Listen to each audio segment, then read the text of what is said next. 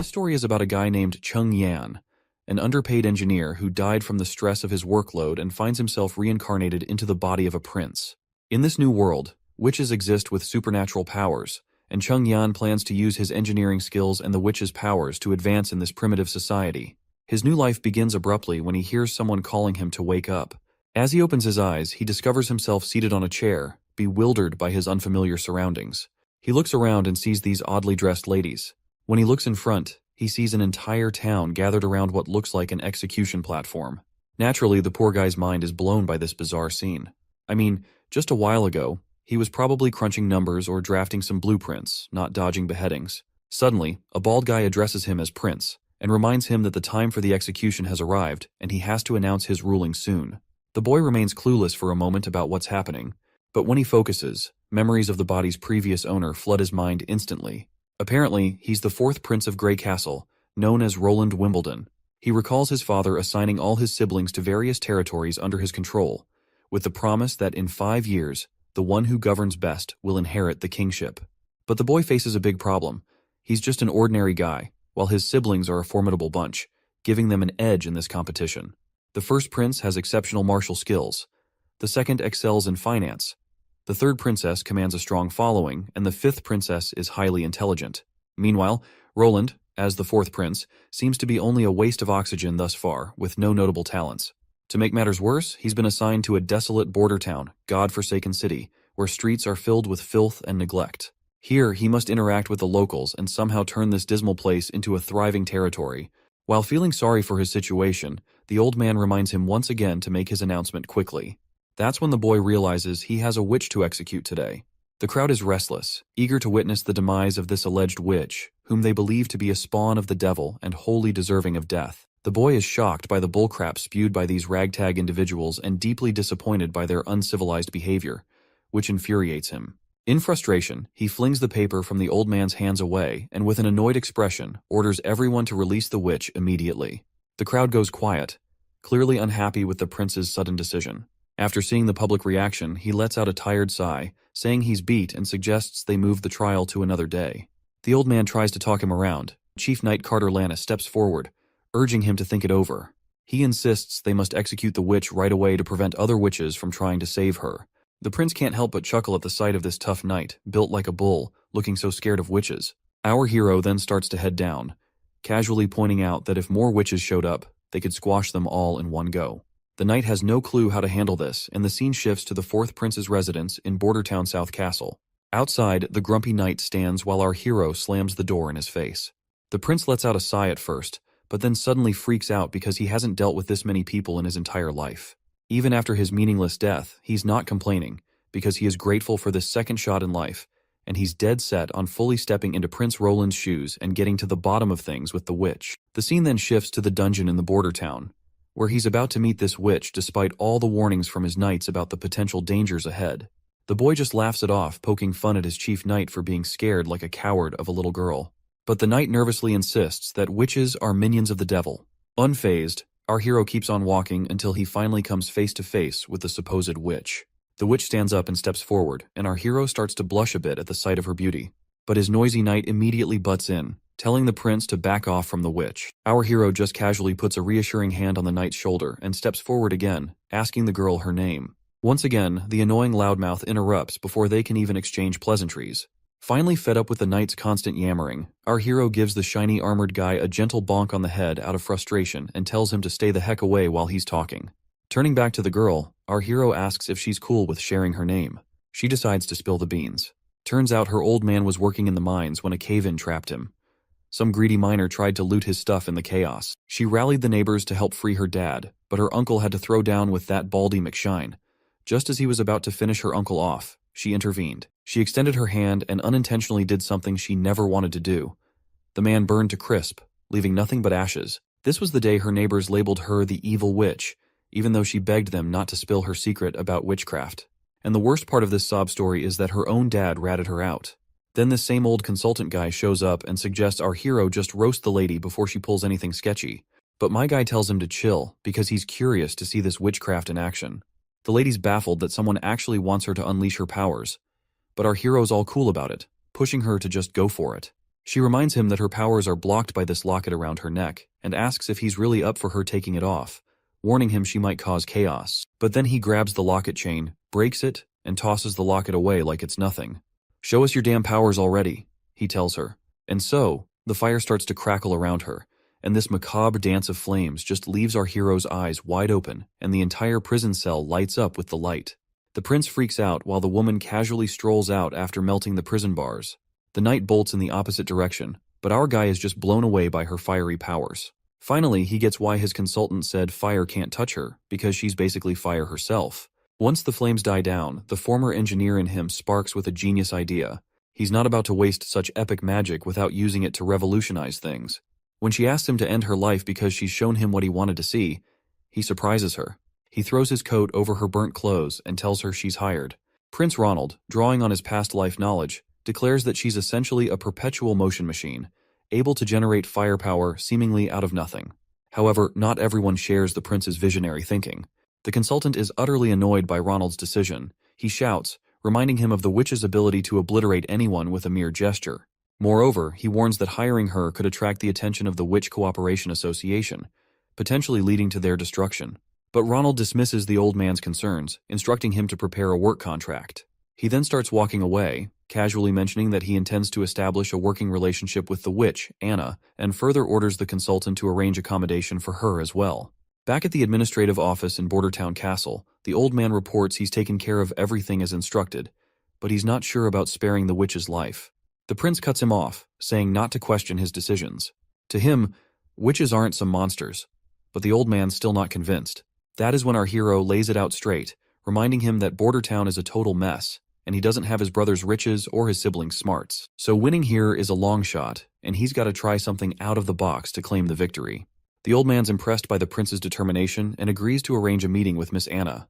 Meanwhile, Miss Anna is getting a thorough wash and cleanup, and once she's looking all cute and tidy in some nice clothes, she's escorted to meet our hero. The knight shows our hero the cottage where Anna will be staying. The prince is pretty impressed with the cottage, especially since it was prepared on such short notice. Just then, the knight announces Anna's arrival. When our hero turns around, he sees her in a maid's attire, looking absolutely stunning. He's pleasantly surprised and amazed at how well the clothes turned out. He asks her if she's comfortable in her new outfit. But instead of being happy, she starts a tirade, questioning why he's giving shelter to a murderer like her, someone tainted with evil and loathed by everyone. The prince surprises her by stating that he doesn't see things that way. He dismisses all the talk about evil witches and devils' powers as nonsense. He explains that people are just scared because they don't understand her significance to society. He extends his hand, telling her he accepts her despite her flaws. He promises to teach her how to use her powers for good and to make a positive impact on the world. Once inside the empty cottage, Anna immediately starts practicing, unleashing her fiery powers. However, as flames scatter around uncontrollably, our hero realizes teaching her magic control is going to be tougher than he thought. On top of that, there's the issue that every time she uses her powers, her clothes get incinerated, leaving her embarrassed and naked. Both of them feel awkward, but our hero is relieved he had prepared multiple sets of clothes ahead of time. Just then, the old man bursts in with urgent news. While gasping for breath, he shocks everyone by reporting that their patrols have spotted signs of demon activity months earlier than expected this year. Of course, our hero has no clue about these months of demons, and seeing everyone terrified only piques his curiosity further. The old man reveals to the clueless prince that every winter, after the first snowfall and when the sun sets, the gates of hell open in the Dragonspine Mountains. Bordertown isn't defensible, so everyone must flee to Longsong Fortress. However, the old man reassures him that his safety is their top priority. Curious, the boy asks if the old man has seen these gates of hell himself. The old man replies no, explaining that it's impossible for them to see such things. The Dragonspine Mountains are not only impassable, but also emit a foul miasma that affects anyone who gets too close, unless they've already fallen into the devil's grasp, meaning only witches can explore the area and see the gates of hell. The prince then wonders if the old man has ever encountered demons. Once again, the answer is no. It's his first time in the central region of Grey Castle, and hardly anyone's ever come face to face with a real demon. Looks like it makes sense to our hero why this place doesn't thrive with a bustling economy, because people always get evacuated at the end of every year. The boy then raises a valid point, which is that if Longsong Fortress can fend off the demons, it means they're not invincible. So keeping that in mind, he is itching to throw down with these demons by himself. The old man is terrified by this plan and explains that Longsong Fortress has massive walls and Duke Rayon's elite troops stationed there. They're formidable, and Border Town is located in the North Slope Mountains, which serve as an early warning system for Longsong Fortress about impending threats. But our hero remains resolute and instructs the old man to gather local soldiers who have experience fighting demons. In the bright day under this gazebo, we see our duo having afternoon snacks, and while they are at it, the prince requests her to tell him something about months of demons. The lady immediately complies. Her tone gets somber as she describes the hellish experience of the months of demons. Unlike big shots like our hero, commoners here deal with this nightmare every single year. She explains that her father, a miner like many others in town, struggles daily to survive. When the months of demons begin, the people of Border Town send their year's mining production to Longsong Fortress in exchange for next year's rations and some gold royals. During this time, everyone takes shelter at Longsong Fortress until winter passes. One year, the months of demons lasted a brutal 4 months straight. City officials at Longsong Fortress said the ore they produced in autumn could only buy 3 months' worth of food. The 4th month's supply had to wait for new ore. But the months of demons lasted another extra month, which trapped the people inside the fortress. And to top it off, the grub from Longsong was divided between people equally, leading to the strong bullying the weak. The prince gets ticked off hearing her sad story, and he straight up tells the lady that no one's gonna suffer through those months of demons again. Leaving the gazebo, our hero asks to meet with the consultant to check on progress. The scene shifts to the Border Town Administrative Office, where Consultant Baroff has brought 3 folks. 2 are soldiers, big shots in charge of the Border Town patrol and lighting the beacon every year. The 3rd is a hunter who claims he's faced demons before, even bagging one himself. At first, one of the scared soldiers stumbles through his words in front of the prince, muttering gibberish that makes no sense. The prince then nudges the other soldier to speak up. The other one then explains that the demons used to be regular critters in the forest, but the evil miasma turned them into savage beasts. They're tough, but still killable. Once the months of demons wrap up, Longsong Fortress sends out cavalry to mop up any stragglers in the area. That's when the hunter slams his fist on the ground like he's showing off, boasting that those monsters are as easy as slicing cucumbers with his sword, and he's taken down 2 already. The big guy then drops to his knees before our prince. The consultant introduces the hunter as Iron Axe, saying there's gossip he's so tall because of his giant monster blood in his veins from the Mojin clan. Our hero asks him straight up if his stories are true. Iron Axe nods confidently, saying he's already killed a demonic boar and a wolf type. Iron Axe explains how hunters categorize demons. As the guard mentioned, these critters started out as regular animals but went berserk after they got a taste of hell miasma, and which is why they're such a pain. The wolf type is sneaky and lightning fast, and the wild boar has a tough back which is so thick that even crossbows struggle to pierce it. The prince quickly realizes that these demons are essentially animals, but with enhanced traits. The hunter agrees, saying they don't pose much of a threat. However, he gets serious when discussing hybrid types, calling them the true spawn of the devil. He explains that these monsters are horrifying creations that only hell could concoct. Describing one hybrid, the hunter mentions it had the body and legs of a rugged beast, but also sported huge wings for short-distance flight. What's more, its senses were keen, always pinpointing its prey no matter how well hidden. The hunter barely survived by diving into the Redwater River before losing consciousness. It seems our hero can handle the regular monsters with big walls, but he's stumped on how to deal with those that can fly. He then asks his knight if those hybrid demon types are supposed to be rare, and the knight nods firmly, saying during any months of demons, you'll usually get 2 or 3 of those bad boys popping up. It's enough to give Longsong Fortress a serious headache. The boy finally connects the dots. With a bang on the table, he announces he's staying put in Border Town for the winter. Everyone's jaws drop at his decision, and the knight scrambles to convince him they're outnumbered by monsters. Our hero fires back, suggesting they build a wall from the foot of North Slope Mountain to the Redwater River. But the knight ain't buying it, and waves it off as a pipe dream, saying it'd take them a lifetime to build such a wall. My guy leans back, telling the knight to chill. He promises if he can't get the wall up fast, he'll retreat like everyone else, because he is not about to throw his life away in this place either. The riled-up knight finally calms down, pleading his loyalty to save our hero at any costs.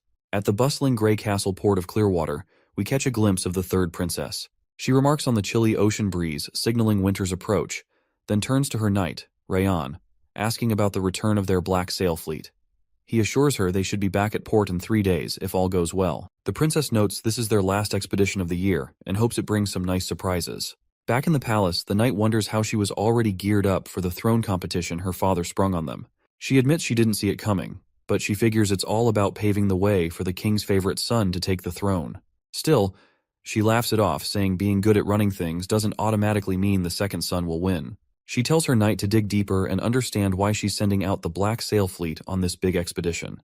After mulling it over, the knight realizes her fleet isn't just about making money, it's about gaining serious influence and power. Since launching the Black Sail Plan, she's rounded up skilled sailors, tough fighters, and key allies to back her play. This is Garcia Wimbledon, the third princess of Grey Castle. She is using smarts and strategy to secure her shot at the throne. The princess then asks about how their plot to off the fourth prince went down. The knight sighs and says there's been no word from the border, meaning their poison plan probably flopped and the spies they sent to do the job are missing in action. She figures her little bro must have wasted no time offing those spies once they got caught. Looks like the poison actually did its job and killed the fourth prince, but our hero just happened to swap into his body, which is why they think their poison plan tanked. She's now planning to kill the hero once he seeks refuge in Longsong Fortress, and tells her knight to sit tight until then. She also snarks that since the poison didn't do squat, it means that Snake Enbies, who sold them that stuff, was lying about it being colorless and tasteless. And as punishment for deceiving the third princess, she suggests her knight to hang that liar immediately. It's quite funny how she's about to drop the hammer on their reliable poison guy, even though the fourth prince really did kick the bucket from that poison. The next scene shows us Anna setting in the landscape of greenery, and there we meet her teacher Carl, who asks her what she is reading today. Is it poetry, or perhaps history of their church? The girl greets her teacher, and before she can say anything, her innocent image shatters before his eyes. He is left staring with wide eyes, and the next scene takes him to a rowdy crowd accusing his disciple of being a witch and the reincarnation of the devil. Seeing her hanging there, he slaps his hands over his face, jolting awake in his office. Once he's finally awake, he breathes heavily, haunted by the vision of Anna's hanging. He believes that if even a pure-hearted girl like Anna could be called evil, then those greedy administrative officials of Grey Castle must be true demons, born from the depths of hell. He angrily expresses that if they hadn't switched to lower-quality stones just to save a few hundred gold, the theater would never have collapsed, and those innocent victims would still be alive. In his eyes, those corrupt individuals are the ones who truly deserve to be hanged for their heinous acts and corruption. Sadly, this country didn't administer proper punishment to them. Instead, the blame fell unfairly on innocent stonemasons, resulting in harsh taxes, rampant inequality, little rule of law, and even labeling a curious and innocent girl as a demon and sending her cruelly to the gallows. He appeals to God for help in punishing these deserving evil people. Suddenly, there's a knock on the door, and when he opens it, he finds one of his young students, Nana, looking really worried and anxious. The little girl timidly asks if she's going to end up like Anna, hanged. The man quickly reassures her with a pat on the head, promising to protect her no matter what. He strolls through town, thoughts swirling about how the powerful have mistreated the innocent while he stood by. Determined to act this time, he vows not to let another girl suffer like Anna did. His attention is then drawn to a commotion at the town square. People are gathered around the quest board, where they're reading a notice posted by the fourth prince. It calls for workers for construction jobs in the border areas, gravel workers, stonemasons, and more. The notice details everything the applicants need to know. The teacher's eyes widen in shock as he sees the notice signed and stamped with our hero's name. That's when he remembers our hero, the fourth prince. He's heard rumors about the prince having all sorts of unique ideas and a personality that's totally different from everyone else. The prince also doesn't seem to be a big fan of the church, which gives the teacher a bit of hope. But right now, he's worried that supporting Anna, who is a witch, might get him labeled as a witch sympathizer and land him on the gallows as well. He's banking on the idea that if the prince hates the church enough, maybe he also hates their strict laws. That's the only way he sees to protect other girls from facing the church's severe punishments for being witches. We're back with our hero again, and his knight is questioning him about the dimensions of the wall he plans to build. Our hero says it'll be 15 feet tall and 6 feet wide, enough for 4 people to stand side by side on top. The knight then mentions they'll need to dig a trench as deep as a person is tall to stabilize such a massive structure. With the wall being 15 feet tall and 6 feet wide at the top, the base width will need to be doubled for stability. Even with 350 craftsmen working simultaneously on digging and building, they can only promise to finish before next year's Months of Demons. The prince curiously asks what the main challenge will be, which is taking such a long time. The knight explains that the real issue lies in laying the wall itself. They'll have to carefully select and polish each rock to ensure they fit together properly. Otherwise, the wall won't hold up well. The prince decides to move ahead with his knight's plan to dig the trench and build the wall at the same time.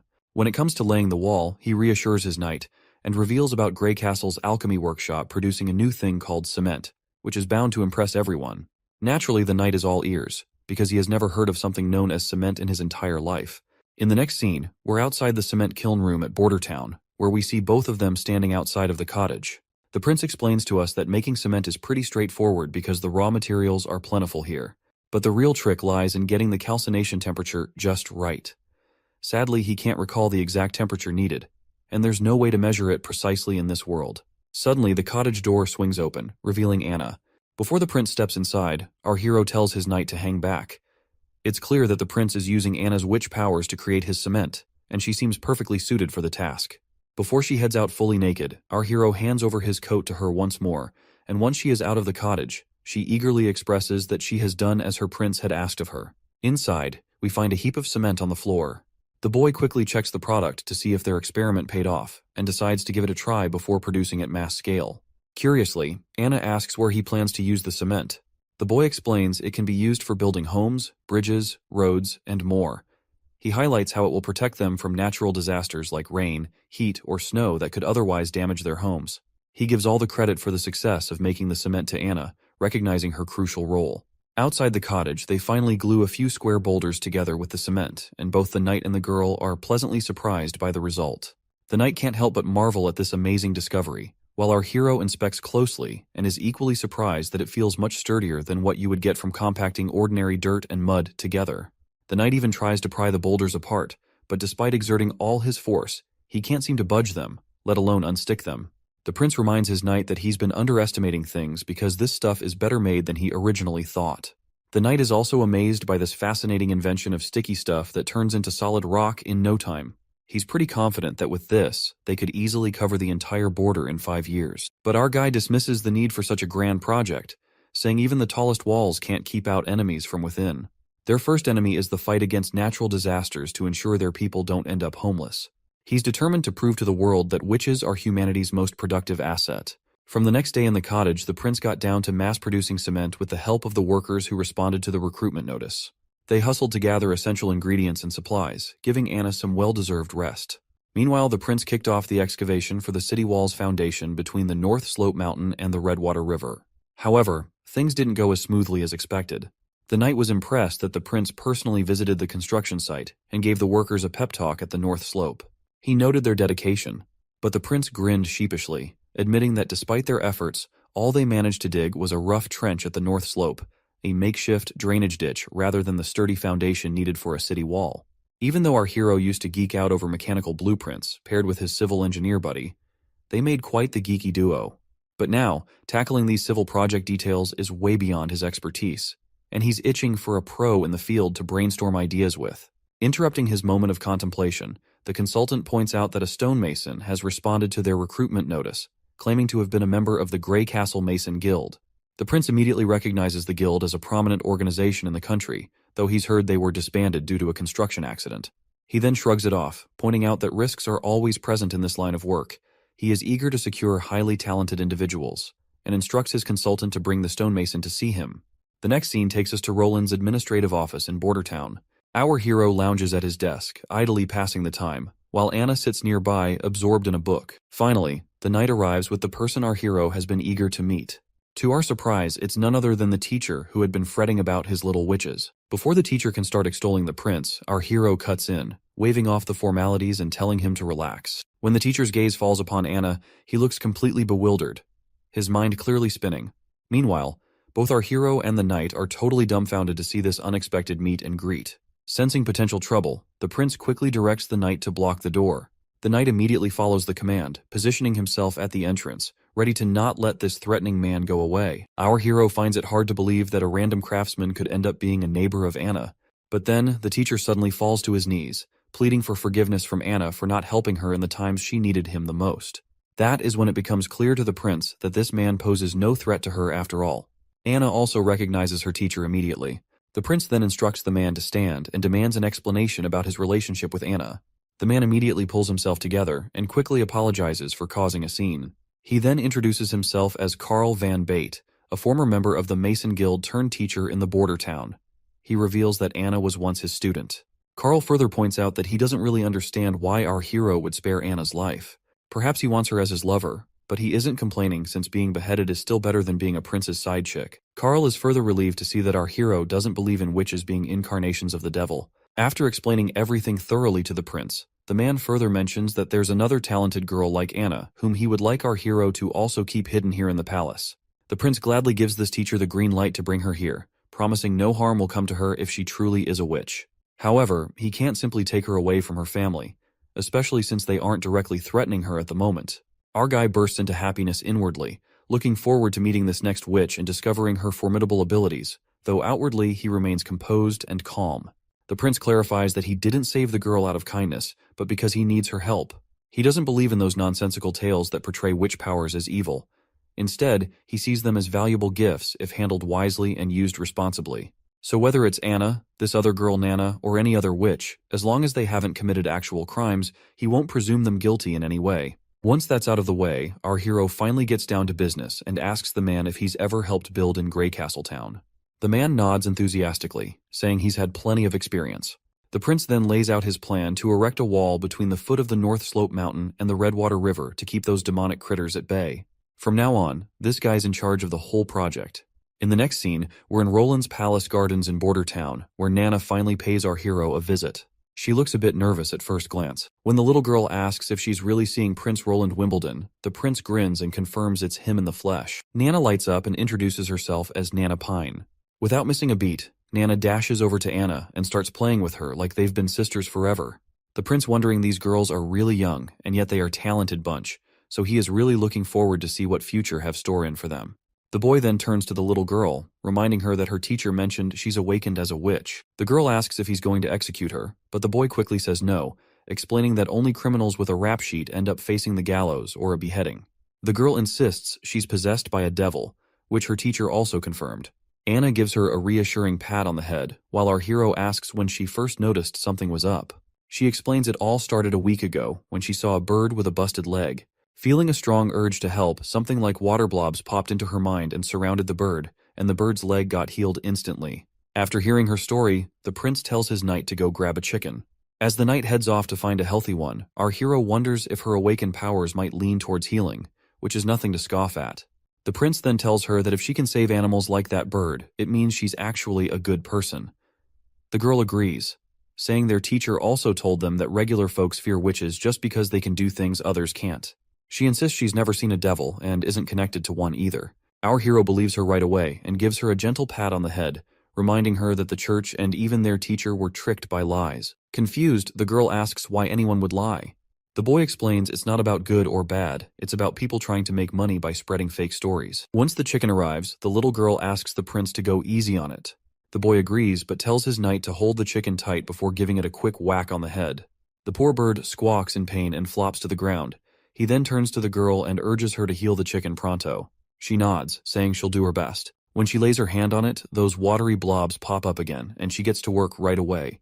A few hours pass, and despite the boy's rough treatment, which leaves the chicken drained, he finally seems to understand Nana's power. She can fix up broken bits and mend fractures, though bringing a chicken back from the dead isn't in her playbook. Once the chicken has served its purpose, the boy tells his knight to take it to the kitchen, leaving the girl with tears in her eyes and a pout for how rough the prince was with the chicken. But he assures her it was necessary. Before long, a feast of delicious food appears before them. Nana seems to forget her chicken grievance as she eagerly eyes the cooked bird laid out before her. After their little feast, the little girl heads off, waving her hand one last time, and our hero waves back in response. Meanwhile, Anna is curious why our hero is not keeping her in the palace, knowing she's a witch too. He reminds her that she still has a family who doesn't know about her powers yet. But Anna worries it's only a matter of time before her parents find out and exile her. He agrees, but reassures her that as long as her abilities remain secret, she should cherish the time with her parents. He then asks if she misses her father. She sadly shakes her head with a no, but our hero can empathize with the loneliness she feels. To ease her mind, he promises that Nana will come daily to practice magic with her so she won't feel alone, and further vows to give both girls the ordinary life they desire. And he means every word. Back in the castle, our hero's been feeling kind of boring ever since Carl Van Bate took charge of the wall construction. He's taken to having a tea party every afternoon while teaching the girls how to work their magic. Every now and then, he checks on the city wall's progress at the foot of the North Slope Mountain, always impressed by how much better it's going than expected. But then, the consultant shows up with some not-so-great news. He points out that hiring all those craftsmen and laborers has been super expensive, and all that cash is coming straight out of our hero's pocket. At this rate, the steward's worried they won't have enough money left by spring. Our hero officially starts to panic, realizing that he is freaking screwed. A moment later, while he's brainstorming ideas to get out of this financial mess, the old man finds it strange how much the prince has changed lately, as if he's become a completely different person. Back in the day, this guy knew nothing but the pleasures of life, and the only reason this old man sticks with our hero is because the king has promised him the position of Minister of Finance once the throne competition is over. When he first rolled into Bordertown, he wasn't planning on running the place, nor was he gunning for the throne. He let down all the nobles and dumped all the responsibilities on the old man's lap. But ever since he rescued that witch, the prince has done a complete 180. The prince is now handling things with more thought and dealing with stuff like it's his second nature. He even talks to the old man in this grown-up tone that's seriously creeping the old dude out, making him wonder if the prince got possessed by a devil or something. But the old man brushes it off, saying if the prince were really possessed, he wouldn't have casually snagged that godforsaken retribution locket. Cut to the scene back at the port in Bordertown. Two nobles and this redhead guy, who looks like some ambassador, are shooting the breeze. The guy in glasses reminds the ambassador they last swung by a year ago and gripes that the town's still a desolate pile of rocks. The redhead pipes up, correcting him that it was just 6 months back. He mentions how every season Duke randomly sends someone new here. He remembers visiting last summer, when besides rocks, there were all kinds of fancy furs floating around. When he is about to spill something juicy, he decides to keep it under wraps for some reason, and instead, he focuses on Bordertown's potential. He suggests that although it's currently just a fortress outpost, if they set up a solid defense line here, all the land between Bordertown and the fortress could be put to good use. Suddenly, the guy in glasses freaks out, pointing out that the stockpile is empty and Bordertown was supposed to have their ore ready today. Looks like these visitors are here to collect ore before the demon months hit, offering shelter for the Bordertown in return. The ambassador sighs and decides to take the problem to our hero. They ride back on their horses. The guy with purple hair wonders if Bordertown found a new trade partner, or already sold their ore to Willowtown or Fallen Dragon Ridge. He's pretty sure it's the fourth prince's doing, who is our hero by the way. The redhead thinks hard, pondering if the prince has already set up deals with towns further down on the Redwater River. If so, they've lost yet another bargaining chip. He worries that if they try the same monopoly play as before, they're not likely to succeed since the fourth prince already has other trade partners to take their ore to sell. Once they get to the castle, they're greeted with this incredible feast.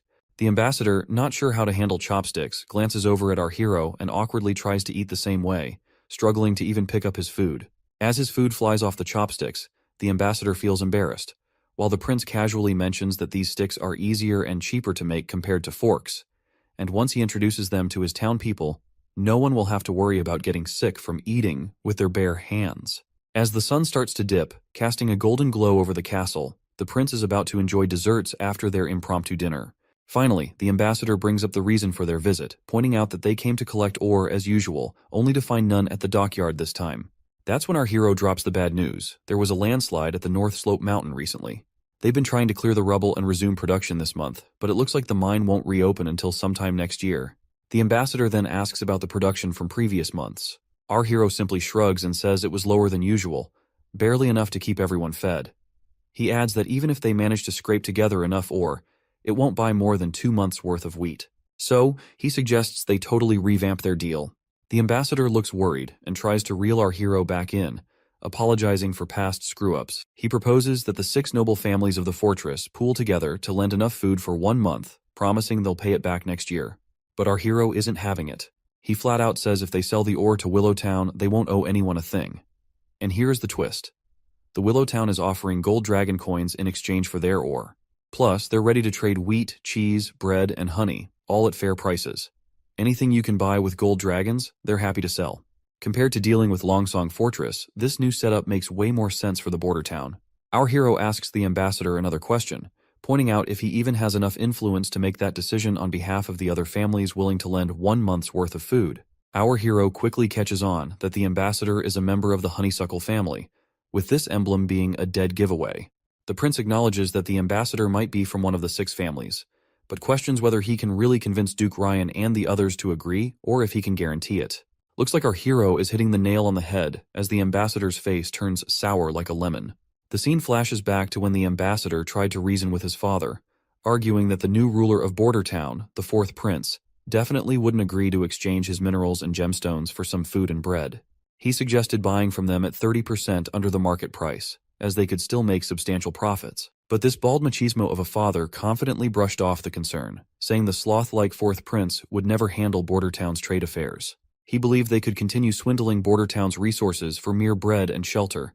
In the present moment, the redhead ambassador, after thinking it through, realizes our hero has a point.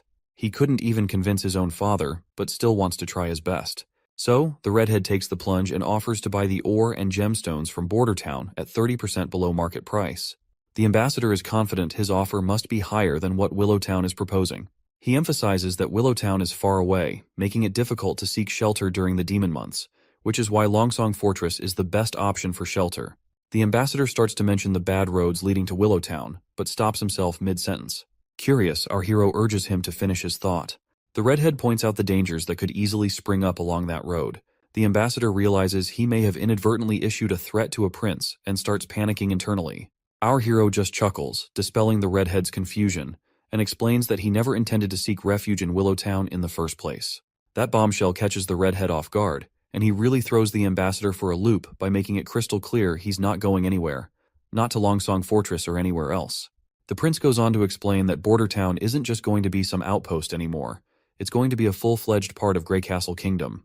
He's pumped to show off the brand new city walls stretching all the way from the North Slope Mountains to the Redwater River. The redhead's jaw practically hits the floor, and he double-checks with our hero if he heard right. The boy nods firmly, stressing they're putting up this wall right here in Border Town to keep those demons at bay. The redhead's mind flashes back to some fancy banquet where nobles were roasting our prince for starting construction projects just as the demon months were rolling in. Everyone had a good laugh at what they thought was our hero's cluelessness. At first the redhead figured it was all just rich folks teasing each other for kicks. He never imagined our prince was serious about this whole wall thing. What's really mind-boggling is how our prince, known for chasing pleasure and not much else, is suddenly taking charge of something so massive. The redhead, freaking out a bit, assures our hero that once he's back at the fortress, he'll try to hash things out with the 6 noble families, hoping it'll all swing in our hero's favor. Now it's smack dab in the middle of the night, and our hero's feeling bummed that nightlife in this backwoods world is non-existent. People here hit the bed early unless they're up for clapping some cheeks. Even though he could easily bring someone over to liven up his night, he's got morals and won't stoop to anything sketchy. Out of the blue, someone sneaks up on our hero from behind. He spins around to find a woman in a robe singing his praises for handling the ambassador with brains, hinting the prince isn't all about the party life after all. Turns out she's an assassin, but our hero doesn't waste a second before trying to dash out of the room.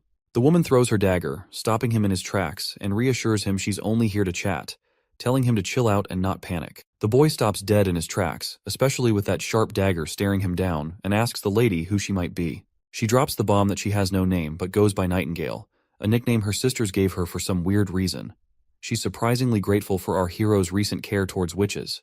When the prince takes a closer look, he notices an emblem similar to the one the old man showed him, which belonged to the Witch Association. The lady gives him props again for his sharp mind, while our hero presses on, asking if she's here for Anna. He admits he has no clue how she knows about Anna, but still reassures the women that she is still alive. The lady nods, saying she already knows that much, and points out that even if she was killed, the Witch Association wouldn't appreciate meddling in politics by killing a prince just because a witch was killed. But she's quick to warn him not to underestimate them. The boy reassures her once again that Anna's doing well. The woman casually replies she already knows, and she's also aware of the other girl named Nana. Then she gives him the creeps by casually dropping that she's been spying on him for the past 2 weeks, keeping tabs on his every move, which really gets under our hero's skin. Because let's face it, this idiot did not have a single clue if he is being spied on. She gestures for our hero to come closer, assuring him she has no intention of harming him. Reluctantly, the boy sits before her, sensing no ill intentions. But then the woman gets uncomfortably close. Noting he's different because he shows no fear towards her or any other witches, she inches even closer. The prince steps back, half-jokingly telling her to keep it PG, not wanting YouTube to slap age restrictions on the video. The lady finally withdraws her hand and gets straight to the point that she's here to take Anna and Nana. The boy immediately refuses without hesitation, insisting they're happy here and safe under his watch. But the lady argues they'd be safer with the Witch Association, where they will be treated like family by every member. But the boy keeps pressing on, noting that the Witch Association doesn't even have a fixed place to call home. He mentions how his soldiers stumbled upon one of their camps hidden in a forest about a month ago, and the tracks led north. However, in that direction, there are only endless mountains. The lady defends their choice, saying they're based in desolate mountains to stay safe from outsiders and dangers. But the boy isn't convinced, bringing up the lack of basic necessities there that would make life difficult for the girls. He also remembers what the old man told him about the association's goal, which is to gather all witches and find the holy mountains, where witches can truly be safe. He asks if the lady has the same goal in mind. Cryptically, the lady responds that she can't give him an answer. This annoys the boy further, as he insists he won't let the girls live in such barren lands where only demons could thrive. That's when a light bulb goes off in his head, catching the lady totally off guard with what he says next. He invites the entire witch association to come to Border Town for the winter, looking all pleased with himself as he tries to convince her it won't be much trouble to wait until winter passes. The lady reminds him that while the prince may not fear witches, the townsfolk will likely freak out. Plus, the church will pounce the moment they catch wind that witches are staying in Border Town. But our hero is adamant, and wants to show everyone that witches aren't evil, especially if they help the town get through the tough months of demons. The lady then mentions another reason why she wants to take both ladies, especially Anna, who's almost the coming of age. Of course, this point sails right over our hero's head until the lady confirms he heard right. She explains that most witches awaken around the time of the months of demons, or when the gates of hell supposedly open. Basically, coming of age is a witch's final stage, and a woman who hasn't awakened her powers by 18 won't ever become a witch.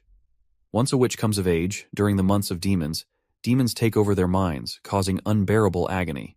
It feels like something's trying to burst out of their bodies, straining every vein and tendon to the limit. If they survive, they'll recover after 4 or 5 days, but for those who don't, it's a brutal death. That's why witches are seen as the devil's spawn, and their horrific deaths, mixed with church propaganda, make people think they're possessed by demons. The boy then asks what happens once they hit adulthood, to which the lady explains that their powers will stabilize and often get even stronger, with some even picking up new abilities. Our hero questions how valid this all is. Old records claim that witches find eternal peace on the holy mountain and are spared from demons consuming their minds. The lady admits there's nothing concrete about the holy mountain, it's only mentioned in texts. Taking her to headquarters might slightly increase her chances of survival. If witches could live freely without being hunted, the demonic attacks would be way less severe.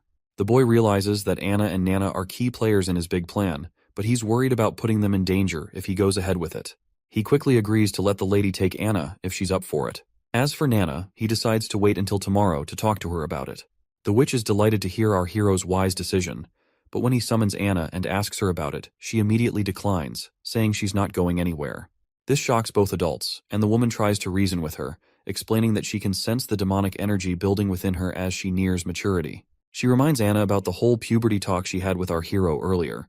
Anna then reminds our hero how he promised her an ordinary life, but she couldn't care less about anything because all she wants is to stay by the prince's side. She's confident that the demonic energy won't stand a chance against her, and she's determined to survive the months of demons and conquer her puberty. The woman sighs and decides to give up on convincing Anna, but she makes it clear she'll stick around to watch over her until she experiences her maturity. She thinks Anna is just a naive kid who doesn't understand the dangers. Of course, our hero doesn't like the idea of her keeping a watchful eye on him for the rest of the winter. Anyway, before the woman disappears, she comes face to face with Anna and talks about the hardships she's seen and the friends she's lost, vowing not to let Anna suffer the same fate. With those final words, she bids farewell to our girl and vanishes into thin air without a trace. Seeing her abilities totally blows our hero's mind. He's amazed by her assassination skills. Once they're alone, the boy gives Anna a reassuring pat on the head and tells her to hit the hay as it's already pretty late for her. The next day rolls around and our hero greets the citizens of the town with a cheery, "Good morning." He gathers everyone for an important announcement. He explains that almost 4 days ago, the ambassador from Longsong Fortress visited him to collect the already mined ore. However, everyone should remember that a month ago, the northern mining quarry collapsed, and production hasn't resumed since then. The community immediately panics because the last output was only half of the average, and they had to endure starvation and a lot of crap from Longsong. He then exposes the Longsong Fortress hideous act, saying he tried to get a loan and supplies from the ambassador, but the guy shut him down hard, just like 2 years back. People freak out again, fearing starvation once again. He reminds them of the time when food was so scarce that many lost family, siblings, kids, and more. He asks them how long they want this cycle of loss to continue. The crowd starts begging him to save them, and he nods positively, swearing he won't let his people fall into that pit again. After a dramatic cough, he drops the bomb, which is that 2 months' worth of mining would have bought them enough food for almost a year, but those Longsong jerks never played fair. The whole crowd starts to seethe at Longsong Fortress for taking advantage like that. So, our hero explains that he traded his stones for a bunch of food from Willowtown, enough to keep everyone fed through the winter. Just as folks start celebrating and feeling relieved, he puts a pause on the party vibes. He reminds them that cutting ties with Longsong means they're committing to sticking it out in Border Town for the winter. That news sets off another round of worry, But the boy quickly shifts gears, reminding everyone about the wall they're building. He boosts their spirits by saying demons aren't any tougher than the beasts in the forest and won't be able to scale their wall no matter how hard they try. Then he gives them a choice: either seek refuge to starve in Longsong Fortress or stand with him to protect their families. He asks if anyone's up for joining him on the wall to fend off monsters, promising good silver coin rewards for those who help out. And if the worst happens and someone doesn't make it, he pledges 5 golden coins to their family. The whole crowd gets fired up by his speech, and suddenly everyone's geared up to face whatever comes their way with determination and grit. The atmosphere in Longsong Fortress is lively with laughter echoing through the entire castle. People seem to be having a good time poking fun at our hero's decision to stay put in Border Town and build a wall. One guy, sporting a solid mustache, jokes that our hero would probably stack some rough rocks together, throw in some dirt and mud, and call it a day. He is sure that eventually our hero will come running back to Longsong, and they can further exploit him when he's desperate. However, the leader of this committee doesn't seem to dismiss our hero as lightly as the others. He asks for the ambassador's take on the matter.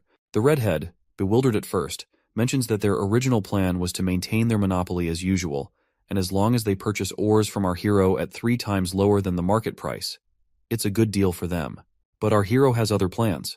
He's not just looking to sell the ores to only Longsong Fortresses. He's willing to cut the price of ores by half, aims to stimulate higher demand and thereby increase overall production capacity and revenue for Border Town. This approach is a strategic move to foster economic growth and sustainability in the region, and because of that price cut in ores, the Longsong Fortress will be able to earn much more than they earned in the past. Additionally, he intends to manufacture iron tools, which he believes will fly off the shelves no matter where they were sold, making an additional stream of income. However, those aren't the only things to think about. If our hero can hold off the demons at Border Town, it's good news for Longsong too. They won't have to keep dealing with those pesky beasts every year. Plus, the throne squabble is only 5 years long. So if Border Town flourishes afterward, Longsong could end up with the kingdom's 3rd biggest slice of land. The red-headed guy suggests that Longsong should pitch in to help our prince build the wall and defend Border Town. He figures it'll pay off in the end. The old man agrees with the redhead's practical sense but calls it typical merchant thinking. To this white-haired fellow, it's not about whether Border Town succeeds or fails. He just doesn't want to share his turf with anyone, prince or not. The next day, Chief Knight's face was priceless when he laid eyes on the contraption our prince had been tinkering with. True to form, he showered all the credit on Anna, who'd helped with welding the metal parts. The prince couldn't contain his excitement over his latest creation, which is a steam engine. He hugged his beautiful invention tightly, seeing it as the first step towards ushering humanity into an industrial revolution fueled by a new energy source. 5 minutes later, the knight still looked baffled, trying to wrap his head around how the machine worked. When Anna fired up the furnace below, the cogs and gears started turning, and soon enough, the wheel began spinning faster and faster. Watching the mechanical parts move left, the knight completely awestruck. It was his first glimpse of the natural power the prince had been talking about, which is a force equal to the strength of 10 knights combined, and this innovation promised to save a ton of manual and animal labor. Training a knight took 15 years, but building a contraption like this stove only took 3 days. The knight found it fascinating that it didn't need feeding, didn't care about weather, and was impervious to arrows or blades. Seeing this, he started to wonder if traditional knights were even necessary in a world with such machines. The boy was totally stoked to see his farming game jump forward by a few hundred years. Later that night, our hero swung open his bedroom door and found the assassin lady once again, deep into studying the blueprints he'd made. He gave her a bit of a hard time for spying on him and just waltzing into his room unannounced. But the lady just chuckles, pointing out how the 4th prince was rumored to be a total flop with a lousy personality, yet his inventions were master class. She wondered if those blueprints were for the stove he'd cooked up recently, but the boy was feeling kinda down and out, watching her toy with his secret plans he had kept locked up tight in his office. Seeing her impressed, he attributes all of the credit to Anna once again, and explains that the machine could be used for anything needing a lot of muscle, like getting stuff around or making stuff. The lady smiles upon hearing this, and lets our boy know that she'll be keeping these blueprints, since there are many witches in the association who can make good use of firepower. As she tucks them into her robe, the idiot's eyes accidentally drift over her cleavage, and he stumbles over his words in embarrassment, telling her he didn't give permission for that. She just smirks and says she already has something as payment. Tossing a document at him she pulled from her chest. The boy eagerly grabbed it and tore it open, only to find it addressed to his servant Tyre. The letter sternly instructed Tyre not to repeat the same mistake and was ordered to eliminate the prince during the months of demons. The boy's mind races, recalling how Prince Roland used to exploit her whenever he could, and our hero feels deeply unsettled by these memories. The woman then tells him she snatched it from one of the pigeons, mentioning there wasn't any signature on the letter, but she thinks it might have been sent by one of his siblings. So she asks if he's cool with her digging deeper to find out who's behind these orders. He gives her the go-ahead, and she strikes a respectful pose, saying she'll be taking the blueprints as payment. The next day, he's still hung up on last night's letter when the knight shows up. The guy drops to his knees and spills that Tyre kicked the bucket last night. Apparently, she took a tumble from her balcony, and there weren't any signs of a struggle, and the guards swear they didn't see anyone come or go. The boy's visibly bummed out and tells the knight to have the head servant handle the situation. Once the knight had left the room, our hero called the assassin lady back, and she showed up right on cue. She quickly spilled the beans that the servant had killed herself the moment she laid eyes on her. The boy couldn't hide his disappointment, muttering that he figured she'd know how to handle such things. The lady countered, saying she had tied Tyre with ropes up tight, but the wily servant had stashed poison in her fake tooth, and once she died out of poison, she threw the servant from the balcony to make it look like an accident. Even though her interrogation had hit a dead end, she whipped out another note from her cleavage and revealed that this is what she found out in her apartment. With a sly grin, she points out that the sender called Tyre Big Sister and mentioned a seaside view a lot. She hints that there's a chance the third princess from Clearwater Port might be the one pulling the strings.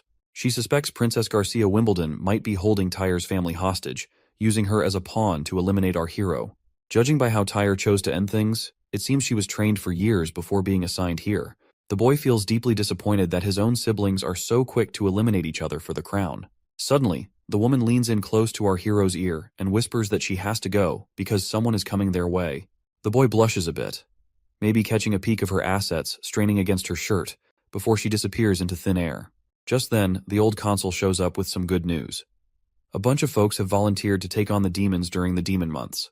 This puts a big grin on the prince's face, and he decides he needs to go see it all for himself. But before heading there, the old man genuinely asks if he really intends to have these regular folks go up against the demons. Once outside, our hero also feels bummed out and sees that the consultant's worries were legit. These people don't look like fighters. They seem more like street thugs. On the other hand, the knight is all gung-ho about how he picked these folks based on what our hero wanted. But looking at these poor souls with their frail bodies, it's clear this knight totally missed the mark. The prince just facepalms himself, and it seems like our hero expected a lot from people who barely scrape by. Even the consultant suggests considering other recruits instead of these commoners. But our hero seems dead set on using them anyway, as if he has cracked the code already. Our hero believes that it's all about people power when it comes to building a strong army, whether they're wielding medieval swords or modern tech. The knight suggests starting sword training tomorrow, but our hero waves it off. Instead, he tells the knight to group them up, then hits the jogging trail. He also tells him to bring that iron axe hunter from earlier in tow, and suggests the knight to sit tight and enjoy the show. By noon, the hunters joined our hero's cause. But the knight's not exactly thrilled with this new training approach. Coming from a family steeped in warrior tradition, he doesn't get why these folks are getting rewarded with eggs just for standing around all morning, especially since eggs are pricey as hell. Once again, our hero tells him to chill and enjoy the show. Like, he already knows you can't whip up a top-notch army in a few medieval months, and he is not after muscle-bound brutes who can tear enemies apart with their bare hands. All he wants is disciplined soldiers. To get results fast, he's using military techniques he learned back in college. He's seen how quickly people can unify under this method, and he is betting these folks will follow suit. After a while, the carriages show up and folks eagerly line up for their eggs. People still can't quite wrap their heads around the idea of eggs as rewards.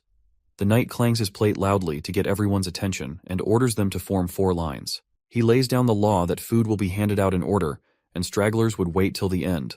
There's a mix of nerves and compliance as everyone queues up. Meanwhile, the knight is still puzzled why the prince is bothering to teach these kinds of basic things to these people. Suddenly, the crowd erupts into murmurs and talks, chanting Iron Axe, who seems to have quite the reputation around these parts. The prince declares a break after lunch, followed by a visit to the guard barracks in town. Iron Axe is appointed as their captain, tasked with teaching everyone how to set up tents. As soon as our hero finishes speaking, there's a buzz of gossip about the prince putting someone like Iron Axe in charge of their platoon. To calm everyone down, he reminds them that Iron Axe isn't local, just like the witches that do not belong to Grey Castle. Our hero stresses that in Border Town, everyone's treated equally, no matter where they're from. As long as they're not criminals, they're welcome here. The prince unrolls a ridiculously long sheet, longer than your average grocery list, and tells the chief knight to pay more attention to these rules than to who gets to be captain. He stresses that everyone needs to memorize and stick to these rules if they want their usual egg during meals. The chief knight scratches his head at the idea of visiting Teacher Carl after dinner, wondering aloud how reading and writing will help fight demons. But the prince brushes off his concerns and says a well-educated army is always more effective. According to him, history has proven this point many times. Next up, we're at City Hall in Bordertown. There we see our hero stagger out of his room, still half asleep. Suddenly, Nightingale pops up out of nowhere and teases him about his newfound habit of sleeping a lot lately. It seems she has also helped herself by eating some of our hero's breakfast. Of course, the boy does not seem to be really happy to see her eating his breakfast and coming inside without his permission. He then starts wondering aloud if she was never taught to be more subtle around royalty. As he takes his seat, the lady adopts a respectful posture and asks if she's being polite enough. Then she casually mentions she knows the prince isn't into all that fancy, unnecessary politeness. The boy finds himself startled to see that she seems to know what he exactly prefers. He sighs and tells her to just eat the whole breakfast so he can at least ask for another serving. She dives into the food while the prince starts flipping through his new blueprints. The lady then curiously asks why he's been ordering so much ice-ons lately, because it's already dead of the winter, and if our hero wants to make his whiskey cool, he can simply put his drink outside. Seeing his wide-open order book, Prince Ronald realizes that she must have seen everything he has been ordering lately. So, he spills the beans that he's trying to make cheese. And to do that, he needs things to stay below freezing. While the girl praises our hero for his clever ideas, inside our hero's mind, we discover he just fed her a lie about making cheese, because he is making something even more confidential, which he does not want to disclose to her, because he doesn't fully trust her like he does with Anna and Nana. He wants to gather more intel about her before revealing his true secrets. He is apparently focused on developing guns, which are easier to make than steam engines. He fears that if anyone discovers his methods, it could seriously derail his ambitious plans. Also, the ice-ons he ordered is basically known as saltpeter, a substance wealthy folks use to cool drinks in summer. And this name, ice-ons, is just a fancy name given by the nobles. But what's crucial is that saltpeter is a key ingredient in making gunpowder, adding another layer of secrecy to his activities. The boy then changes the conversation by asking if witches train assassins as well, aside from searching for the Holy Mountain. The lady mentions that they're a group of oddballs who came together because of their dream of finding the Holy Mountain, and she only joined the Witch Cooperation Association about 2 years ago. Hearing this, the boy asks if she worked for someone else before joining the association, and wonders if there are people who accept witches. Putting down her plate, the lady laughs at the idea, calling it ridiculous. Sadly, she reveals that if her previous owner had known she had become a witch, he wouldn't have let her through the front door. Furthermore, she admits that if she hadn't been useful to him later on, he would have disposed of her quietly and quickly. The boy becomes more curious and demands further explanation about her past, but the lady decides to stay silent, promising a detailed account when the time is right. She also reassures him not to sweat it, mentioning she's been free for the last 5 years and has no plans to be anyone's pawn. The boy stays quiet, looking kinda down, and 5 days breeze by since that chat. Out in the courtyard, we see our hero has finally finished his first gun after tackling loads of production hiccups, and he is thrilled to keep this beauty all to himself. One big reason he's been working on steam engines was to churn out guns in bulk. So, he had to nail a prototype first before ramping up production. But at this rate, he worries he'll only crank out 4 of these bad boys by the month of demons. Meanwhile, the knight's scratching his head over how these supposed muskets will help in fighting demons. The boy just tells him to round up the village's top hunters and form a killer squad to wield these weapons. But the prince finds himself completely creeped out when the knight suggests using patrol guards instead of hunters. Well, looking back at those soldiers, it seems our hero's reluctance to entrust these guns to these puny frail patrol guards is indeed justifiable. In the dark tunnels beneath Roland Castle, a few soldiers are marching through the tunnels. Suddenly, one of them leaps into the air and attacks another soldier. The Scarface soldier tells this thin mustache to surrender or face the same fate as his friend Greymut. As the thin mustache soldier recalls his fallen friend, he becomes even more riled up, vowing never to let these hooligans set foot in the castle. With a surge of strength, he flings the scar-faced man back, causing his sword to fly off. Thin Mustache then readies his own sword and thrusts it into the left shoulder of Scarface, declaring that, "This is for Greymut." As he bleeds, Scarface scoffs, amazed that an ordinary guard patrol like the Thin Mustache soldier could hurt him. The Thin Mustache gets annoyed upon hearing this, and makes it abundantly clear that while Scarface was wasting time gambling and sleeping in pubs, he and his friends were training every day to protect their hometown. He swears he won't let Longsong and his partners disrupt their village's peace. As the Thin Mustache leaps to finish off his opponent, another cocky guy joins the fray and stabs him right in the chest. The poor guy writhes in pain from the dagger wound and collapses to the ground. Meanwhile, the other intruders stand over him confidently. Surprisingly, the Thin Mustache manages to pull the dagger out of his chest, despite the agony, and in a swift move, he throws it toward a nearby torch. The dagger shatters the torch, extinguishing the flame and plunging the area into darkness. Up in the castle's food storage, the thin mustache hides himself in one of the bins. He's certain these infiltrators are here to attack the food supplies. If they succeed in spoiling all the food, the border town will have no choice but to evacuate to Longsong Fortress.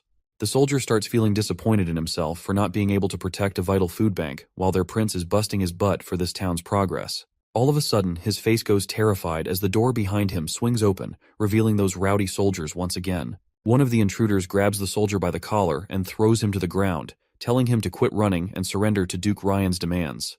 In case you forgot who Duke Ryan is, he's that white-haired guy who doesn't want our hero anywhere near his territory. The soldier stands his ground despite the threat, boldly stating that his prince will definitely foil Duke Ryan's plans. The intruders just scoff at the idea, laughing off the prince's abilities. Then, the leader tells his lackeys to take out the soldier and mess up the food while they're at it. Without hesitation, a lackey smacks the thin mustache guy hard on the head. Before losing his consciousness, the poor soldier wonders if this is how he will meet his end. But it seems fate has other plans, as Nightingale suddenly arrives on the scene. She questions the intruders if they're enjoying themselves in someone else's territory, but warns them their party is about to get shut down real quick. The intruders demand to know who she thinks she is. Nightingale coolly replies she's just a local from the border town. She questions why these clowns are here and suggests they look like sewer rats creeping out of the drains. Looks like those intruders do not realize how deep in shit they are, and their leader tells his crew to just take down this mysterious lady. But she just smiles, and in a flash, she swings her hand, and suddenly bodies are hitting the floor. Our soldier watches with bleary eyes as this mystery person swiftly takes out the intruders. Before he can even figure out who she is, he drifts off into unconsciousness. The next day rolls around, and we find the intruders' bodies scattered in the food storage. The knight inspecting the scene is scratching his head. He's trying to piece together who could have taken out these guys. He knows the thin mustache guy couldn't have done it with his injuries. The most likely scenario is some outsider jumped in without needing any backup. Their moves were so slick, the enemies didn't stand a chance. And there's no mess left behind. No blood or barrels knocked over. Not even a scratch in the place. Suddenly, he's thinking there must be someone with serious sword skills around. He starts feeling proud of his clan's history and their knack for knightly arts. The soldier gives his report. The autopsies are done, and they've identified the corpses. 8 were from our town's guard, and 1's still a mystery. The chief knight asks about the survivors. The soldier says Captain Brian's getting special healing, but Scarface got tossed in the dungeon and locked up. The knight tells the soldier to wake Scarface pronto for interrogation. Meanwhile, the prince feels annoyed that he hasn't made any real progress yet, and these guys are already trying to bring him down. But he's thankful Nightingale swooped in and saved the day. Nightingale reassures him that those intruders couldn't have gotten to him anyway, with Anna sleeping right under his floor. That's when the prince gets an idea. He proposes that Nightingale become his secret bodyguard, offering her a gig that pays better than Anna's. A sweet place to live with a garden, 2 days off each week, and paid vacations. But even with all those tempting perks, she politely turns down his offer, explaining she can't leave the association and her friends there. The prince suggests bringing everyone to town since there's plenty of space after the construction. He assures her there won't be any discrimination, and they can live freely. Once again, she declines, saying she'll think about it in the future, leaving the prince feeling a bit awkward after being turned down. Moving on, the boy asks if she safely sent Nana back home after healing the soldiers. She confirms she did, mentioning Nana was scared when she saw the injured soldiers. But that's not surprising. Given her experience is mostly patching up chickens, healing a person covered in wounds was understandably terrifying for her. Returning to the conversation, the boy asks her if she has figured out which of his siblings might be behind this infiltration. The lady points out that this time it wasn't one of his siblings behind the infiltration. The culprits bribed the patrol guards of the border town. Their plan was so sloppy they left 2 witnesses alive who didn't even have the guts to kill themselves before getting caught. She assures him they'll figure it out soon, since the chief knight is already grilling one of the infiltrators. She also mentions these guys were surprisingly wimpy and tearful compared to the 3rd princess's infiltrator. While everything is peaceful outside the castle, we see our hero strolls alongside the chief knight, heading to visit the thin mustache soldier. When the soldier spots the prince in the room, he's totally thrown and jumps in his bed. The prince starts off by praising Brian for his guts and the fight he put up. But Brian gets emotional, saying it was his buddy who really stepped up, the true hero who sacrificed his life. But the prince reassures the soldier, saying his friend's funeral will give him the recognition he deserves for his bravery. As for Scarface, he's getting the full punishment. He's set to hang in 3 days, and the prince hopes Brian will be well enough to see it happen. Thin Mustache then mentions Scarface supposedly has noble blood. hinting it might stir up trouble with Longsong Fortress. The prince brushes it off, explaining Scarface might have noble lineage from the Elk family, but he's got no titles or land. Besides, he tried to burn down all of Bordertown's food, causing a huge mess that can't just be ignored. With reassurances that someone else will handle patrols, the prince tells Thin Mustache to rest up. In the coming month of demons, he promises to honor him as a brave knight of the prince. Next, we're up on the city wall where the new recruits are getting trained hard by Hunter Iron Axe. Iron Axe suddenly grabs everyone's attention, and they snap to attention because the prince is here for an inspection. But it seems our prince has no clue what he's supposed to say during this inspection. He awkwardly starts walking up to a random soldier and decides to ask about their daily routine. With a friendly smile, he asks the soldier how he feels about the training and if he's been eating well lately. The soldier looks really nervous in front of the prince, while our prince seems to be copying something he saw on TV once. Out of nowhere, the soldier drops down to his knees, leaving the prince totally puzzled and kinda weirded out, wondering if he's missed something. Meanwhile, the soldier's got tears in his eyes. Not just him, but everyone's really moved that the prince came to check on them personally. The boy reaches out and tells the soldier to get back on his feet. It looks like all those good meals our hero fed them have really perked up the soldiers. Then the prince reminds everyone they can speak up if they have suggestions or complaints, and promises to make sure everyone gets enough to eat. Out of the blue, that shy kid from earlier pipes up. He says there aren't enough soldiers in their civilian army, and with the way they're training, he's worried they won't stand a chance against the demons when they attack. Whispers and murmurs start buzzing around, everyone thinking the same thing, and wonders if the prince plans to hire mercenaries to fight off demons. But our hero cuts them off with a hand gesture, and with a big grin, he asks the soldier for his name. The soldier Vanner replies nervously. Our hero gives Vanner props for his sharp eye, and agrees that relying solely on a civilian army to defend the entire wall doesn't not make any sense.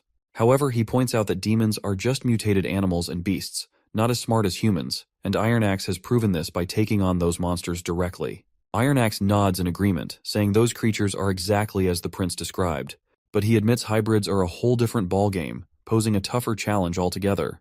The prince comes up with this idea to strategically place fences, ditches, and hills to guide the dumb beasts into traps they set up. He figures it'll work since these creatures are pretty simple-minded. Iron Axe still seems worried about getting too close to these beasts. He says spears and bows won't cut it against them if push comes to shove. Our hero smirks and agrees, knowing traditional weapons won't do the trick. That's why he's cooked up these new weapons that are more dependable than a whole squad of armored knights. The crowd's buzzing to see these new toys. We're out on the testing grounds, and suddenly there's this massive explosion that rattles the whole place. Our hero's over the moon that his gunpowder invention worked like a charm, but the others are just freaking out. Iron Axe even mutters something about this explosion being God's wrath. The explosion blows a big hole in the ground and even takes out the test rabbits in the process. The prince tells everyone to get up close and examine everything to gather test data. Our hero is pumped that they can create such a powerful weapon just by mixing a bunch of elements in the right ratio. With everything wiped out by the blast, the hunter suggests they wouldn't have to worry about monsters if they had this bad boy doing its job. But the prince reminds them they won't have enough gunpowder before the month of demons. Still, he's excited they can work around it, relying mainly on guns and crossbows, while keeping the gunpowder as their trump cards. In the next scene, Nightingale paints how the world looks to her, just black and white, with no clear boundaries. She navigates through paths that defy normal limits by shifting her perspective. Up, down, left, and right aren't fixed. They collide, break away, or overlap. Moving along these ever-shifting lines gives her a bird's-eye view, letting her swing through anything. Other than the black and white, she can also see some other colors as well. For example, witches are the essence of magic, and she can sense the magic flowing and fading within their bodies. In this world, only witches hold something truly amazing, and Anna's magic stands out with its vibrant, rich colors. Suddenly, Anna calls her out, and Nightingale appears back in the real world. When Anna asks what Nightingale was doing here, Nightingale smoothly changes the subject, mentioning she brought some fish cakes. Anna's face lights up with delight at the sight of these treats, but Nightingale hesitates, saying she needs to wash her hands first. Instead of water, Anna just uses her fiery powers to cleanse her hands, which impresses the women big time. That is when it hits Nightingale that Anna is the only witch in their group with such incredible powers. This realization fills her with both dread and sadness, knowing that such strong abilities come with risks. With the month of demons approaching, she worries about Anna enduring unimaginable pain during her puberty. Nightingale gently suggests that Anna should join the association, where other witches can support her. She assures Anna that everyone would be thrilled to have someone as powerful as her among them. But then Nightingale's tone turns serious as she admits to Anna that she might not make it through this winter. Anna then asks Nightingale where she lived before joining the association. Nightingale replies that she used to live in a big city to the east, not too far from the capital. Anna then follows up by asking if Nightingale was happy back then. Nightingale's mind immediately flashes back to her past, recalling herself feeling miserable, locked up with shackles and a power-suppressing locket. Instead of answering directly, Nightingale turns the question around and asks Anna why she wants to know. Anna opens up, sharing that she had a tough life in the slums of Bordertown. Her father sold her to the church for 25 golden coins, and it was our hero who freed her from those chains. Now Anna feels genuinely happy to be where she is. Nightingale gently reminds Anna that leaving the castle isn't an option due to how witches are hated by others, but Anna remains optimistic, trusting the prince to change things for them. Suddenly, their chat gets cut off when Nana storms in, slamming the doors before her. She's in tears and rushes to hug Anna, blurting out that things are about to hit the fan for her. Meanwhile, our hero is deep in slumber, dreaming of heroic exploits, and that is when Nightingale rudely wakes him up. She's absolutely livid, informing the sleepyhead that Nana's father is on his way and suspects she's a witch. Shocked to hear Nana's secret is out, the prince rushes into action, hoping he now has a shot to keep Nana in the castle. He wonders how the nobleman will react when he finds out his daughter is a witch. Will he plead with the prince to let her stay and keep her secret? When our hero finally steps outside, reality is far from what he was imagining. Nana's dad is fuming, demanding the immediate return of his daughter. After they settle into their seats, Nana's restless father calls her over to him. The little girl gets scared and asks if he's planning to sell her to the church. The man gets all chummy, saying the church would never take someone as clueless as her, so she better return back to her father. But our hero steps in, reminding him that his daughter is a witch. The man flat out refuses to believe it, and even when Nana herself confirms that she is a witch, the father gets really mad and suggests maybe Teacher Carl is just labeling another girl as a witch. That's when our hero gives Anna a nod, signaling her to show off her fiery magic powers. She does it right away, leaving the old man stunned to see witchcraft in action. Our hero tells him to calm down and assures him they can explain everything. Eventually, the father starts to understand that his daughter is just here to practice her witch powers after all. But our hero feels creeped out by the implication that her father was thinking of him as a pedophile for calling little girls into the castle. The boy then gets down to business, pointing out that Nana has healing abilities that could be invaluable in Bordertown during the months of demons, to aid in healing the injured. However, the dawning father, Mr. Pine, politely declines, concerned for his daughter's safety if she stays here. Our hero reveals that opportunities often come with dangers, mentioning that from what he's heard, Nana's grandfather and Mr. Pine's father were courageous knights. The Pine family's noble lineage comes from their grandfather's heroic deeds. Mr. Pine agrees, and proudly recalls how his father once faced down an incredibly powerful demon and actually defeated it. He even has the demon's massive horn hanging over his fireplace to prove it. But then our hero points out how the Pine family is not as prestigious as it was before. Pine family is just a working-class citizens now, to which the father sadly admits. He then notices Pine's rough, calloused hands, proof that Mr. Pine hasn't given up on his warrior spirit and still trains daily to sharpen his sword skills. So, he cleverly suggests that Pine join in defending the border, promising to grant him enough land to become a true noble. Despite this tempting offer, Pine isn't willing to take the risk and prefers to send Nana to Longsong Fortress rather than see her in harm's way. Our hero reminds him that Longsong Fortress isn't as safe as Bordertown. The church has eyes and ears everywhere there. If the truth about Nana gets out, not even he could protect her. He promises to prepare a small boat for a quick retreat to Longsong in case of trouble, ensuring Nana and Anna's safety. Finally, the old man puts his faith in the prince, nodding respectfully and pledging his loyalty to fight for our hero's cause. Everyone breathes a sigh of relief and smiles, but Anna pouts, showing her anger toward our hero for even considering sending her away. She makes it crystal clear that she's not going anywhere. The next day, the old constable shows up looking really worried that they've blown all their money on weapons and army training. He's fretting that if things keep going like this for a few more months, everyone's going to starve for sure. The boy facepalms himself and gives him permission to use his savings for their budget. The old man agrees but grumbles it won't solve their long-term problems. Our hero shrugs and says if the defenses fail, they'll evacuate the town as soon as possible, then sends the old man off to do as he's told. Once the constable's gone, the boy feels pretty crushed after draining every last penny he'd saved up, and if the border defenses still fail, he's screwed. Then, his mood perks up when Nightingale shows up again. The woman immediately points out that he had lied to the old man about leaving the town. The prince immediately admits his lie, because he does not want to spread distress among the already terrified townspeople. Nightingale advises him to spend his time with Anna instead of stressing over politics. She shares her fear that Anna might not be around much longer, but the boy insists she will survive, because she has promised to beat those demons at all costs. Nightingale wonders how he can trust a witch cursed by demons.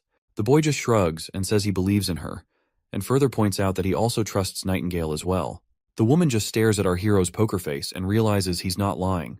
He casually points out that he doesn't lie without a good reason. Suddenly, they hear a commotion outside. Nightingale glances out the window and gets visibly anxious, noting that it's snowing. Winter has arrived. The boy decides to check on Hunter Ironaxe and his progress. At the shooting range, Ironaxe is using the guns and hitting bullseye after bullseye. The prince shows up and asks about the training. Ironaxe lights up like a kid, enthusiastically mentioning that he's nailed all the basics he was taught. The prince isn't surprised, because being a warrior through and through, Ironaxe has been able to master any weapon given to him. The man praises this iron pipe of the gods for its insane power. He grits his teeth, saying if he had this pipe when he fought that hybrid monster, it wouldn't have stood a chance. Ironaxe drops to his knees, overwhelmed that the prince entrusted such devastating power to a humble hunter like him, and promises not to let his prince down. The prince then checks in with his chief knight, Carter, asking how things are going. The knight looks a bit serious and mentions they could really use more than just the 2 guns they have. Our hero gets it and assures him that 2 more guns are already in the works and should be ready soon. He admits they rushed the gunpowder development because the months of demons are finally here. I'm starting to feel like this comic is turning into a manhwa version of Game of Thrones. Anyway, once he climbs up the city wall, the soldiers greet the prince right away. Seeing them bow their heads makes our hero feel sheepish, wishing he had taught them some proper military etiquette. The hunter points out that there aren't many demons after the first snow, but our hero tells him to stay cautious regardless. Suddenly they catch a sight of something, and there they see a demon in a distance. The soldiers start to panic, and one of them even asks if they should sound the alarm. Our hero tells the soldier to decide for himself, since he has more experience after their training. Finally, the soldier decides not to sound the alarm and puts his bow down. Our hero is relieved to see that his training of these soldiers is paying off, because dealing with the presence of the demon should be handled with caution instead of acting on impulses. The beast starts walking toward the wall, picking up momentum. The prince squints his eyes and gazes closely, wondering if it's a mutated fox. The hunter agrees, pointing out that the animal has recently been possessed, so it's not that threatening. The wolf gears up to jump over the wall, and the hunter quickly gets ready for the attack. Chief Knight Carter steps forward, shielding the prince. Just as the beast lunges at them, the hunter lets loose an arrow that flies through the air and instantly brings down the beast. The prince peers down to see the creature lying dead on the ground. The knight lets out a sigh of relief that they avoided a close encounter. Meanwhile, our hero notices the strange black blood and can't help but wonder why it's like that. He's also puzzled about why witches can snap out of demonic influence, but these animals can't. Curiously, the boy asks if someone bitten by a demon could turn into a mindless ghoul. The hunter immediately dismisses the idea, saying there's no such thing as ghouls. Our hero breathes a sigh of relief, glad he won't have to deal with a zombie apocalypse. He then asks if the meat is edible. The knight started to freak out upon hearing this, and questions why the prince would consider eating cursed meat. The hunter agreed, recalling how he once fed a chunk of demon flesh to hunting dogs, which led to their deaths immediately. The boy sighs in disappointment, thinking it's a total waste of good meat. Both the knight and hunter are shocked that the prince was actually considering eating it, but our hero immediately reminds them how scarce food has gotten, and it would have been great if they were able to chow down on the meat they were about to hunt down. Suddenly, a soldier barges in, blurting out that someone's hurt. Apparently, it's not one of the regular guards, but a worker from the northern mines. Next thing you know, Nana's sitting alone when Nightingale suddenly pops up, asking if she's bored. The little girl jumps a mile after getting scared out of her wits, and the woman quickly apologizes for scaring her like that. Nightingale then mentions that Anna's still busy working, and might be back soon. Nana asks if Anna's still tackling those dirty mounds, and Nightingale nods in agreement. Nightingale then sits down on the chair and grabs Anna's tea out of habit without her permission. It seems Nana is feeling a bit down because of her new job. The prince has assigned her to heal the wounded guards. It's not that she's unwilling to do the job, but seeing the injured soldiers traumatizes her. She wants to overcome her fear to keep using her abilities effectively, and wishes she were as courageous as Anna. Suddenly, Nightingale spots someone coming, and a soldier bursts in with urgency, telling Nana to come downstairs pronto, because there's a badly hurt patient who needs her help. Down in the infirmary, the injured man screams in agony, begging his prince to relieve his excruciating pain. Seeing the soldier there, desperate for his life, makes our hero anxious as he wonders if this man's burns are from the steam engine malfunction in the northern mines. Nana arrives at the scene, trembling in fear as she approaches the burned miner. Her father gives her a reassuring pat on the head. Nana gulps down her fears, calming herself immediately, and declares that she's ready to proceed. Once the curtains are drawn around her, she takes a deep breath, summons her magical ability, and begins healing the man. Shortly after, the injured man is completely healed, looking as fresh as a freshly picked cucumber. Meanwhile, the father is really amazed and proud of her little girl after witnessing her healing abilities for the first time, and calls it nothing short of a miracle. Knight Brian happily mentions it's all thanks to Nana that he's also back from the brink of death. The prince freaks out upon hearing this and quickly tells Brian to keep it down. He reminds him that when Nana healed him, she snuck out without her dad knowing, and he doesn't want to deal with her angry father. Now that the injured man is awake and fully healed, he can't believe he's actually alive. Prince Roland assures him it's real, and proudly reveals that Nana, who is one of the witches, saved his life. Later that night, when our hero gets back to his room, Nightingale greets him and asks why he had to spill Nana's secret so early. And that's when we flash back to the moment when the miner is shocked after learning about Nana's true identity. He starts freaking out and reminds everyone about witches being devils. But her dad got annoyed real quick and set him straight that his daughter wasn't involved with any devils, and she was the one who saved his life. Out of nowhere, the miner sits up and drops to his knees in front of the little girl, apologizing big time for his earlier words and thanking her deeply for saving his life. Back in the present moment, our hero reflects that it was the perfect time to reveal her as a witch, considering how well it all played out. Plus, if they're going to use her powers against demons in the coming months, hiding her identity as a witch wouldn't have been an option anyway. He also stresses that since the church folks have already left for Longsong Fortress, there is no one to bully his girls. The lady asks him if he had already planned everything from the start. The boy immediately agrees, saying the snow has blocked the roads to the fortress and the seaports are under his control. The church has no means of learning what is going on in Border Town, let alone taking direct action against witches. This gives him a sweet 3 months to change public opinion about witches being the reincarnation of evil. He points out how Nana is now seen as an angel instead of a villain in the eyes of the soldiers she has recently healed. They can continue using her power to heal everyone, which will help boost everyone's morale. Once they remove prejudice from the civilians' minds, everyone will be happy. Nightingale has no clue what our hero is trying to achieve by all this, so she asks him why he is doing so much for the witches. Our hero reminds her once again that his border town does not discriminate by origin, and someone as loathed as witches should live on this land like every other person. The woman's eyes widen hearing our hero's big plans, and it's clear she's got something important to get off her chest. She admits she wasn't straight with our hero before. The prince is taken aback by this revelation, and the woman starts explaining how her sisters in the association have been moving around for ages, losing hope along the way. All they want now is a safe place to be happy, even if it's just a castle. At first the boy is confused by her confession, but then he's stunned to realize she's actually open to bringing all the witches to the border town. But she quickly brings him back down to earth, warning him that if witches come to the castle, he'll be facing off with the church. The boy reassures her, saying the church's main headquarters is far away. Even if they find out about witches leaving the border town, they won't march all the way to Grey Castle just for him. He's already plotting to gather enough influence to rival the church and create a world where witches can live alongside regular folks. He dreams of expanding that world to Grey Castle, or maybe even the whole kingdom. The next scene takes us to the capital of Grey Castle. There, soldiers on their horses are marching down the road when their captain suddenly yells for everyone to stop. This person looks really pumped as they finally return to the castle. The folks inside the castle light up the sky with fireworks, welcoming the man about to enter the city once again, Gerald Wimbledon, the first prince of Grey Castle. It's hilarious to see that these suckers have explosive material to make fireworks, even though it's been only a few chapters since our hero invented gunpowder in this primitive society. Anyway, the gates come down and Prince Gerald heads into the city with his crew. Once inside, he gets straight to the point and tells everyone he's here to claim what's rightfully his from his father. 3 shady characters show up, bowing before their prince and reporting that they've already done what they were tasked with. Prince Gerald then asks if they've managed to switch out the royal guards of the king as planned. The lackey admits there's been a snag in the plan due to some issues, and they've only been able to replace the guards in the king's chamber.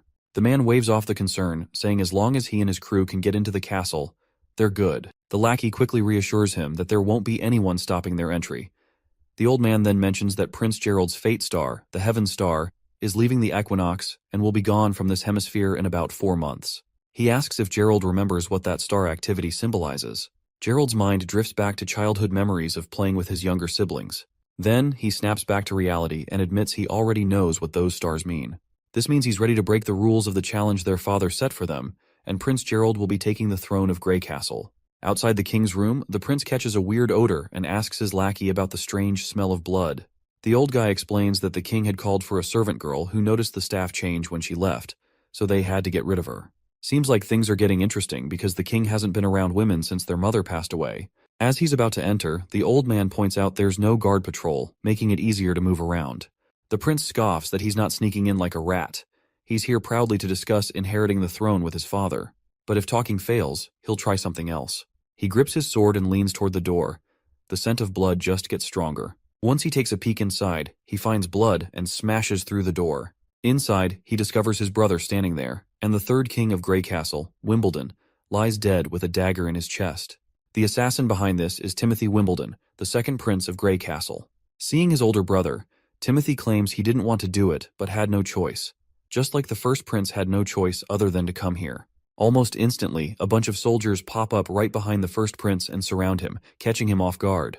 The older brother asks his younger sibling how long he'd been planning this. Timothy explains that the decree their father set was like a chess game. He admits he planned to play by the rules, but the third princess started playing dirty. He also points out Gerald as a dirty player, suggesting the first prince wouldn't have rushed all the way across the kingdom to the capital without a heads up from his astrologer lackey. Seems like his lackey has also betrayed the first prince, though the old man clarifies he never lied. When the heavens move from the equinox, it symbolizes a seeker who's lost their way, but also foretells downfall. The first prince gets annoyed and yells at his younger brother, reminding him how he was the favorite son, given all the advantages by the king. Yet he killed their father. In response, Timothy grins shamelessly, pointing out the first prince's hypocrisy, since he was also there to kill the king if talking didn't work out. The first prince trembles, probably after seeing his brother dropping truth bombs so brutally. He asks Timothy if he intentionally lured him here to get rid of him as well. Timothy just shrugs, saying he didn't plan to confront their sister just by staying put to kill his older brother. He's kinda impressed their sister also saw all this coming before the decree was even written. Timothy goes on to explain he wants to end this royal decree early because his Valencia city isn't like their sister's Clearwater port, which is breeding warriors like rabbits. He needs an army, a big enough one to challenge her sister, and that's only possible if he's rocking the Greycastle crown. The first prince gets furious and charges at his brother, but the soldiers quickly intervene. One of them strikes him from behind with a spear, forcing him to drop to his knees in front of his younger brother. Timothy devilishly informs his brother that he'll be framed for killing the king and labeled a murderer, and he will face the guillotine for his crime as well.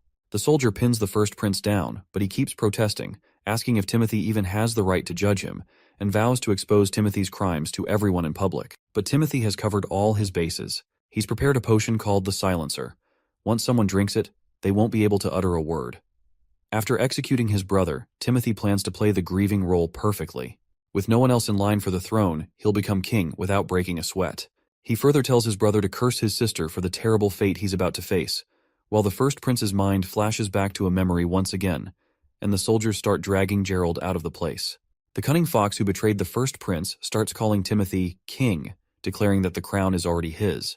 Timothy gives the man a verbal high five for a job well done, but then he pulls out a presumably poisonous pill and tells the man to swallow it if he doesn't want to be betrayed later. Timothy looks at his father, gritting his teeth in frustration at seeing him dead before his eyes. The scene flashes back to the past when Timothy reported to the king that Gerald was on his way to the capital with intentions to forcibly take the crown. Timothy asked if the king had a plan to prevent this. The king just grinned manically, leaving the boy confused. In the next moment, the king pulled out a dagger, swung with all his force, and thrust it into his own chest, dying immediately before Timothy's eyes. Right in the middle of things, Timothy is pissed off, trying to figure out who's stirring up trouble in the fight for the crown. He's dead set on finding that bastard and showing them what happens when you mess with royalty. Looks like the women who visited the king earlier must be involved in this mess. In any case, we're back at the border town castle where everything's been pretty smooth lately. The steam engine prototype in the mines got fixed up, no accidents, and demons haven't been causing trouble either. Our hero's been chilling out, brainstorming how to boost the town's economy and fill up his empty wallet back again. But then, bam! His peaceful moment gets crashed by the knight barging in with bad news. A massive horde of demons is swarming outside the walls. Down at the border, below the wall, a bunch of monsters are howling their heads off. Up above, the soldiers look freaked out at the sheer numbers. And let's not forget Vonner. He was just a regular miner who ended up joining the army just to eat damn eggs. One of the beasts charges at the wall and directly hits it with full force, leaving the entire wall shaking, and that also did quite a damage to the wall, but the monster immediately falls to the ground and the wolf-type monster starts marching down. Hunter Iron Ace quickly tells everyone to gear up their spears. As soon as the wolves are right on top of them, the terrified Vanner gathers his guts and stabs those beasts at the captain's command. One of the wolves manages to climb up, but the captain swiftly whips out his gun and blows the monster's brains out. With the immediate threat dealt with, Iron Ace tells everyone to stay focused and keep an eye on what's ahead. Suddenly, a soldier screams as they're attacked, their belly pierced deeply. Seeing their guts spill out terrifies Vanner to his core. The knight and the prince finally arrive at the scene. The knight tells Vanner to chill out and remember his training. Once the soldier regains composure, he snaps back to his senses and orders the others to take the injured soldier to the hospital while everyone else holds their ground and fights off the demons beneath the wall. The prince can't help but smile at the sight of Vanner showing such discipline. He's glad that all that egg-eating didn't go to waste in training the civilian army after all. Suddenly, something catches their eye on the ground, something so freaky that even our hero starts to freak out. The hunter, equally spooked, quickly pulls out his gun, saying they've officially stumbled onto trouble for the day. Our hero's mind is spinning at the sight of this behemoth, a disgusting creature that seems to break all the rules of biology. He never thought he'd come face to face with such a mutant monster. The soldiers rain arrows down on the behemoth, but it's like shooting toothpicks at a tank. The arrows just bounce off its thick, mountain-like shield. They look to their leader, asking what the heck they should do next. Meanwhile, the monster keeps stomping along, each step rattling the whole dang ground. Realizing they need more firepower, our hero tells his crew to get their muskets ready. When the monster gets close enough, they start blasting away, but it's about as effective as trying to stop a T-Rex with a water gun. The soldiers start freaking out when even the muskets can't do squat against this monster. The prince quickly tells them to chill and orders Vice Captain Vanner to round up some guys and grab dynamite from storage. After dishing out orders, he tries to get everyone to listen, but bam! The giant behemoth demolishes the wall they busted their butts to build. At this point, the prince is pretty darn sure they're screwed. He didn't figure the monster would be this tough and calls for an immediate retreat before shit goes down real bad. As the wall crumbles, Nightingale swoops in and saves our hero from a nasty fall. Once they're back on solid ground, the boy asks her what she's doing there. She explains she came because she was worried, and now it looks like her worries were on point. She asks our hero how he plans to handle the monster. He assures her he's still got a trick up his sleeve, and right on cue, Vanner strolls back with dynamite in hand. Our hero jumps in, shouting at Vanner to light the fuse and chuck the dynamite under the monster's legs. Meanwhile, poor Vanner's freaking out in this life-or-death situation. Finally, he gets the fuse lit, plops the dynamite down, and bolts out of there while the fuse starts sizzling. Once that fuse burns down, boom! The whole place shakes with a massive explosion, hitting the monster square in the gut. Everyone starts busting out victory moves as they watch the monster crash lifelessly to the ground. The prince is grinning like he just aced a test. But their celebration is cut short when they spot more beasts roaring back at them, even though they're just regular old critters. But they are in numbers. The soldiers scramble to get their shields up, and our hero is standing there clueless and panicking. The boar suddenly lets out a roar and charges right at their group. One soldier, lying on the ground, can't believe his eyes as he sees this girl stepping into the fray. But this ain't just any girl, it's Anna, and she's no ordinary lady, and you better get that to your head. Anna stares down the monster, showing no fear. She taps into her powers and throws fire right at the boar. The flames hit the mark, roasting the boar alive.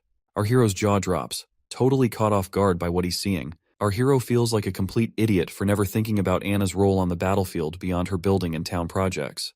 That's exactly why he kept her safe in the sickbay, to avoid any danger, and he has no clue how she got out of here.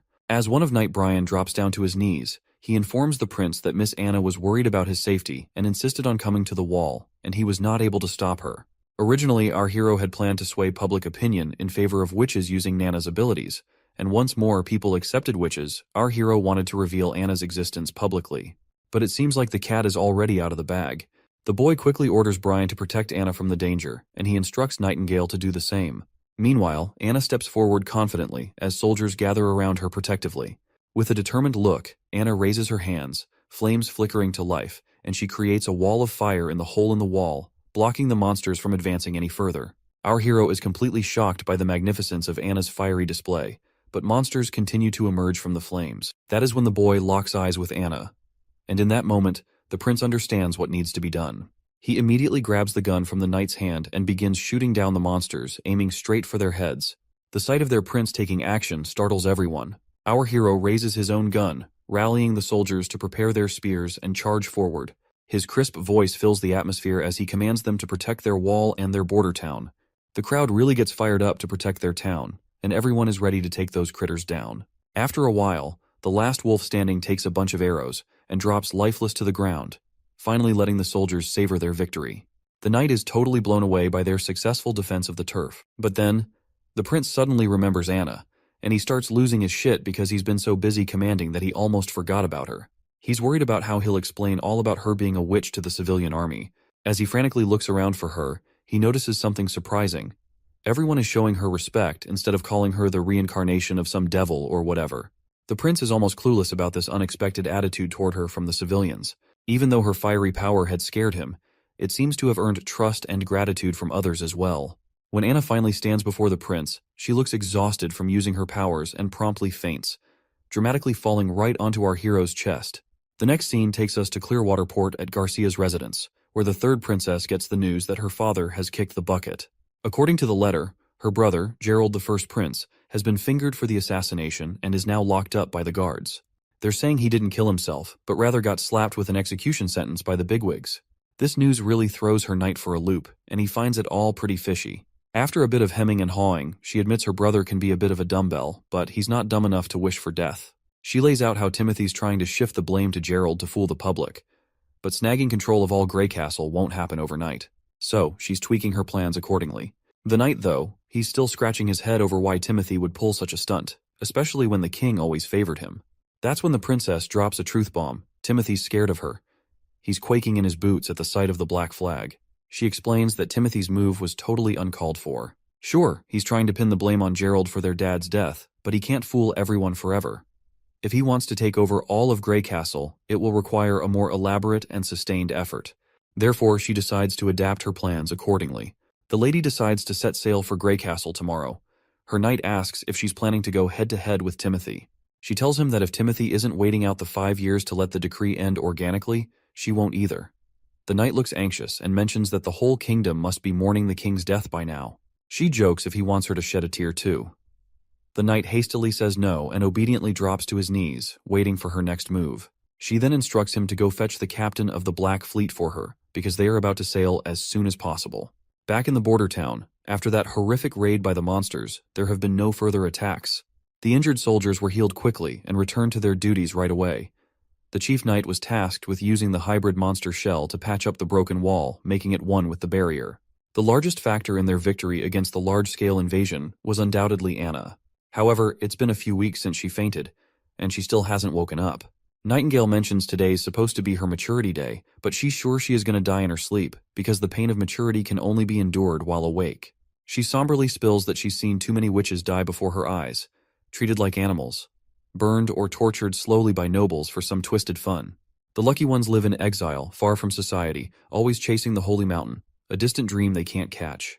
But she says Anna's not like the rest. Unlike the Association sisters, she's actually cared for here, valued by our hero, and given due respect. This, Nightingale explains, is what the holy mountain truly signifies: a life free from prejudice. In Anna's case, she has already achieved this. As the memories of Anna flood our hero's mind, her strength, her resolve from the day one to the moment she vowed to stay with the prince, he clutches her hand tightly, refusing to let her slip away. Just as midnight strikes, Nightingale notices Anna's puberty beginning, sensing the magic within her body stirring. A candle nearby starts glowing with an eerie green hue, startling our hero, who wonders if it's the work of demonic spirits. But there's no visible change in Anna herself. Then, unexpectedly, the candle's flame dwindles, causing a wave of anxiety, especially for the young Nana. The candle flickers back to life with that bright green energy, surprising everyone again. Suddenly, Anna opens her eyes, which shocks everyone present. Prince Roland hurries over, immediately asking how she's feeling. Thankfully, Anna seems totally okay. She reaches out her hand toward our stunned hero, and he's not quite sure what to expect. But then, a flame bursts to life over her palm, glowing in that vivid green color, which catches everyone off guard once more. After summoning his courage, Prince Roland cautiously reaches out to touch the flame. Just as he does, the scene shifts into the office, where we see our hero's bewildered face. He is shocked to hear that Nightingale has decided it's time for her to leave the border town. She remarks that Anna not only woke up but also survived being possessed by demons, something totally unexpected and unexplained. She suggests that Anna's new ability with those green flames seems to be fully under her control now, synced perfectly with her mind. Anna can adjust its heat, manipulate it, and even move it within a 5-meter radius whenever she wants. But she's still confused over how she dodged that painful experience, given her super strong magic. The guy figures maybe after she used up all her magic at the border, her magic tank was running on empty, which might have toned down the demon pain. You know, witches are all about magic stuff. Since witches gotta keep their powers hidden from the civilians, all that magic energy builds up inside them. So when they hit maturity, bam, it's like a pressure cooker of magic causing them agony. Nightingale nods along, seeing the logic in his theory, and decides she's gotta jet back to the association pronto. Winter's coming, and there's gonna be a bunch of witches hitting puberty soon. She vows to bring any survivors back here to Prince Roland's town, hoping he'll take care of them like he did with Anna. But Prince Roland tells her to stay put, maybe wait till the demons have stopped popping up and the weather settles down. Nightingale smirks, saying even getting to association a day early could save lives. Plus, she assures him the demons won't be able to detect her, so she's good to go. The prince then asks about her own awakening, to which the woman brushes it off, saying it's the start of spring and there's no need to worry since she has gotten used to the pain. Still, he advises her to take care on the road. Before disappearing, Nightingale pays her respects to Roland one last time and vanishes abruptly as usual. Her sudden disappearance leaves the prince unsettled, because he's never been a fan of her habit of appearing and vanishing without warning. Sitting back, he sinks back into his thoughts, mulling over how if his theory about witches turns out to be true, it could be a game changer. He then looks over at his ridiculously long to-do list, realizing there's a mountain of tasks waiting for him. But just as he starts pondering where to begin, his consultant bursts in with urgent news. A messenger from Longsong Fortress has arrived. The ambassador seems unusually anxious, and the prince wonders if things are going south for Longsong Fortress. His eyes widen as he reads the message. The king has passed away. Redhead, the ambassador, quickly clarifies he's there under orders from Duke Rayan. The royal decree for the 5-year challenge has ended, and Majesty Timothy Wimbledon is now the new king of Greycastle. The ambassador leaves our hero totally shocked when he reveals that Timothy wants to reward the Prince Roland with new territory and a new position. A moment later, the consultant expresses his grief over the king's death at the hands of the first prince and asks what they should do next. The prince reveals that everything about the situation seems too suspicious to believe, and he will decide after monitoring his two sisters' movements. He admits he doesn't know much about the fifth princess's motives, but he's sure she's not the type to take risks, so he wants to follow her lead. He's also certain that the capital will likely descend into chaos with this power shift, and their priority should be to safeguard their families. With that in mind, he tells his consultant to instruct the chief knight and all castle staff to write letters home. The prince wants to ensure that everyone's families are escorted to other towns to hide. The consultant expresses his gratitude for the prince's careful consideration. The prince also tells his consultant that he wants to stop exporting the town's metals and will only sell gems and rocks to Willowtown, as he wants to use the metals for himself to make more machinery. Additionally, he plans to incorporate more civilians into the army and train them accordingly. He feels smug as he considers the news that the ambassador brought a blessing in disguise. Roland is confident that as long as he hunkers down in Bordertown, someone will try to bite him, such as Duke Rayan from the Longsong Fortress. Once the months of demons pass, he is pretty sure that Duke Rayan will try to extend his influence across the western side of the kingdom under the new administration, and this is precisely what Roland wants. Industrialization is his priority, but what he lacks most is people. Bordertown's population is only around 2,000, limiting the expansion of his projects due to a labor shortage. Buying slaves, recruiting talented individuals, or increasing the birth rate seem unrealistic. On the other hand, if they can take Longsong Stronghold, he can gain a large number of freed people while accumulating wealth. Assimilation is easier, and invasion is the best way to grow the population and gather wealth. Roland acknowledges the hassle of challenging the entire fort of Longsong, and he can only wait for Nightingale to return with the witches. This is also the sole reason the prince wants to expand his civilian army and wants to make more machinery. The next scene takes us to the northern mountain range, where Nightingale proceeds down one of the tunnels. Her steps are soon halted by roots growing out and blocking the entrance. Nightingale immediately introduces herself, and the lady known as Leaf withdraws her roots and gets delighted to see her friend back. After exchanging pleasantries, Leaf reveals that one of the two witches, Erin or Ashley, failed to make it to maturity.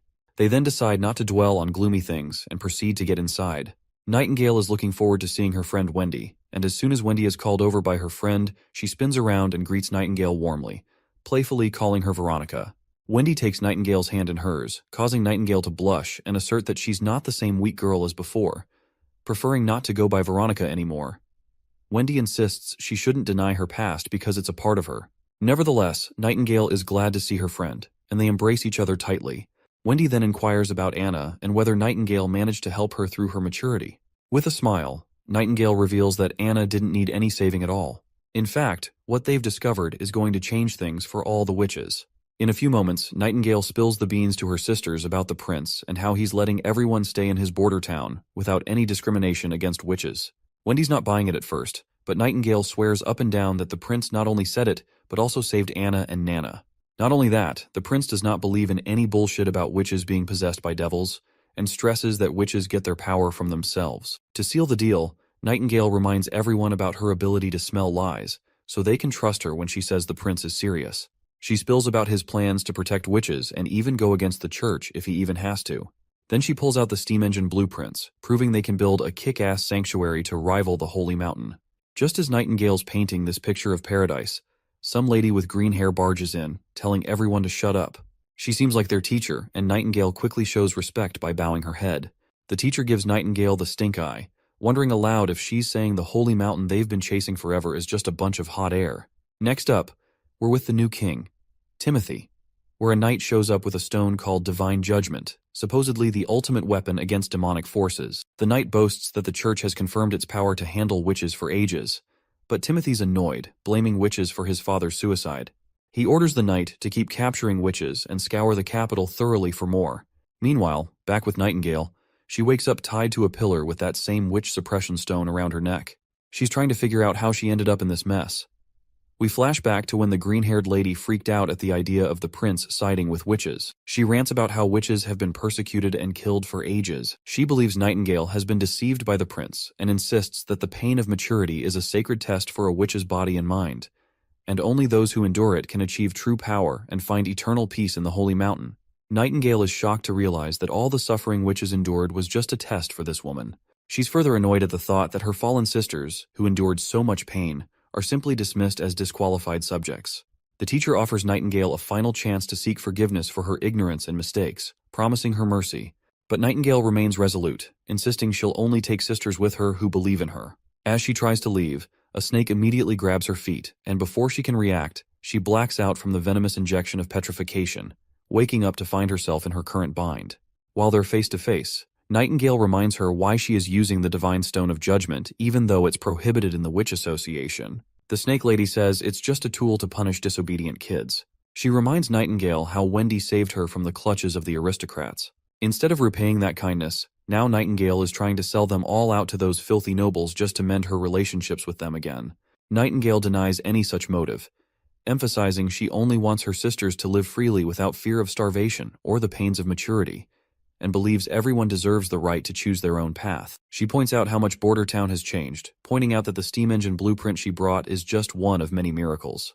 The Snake Lady scoffs, saying she can't make heads or tails of the blueprint and tosses it into the fire, declaring that a hunk of steel can't move like it's alive and she's no fool. She then grabs the hot dagger and holds it just inches from Nightingale's neck, letting her know this is her last chance to beg forgiveness for trying to deceive the Witch Association.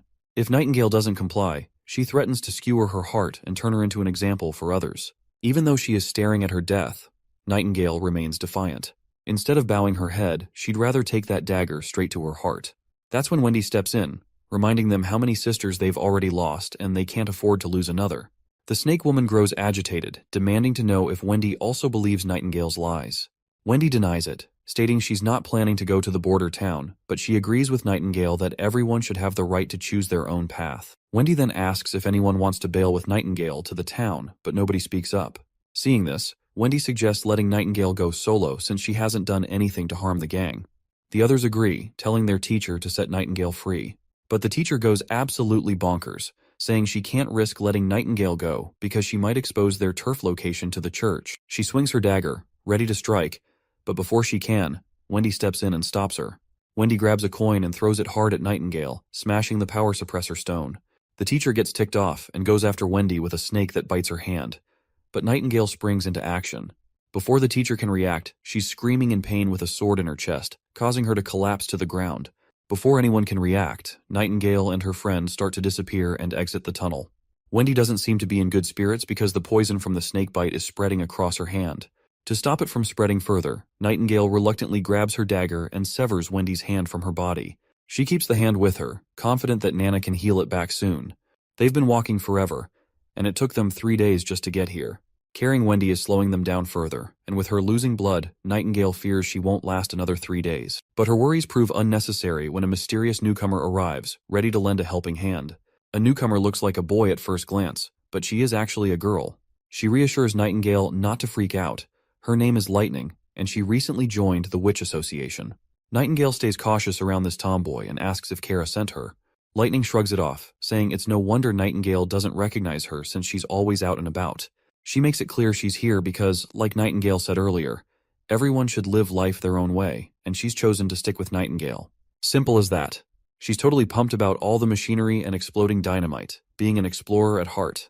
Nightingale wonders why someone so into adventure joined the association. Lightning explains that finding the Holy Mountain is an adventure in itself, but the association is all about books, and Kara's always buried in them.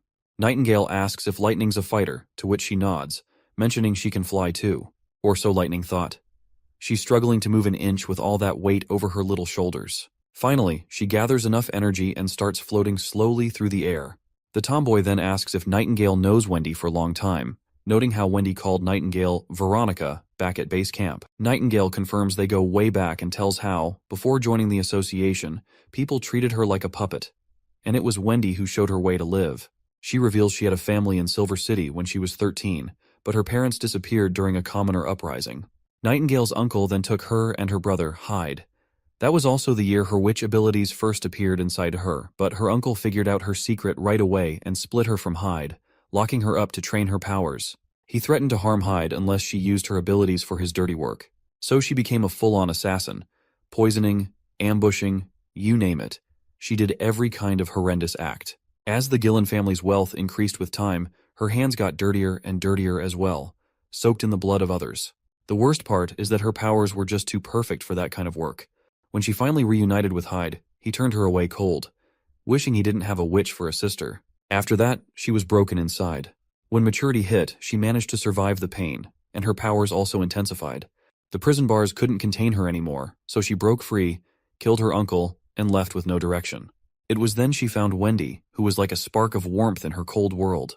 Wendy took her to the association, where she met other witches, and their teacher Kara provided solace to everyone. In the present, Lightning points out that Kara has gone off the rails, finding it hard to believe there's a prince who genuinely cares about witches. After finally reaching Bordertown, we find our duo inside this familiar, quaint cottage.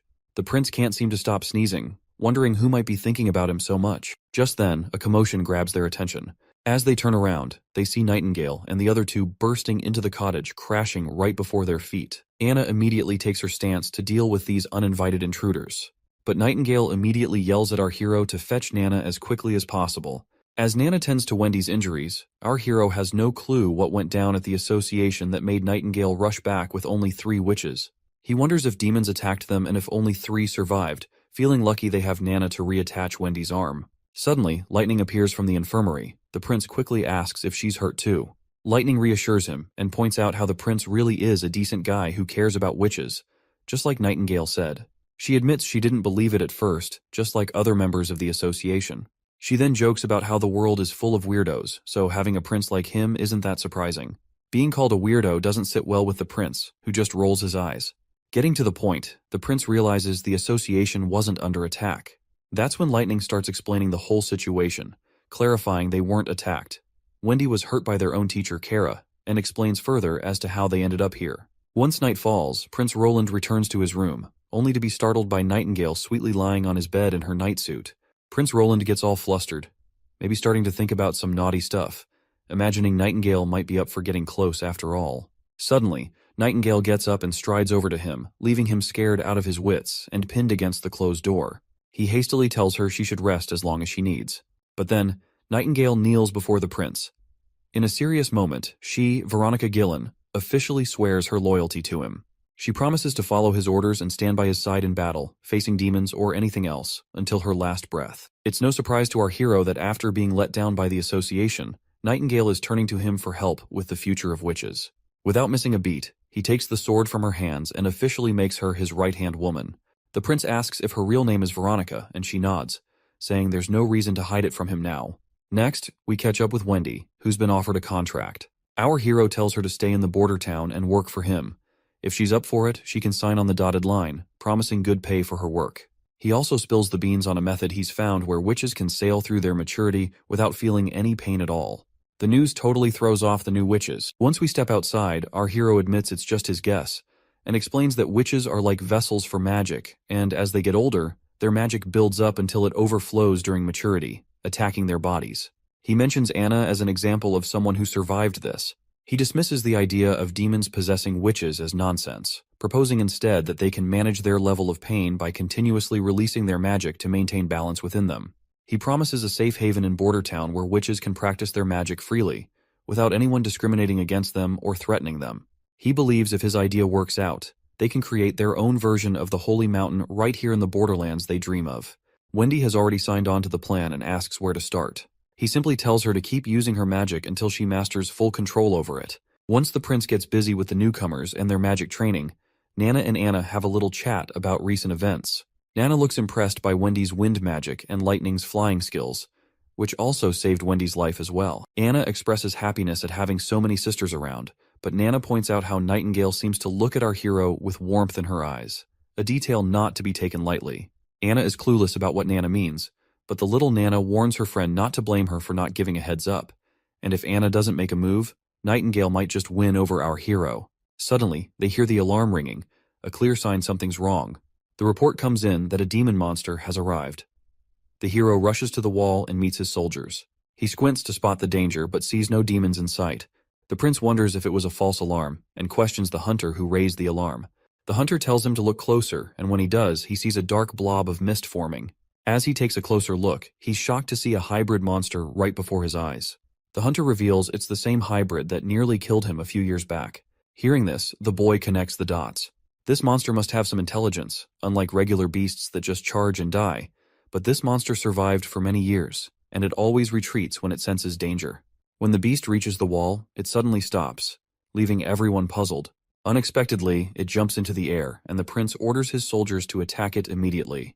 Before they can react, the monster is already airborne, crashing onto the wall above. Our hero is stunned to see how cunningly it targeted the wall's weakest spot, which confirms our hero's last remaining doubts about this monster's intelligence. Once the demon makes it to the other side of the wall, soldiers report it's heading toward the town. The hero commands his 2nd Civilian Division army to accompany him, while the backup division holds the wall for now. Our hero marches toward the town with his platoon, regretting underestimating the smarts of these monsters. Finally reaching the monster's location, they're hit with the gut-wrenching news that it's already devoured someone alive in town.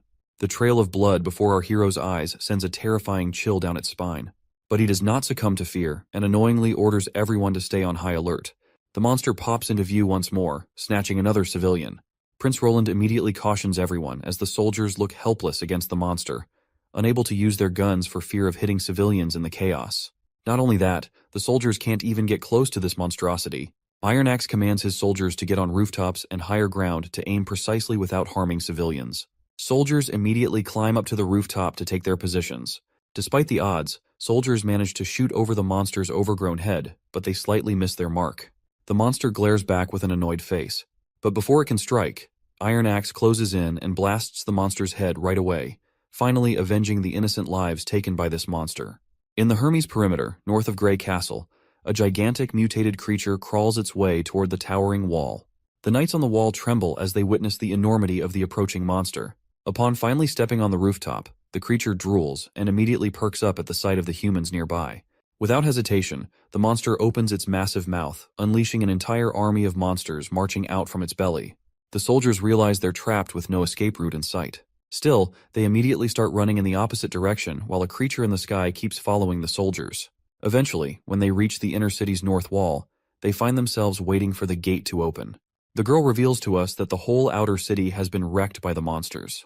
They've got to defend the church, but with only a handful of soldiers and monsters right on their tails, it looks like a tough fight ahead. But then the girl pulls out a red pill and instructs the soldiers to take it and annihilate the enemy. Without hesitation, the soldiers obey her command. As they swallow the pill, they feel a surge of energy coursing through them, empowering them to march forward against the monsters. Before these foolish soldiers can get slaughtered by those monsters, the gate finally drops, revealing a cocky figure striding out. He declares himself as part of the Judgment Army and orders everyone to clear the path. These soldiers are clad head to toe in sturdy armor, appearing like elite knights. The lady is bewildered by the sudden appearance of this so-called Judgment Army, having no clue who they even are. However, she doubts that mere humans stand a chance against the hybrid monsters. But it looks like we're about to find out if these soldiers are all talk, or if they've got the goods. As the monster and army of Judgment comes face to face, the sky monster swoops down. One of the knights on the ground immediately grabs hold of its gigantic sharp claws, and the other knight takes a stance and sends a spear flying with godly speed, piercing the monster right through the head. The woman is completely blown away by the soldier's speed and strength, which is matching the power of hybrids. As these badass knights wreak havoc on the monsters, the scene shifts to a church spire. On the balcony, we see 3 archbishops using a telescope to observe the Judgment Army. Seeing those monsters dead on the ground, they seem pleased to see that their army appears to be winning against the monsters. Archbishop Taifun shakes his head, noting the worst part of the battle was the total annihilation of the reinforcement armies sent by the 4 great kingdoms. Archbishop Heather chuckles in agreement, commenting on how those kingdoms sent thousands of soldiers who ended up as mere cannon fodder. She's clearly pleased, seeing it as proof that the border defenses of those kingdoms can't hold a candle to the Church's mighty Judgment Army. However, a third individual interjects, pointing out the heavy toll of using so many pills in the process and the loss of much of the judicial army, which forms the core of the Church's power. Taifun clenches his teeth, emphasizing that they had no choice because the beasts of the wastelands have appeared exactly as foretold in the Bible. He warns that time is running out, and unless the continent unifies and gathers its strength, destruction awaits them all. The arrogant lady chuckles again, saying humans are basically monsters committing horrifying acts just like demons, so maybe wiping out humanity isn't such a bad idea after all. This really ticks off the old man, who tells her to cut out the blasphemous talk and stop defying God's will. But the girl just brushes it off with another sassy comment, saying God never promised humanity would survive, and further challenges the old man, asking if he's sure God cares more about humans than demons. The old man looks even more ticked off, but he stays quiet.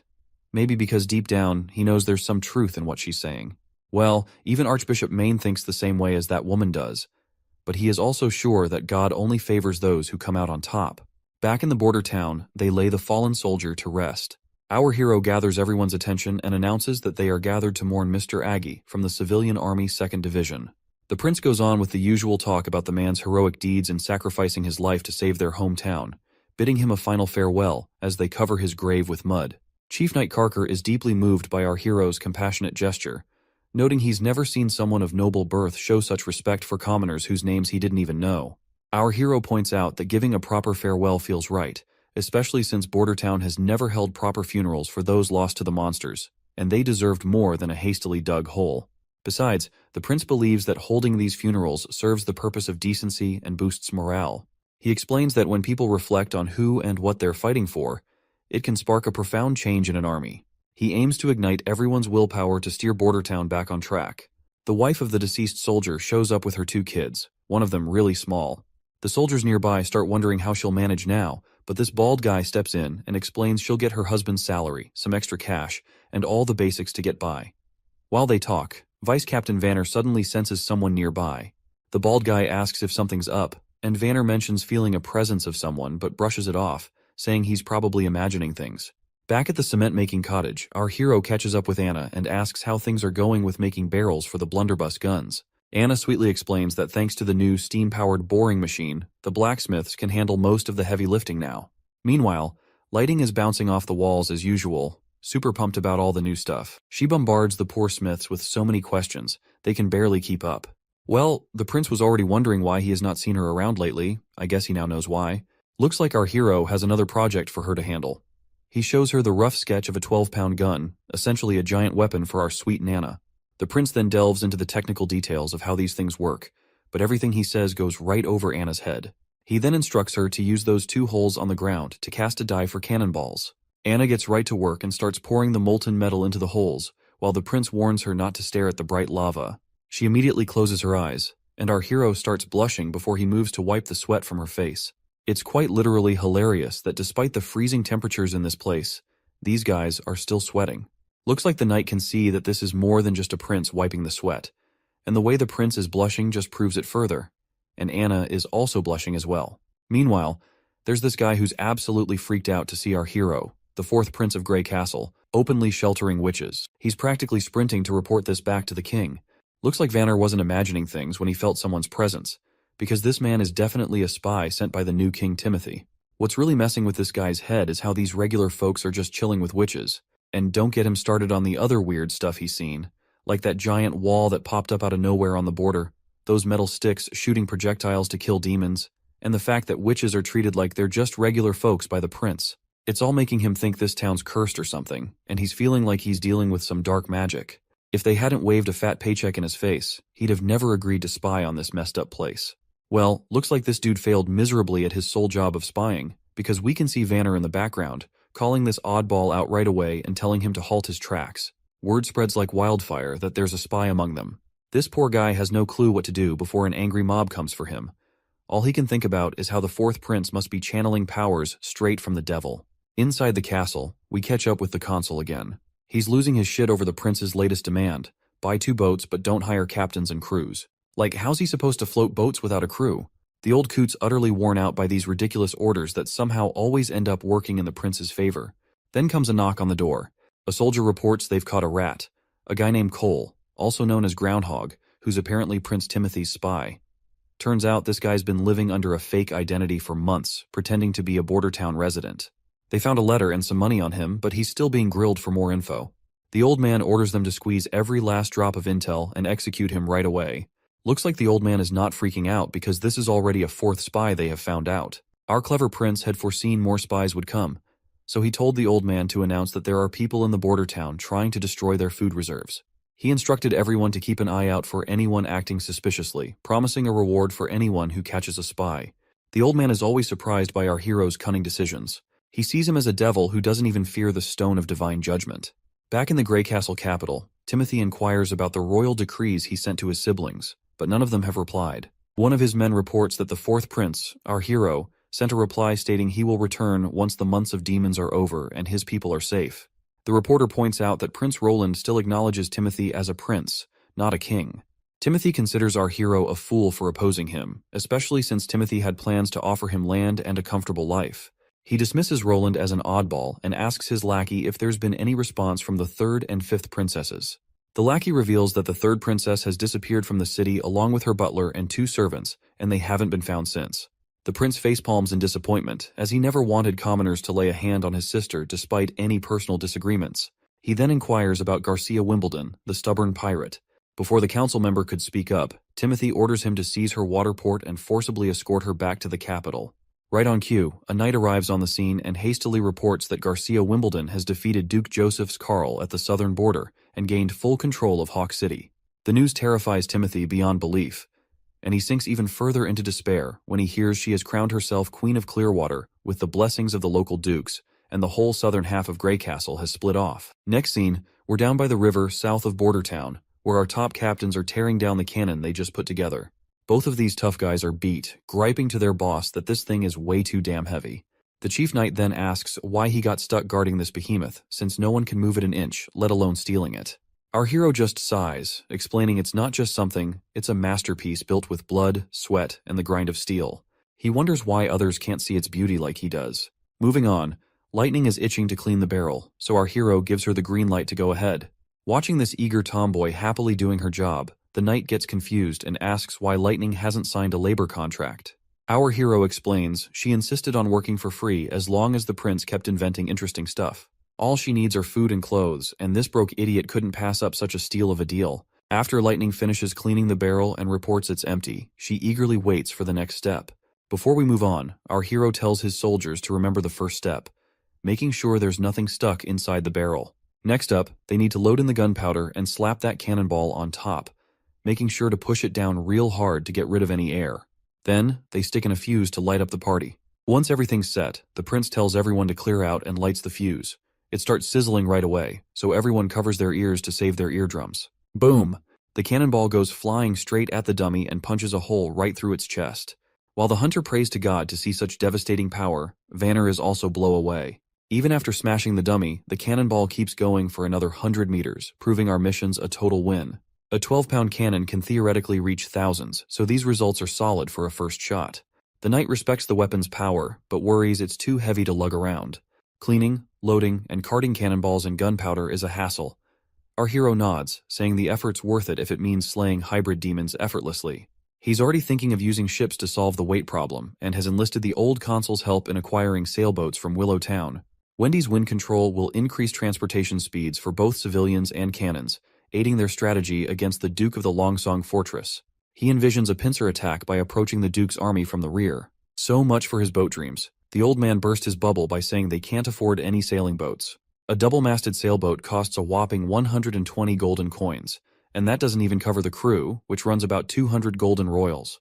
Even if they blew all 315 golden coins they have in their treasury, they'd only get the boats, with no pay left for the civilian army next month. Back in the office, our hero keeps arguing with this stubborn geezer that he doesn't need a crew. But the old man keeps insisting that's not how things roll in Willowtown. Boats come with crews. If he wants a boat, he's got to hire them too. But then the prince gets this bright idea to buy boats from another town. But the old man shoots him down again, saying all the major ports are too far away and it'd cost a fortune to bring boats here to Border Town. But then our hero comes up with a crazy idea. Why not build a boat themselves? He says they don't need anything fancy, just something to float since Wendy will handle the steering. A simple flat-bottomed barge would do the trick. But then the old coot brings up another problem about the materials they'll use. Our hero confidently suggests using light wood, but then he realizes a boat of logs might not be as durable and reliable. He even considers having Anna help weld a proper metal boat, but he's already used up all the metal-making guns and stuff. Then, the idiot remembers they have tons of concrete left over from building the wall. He suggests using wood for the base and reinforcing it with steel rebar, then making the rest of the boat out of concrete.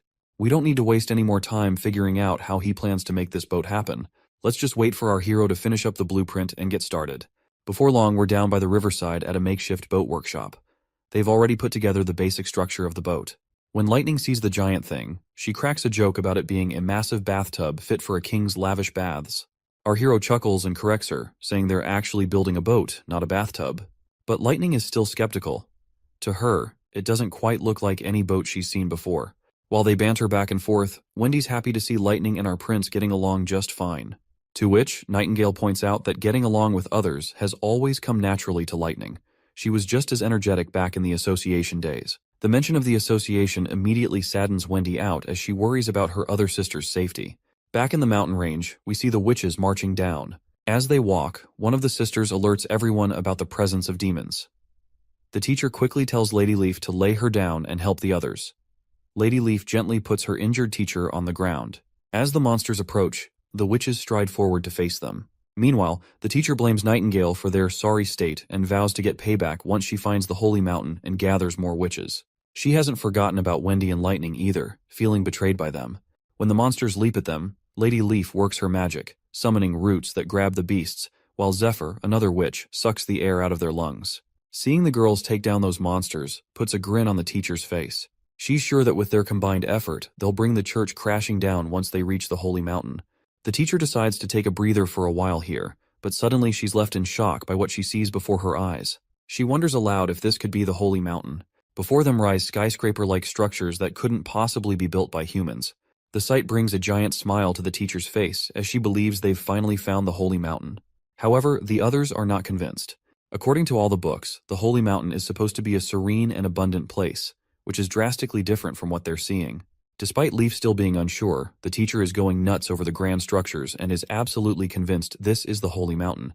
Leaf hesitates to voice her doubts, recalling what the teacher did to Nightingale when she disagreed. Feeling she has no other choice, Leaf reluctantly starts walking forward. She's certain that if they don't explore further, the teacher will never rest. As they're walking, one of the witches suddenly drops dead. Lady Leaf tries to pause to mourn her friend, but the teacher snaps at her to keep moving forward, warning that stopping could mean their own death at nightfall. Leaf starts crying, torn between grief and the teacher's urgent commands. The teacher insists that lingering here would only invite demon attacks.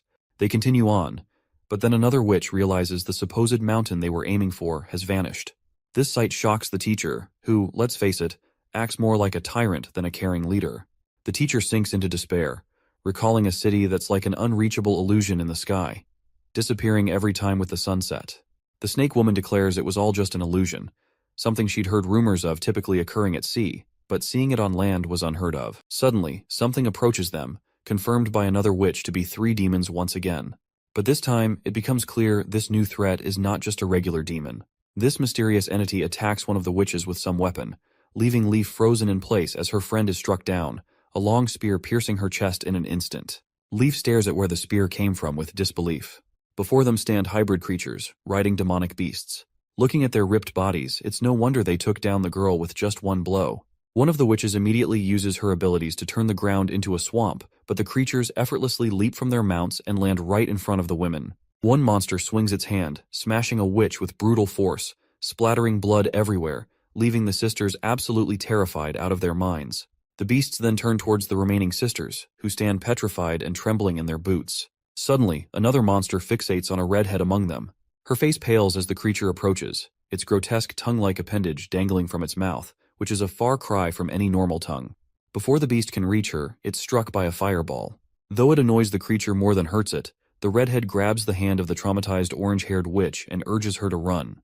But the orange-haired witch is so shaken that she's forgotten how to move. Another witch decides to confront and pulls out her puny bow, which, let's be real, looks like a toy, and she's brutally kicked by the monster right in the chest. She goes flying and sprawls on the ground, and it wouldn't be surprising if she died from that single blow. Despite seeing her friends drop like bugs, Wendy uses her root magic once again to try and immobilize one of the monsters, wrapping it from head to toe. The snake lady sends her snake to crawl around the beast, and together they bring the formidable creature to its knees. Wendy urges everyone to run while she keeps the monster restrained. Meanwhile, the other monster immediately retrieves a spear from its back. As it tries to throw the spear, its feet sink into the swampy ground. However, the monster manages to throw the spear with incredible speed, leaving only a trail of pink light as it goes straight for its target, leaving nothing but a haze upon impact. Well, surprisingly, Wendy manages to narrowly avoid the attack, but suddenly the other monster unleashes its electrical powers, zapping everyone in range. Once everyone is down, only Wendy and the cocky snake woman remains. Wendy still does not want to accept this reality as how their world turned upside down in a short time. The monster walks forward toward the snake lady, and in the next moment the monster extends his giant hand and grabs her right away. As he lifts her up, she unleashes her poisonous snakes, and one of them bites the thing we thought was a tongue protruding from the monster's mouth. As soon as the snake sinks its teeth into the monster's appendage, a red fog starts leaking out. The monster annoyingly grabs the snakes with its bare hands and squeezes them hard enough. Tears of agony well up in the teacher's eyes while Wendy watches in horror. Suddenly, the demon drops the snake woman to the ground, while he himself appears to be choking and struggling for breath. You know what? This snake bitch totally deserved every bit of it, because she was getting under my nerves ever since she popped up into this story. Anyway, the monster's legs tremble and it collapses to its knees. The red mist completely drains from the container on its back, and the giant creature slumps lifelessly to the ground.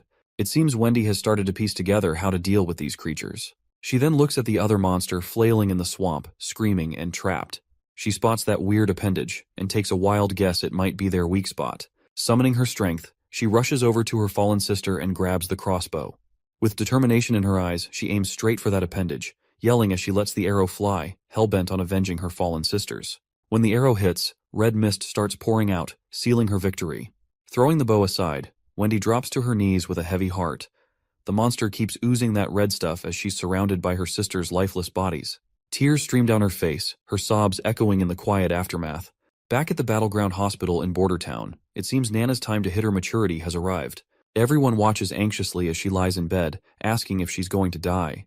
The prince and the others immediately reassure her with warm smiles, telling her that everything will be okay, explaining that because she's been releasing her magic power every day, her magic won't turn against her. Wendy gives her a comforting pat and agrees with our hero's words as well. Nana's worried father moves closer, urging her to squeeze his hand if the pain gets too much for her to bear.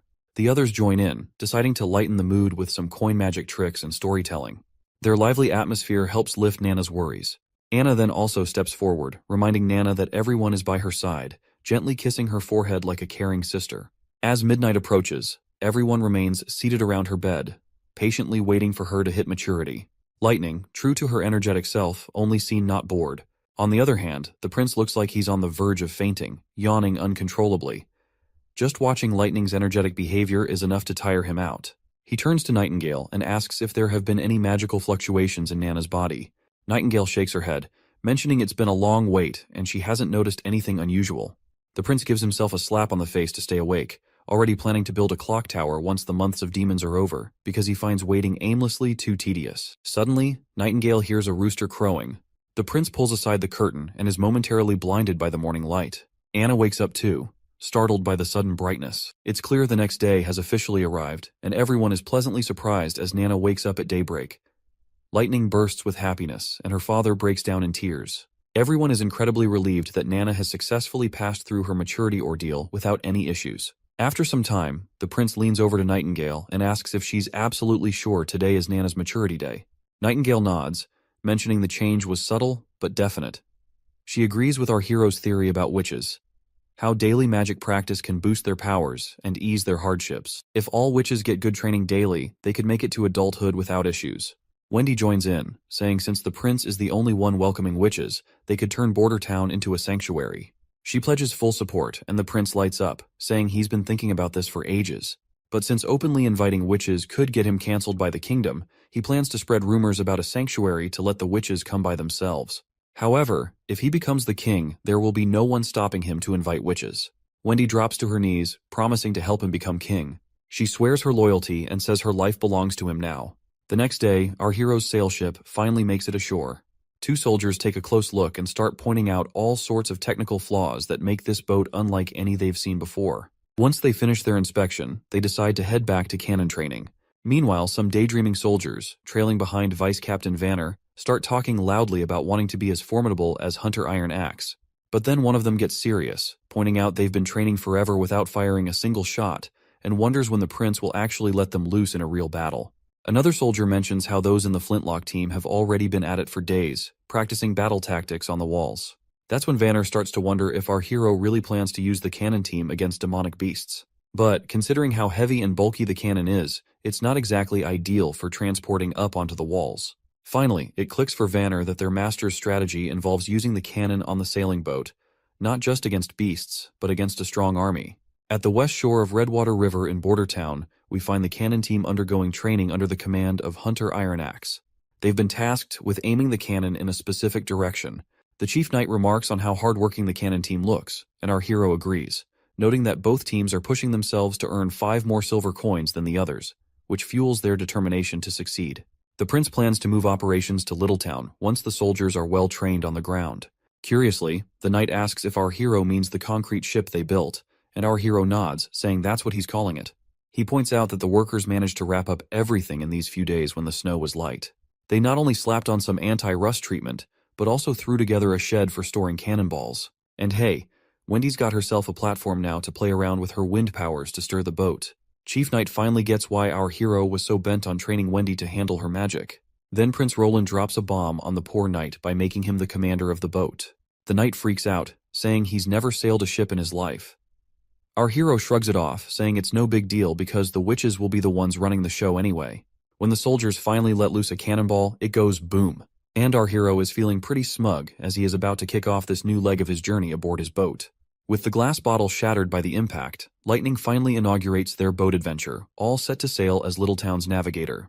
Meanwhile, Taigu Pine, the overprotective dad, takes charge of communications. On the other hand, the knight reluctantly roped into the role of captain doesn't look too thrilled. Lightning gives the knight a reassuring pat on the shoulder, assuring him that navigating suits her perfectly since she's a pro at sea adventures. She mentions her dad, known as Thunderbolt, also has a knack for the sea. Exploring the ship, Lightning is totally blown away by the bizarre materials it's made of, unlike anything she's ever seen. The chief knight is pleased that the weather is surprisingly good today, a choice made by our hero for testing Littletown. Once the boat is on the water, everything seems to be going smoothly, with a man named Brian assigned as helmsman. Lightning then tells Brian to turn the rudder fully to the right, and the knight echoes the same command. The tomboy gets curious and asks why the chief knight is repeating her, to which he explains he's following orders from the prince. Meanwhile, Brian is clueless about what he's supposed to do, so Lightning, after facepalming, decides to take charge herself. She goes all out and spins the rudder sharply to the left, leaving the two behind totally terrified. After her little adventure, Lightning marvels at how our hero has paid attention to details that even someone with years of sea experience like herself might miss. Lightning then tells Wendy to crank up the wind, since she has been assigned a role as movement power support. Before she got this title, our hero had pushed Wendy to master her magic, which she hadn't really bothered with before getting to Border Town. After some serious effort, her early attempts were only enough to blow dry some pieces of meat, but she matured slowly. And now, armed with those lessons, Wendy channels her magic and gives the boat a solid shove, sending it sailing above the water effortlessly. Lightning and the knight are pumped to see the boat moving, while this father gets all deep philosopher, pointing out how our hero turned rocks into boats and made them float. At this point, he's starting to believe there's nothing our hero can't pull off in this world. As the boat continues to sail smoothly, the man gives props to Brian for becoming a sailor in less than half an hour. Brian sheepishly credits Lightning because she was the one who was guiding him through everything properly. Meanwhile, on the pedestal, Wendy starts feeling drained and struggles to keep up with pushing the boat, as if running out of magical power. But she takes it as a challenge, pushing her limits with a goal to last until the ship reaches shore. Or so she thought. Wendy starts losing consciousness, and Lightning immediately directs everyone to steer the boat towards shore because Wendy has fallen ill. Once the tomboy gets her down, they find Wendy's entire body covered in icy sweat, potentially freezing her to death. They chide her for not informing them about her condition earlier, but it seems their streak of fortune has just taken a turn, as their boat also crashes into some rocks which causes damage. The captain bellows orders, directing Lady Lightning to escort Lady Wendy back to the castle while commanding the others to stay and gather the sails. As Lightning immediately departs with Wendy, the captain of the damaged ship is visibly disheartened. He reflects that while their test of Littletown was not a failure, it hasn't quite been a success either. At least they've identified two critical issues to address: keeping Lady Wendy warm on the pedestal and making the boat shockproof. Meanwhile, back in town, a carriage travels down a desolate road. The driver of this carriage is a one-legged man, and inside the carriage a priest can be seen beating the shit out of this little girl. And this girl is apparently not alone in this carriage. The carriage driver couldn't help but feel sorry for the girls, even though the man inside the carriage seemed to be their only lifeline. Without him, these girls would have likely frozen on the streets. When the man steps out of the carriage, the driver asks if they are all orphans from Wolfheart Kingdom. The priest nods, explaining that churches in the kingdom take in children when food and clothing are scarce. And since church ends up taking tenfold kids nowadays, the priest is glad that they have a driver someone like him to rely on. Grateful for the well-paying job, the driver appreciates earning 20 silvers to transport these orphans. And since he does not have one of his legs, driving the carriage just suits him perfectly. Little does the driver know, these girls aren't ordinary orphans, they are witches. That's why the priest pays him so generously. But the priest doesn't disclose this detail, just urging the driver to keep going without questions and promising payment upon arrival. Once they stop at a hotel to grab some food, the priest tells a woman that he's brought some tender kids for her to take care of. While that awful man parades those girls around like merchandise, the carriage driver can't bear to watch his client exploit them for a quick buck. He closes the curtains, unable to stomach the sight of their humiliation. The scene shifts to Archbishop Maine descending into a vast underground chamber once again. He marvels at the sight, acknowledging that no matter how many times he visits, the grandeur of the dome never fails to take his breath away. The Archbishop asserts that this dome, which he calls a natural creation, is surely the work of the Lord. The Archbishop explains that while the Hermes Church above ground symbolizes steadfastness, the heavily guarded depths of the Hermes dungeon might be the true heart of the church. Once he steps into that mysterious facility, a knight guides the priest deeper into its depths. As they stroll along, we learn these knights are the church's most steadfast hounds, rewarded with homes in these tunnels for their loyalty. Any disciplinary actions are dealt with severely, often resulting in lifelong confinement within the very dungeons they guard. Other tunnels house libraries filled with church literature, historical documents, and notably, the prison where those unlucky criminals rot away for good. Through another door they go, entering the prison where desperate voices beg for freedom, willing to trade their lives just to escape. The priest stops before a particular cell, secured with a large lock. He instructs the knight to wait outside and, once alone, he urges the prisoner inside to eat properly. The priest reminds him that his meals are among the best, though alcohol is understandably excluded. Well, the man in the prison is apparently the King Wimbledon, and he questions if the priest would even have anything to eat in a place like this, while lamenting 6 months of isolation without any news of his son and daughter. The priest appears reluctant to disclose anything, but finally shares the grim news under the king's pressure. Gerald Wimbledon, the king's first son, was executed on Timothy's orders for regicide. The third prince, Garcia, has declared herself Queen of Clearwater, setting the stage for an inevitable clash with Timothy. As for our hero and the fifth princess, they are alive, but there are no significant updates to report. The old man is completely shocked by the news about his first son. He can't hide his sadness as he asks the priest why he waited so long to throw him in jail. King Wimbledon then reveals that the priest used a witch to create a body double of him to get rid of his first son. He acknowledges the church's growing influence across the kingdom, but demands to know why the priest is causing his beloved children to fight each other through royal decrees.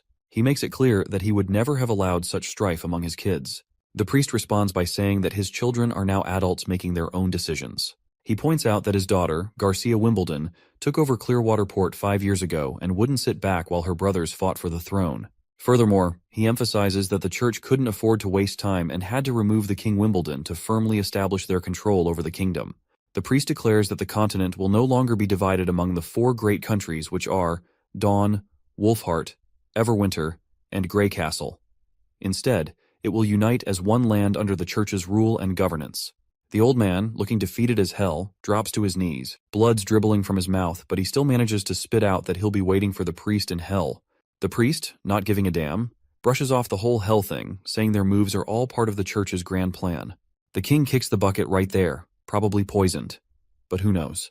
The priest sees this as their golden ticket to power, and he is preparing to take down the real enemy they have ahead of them.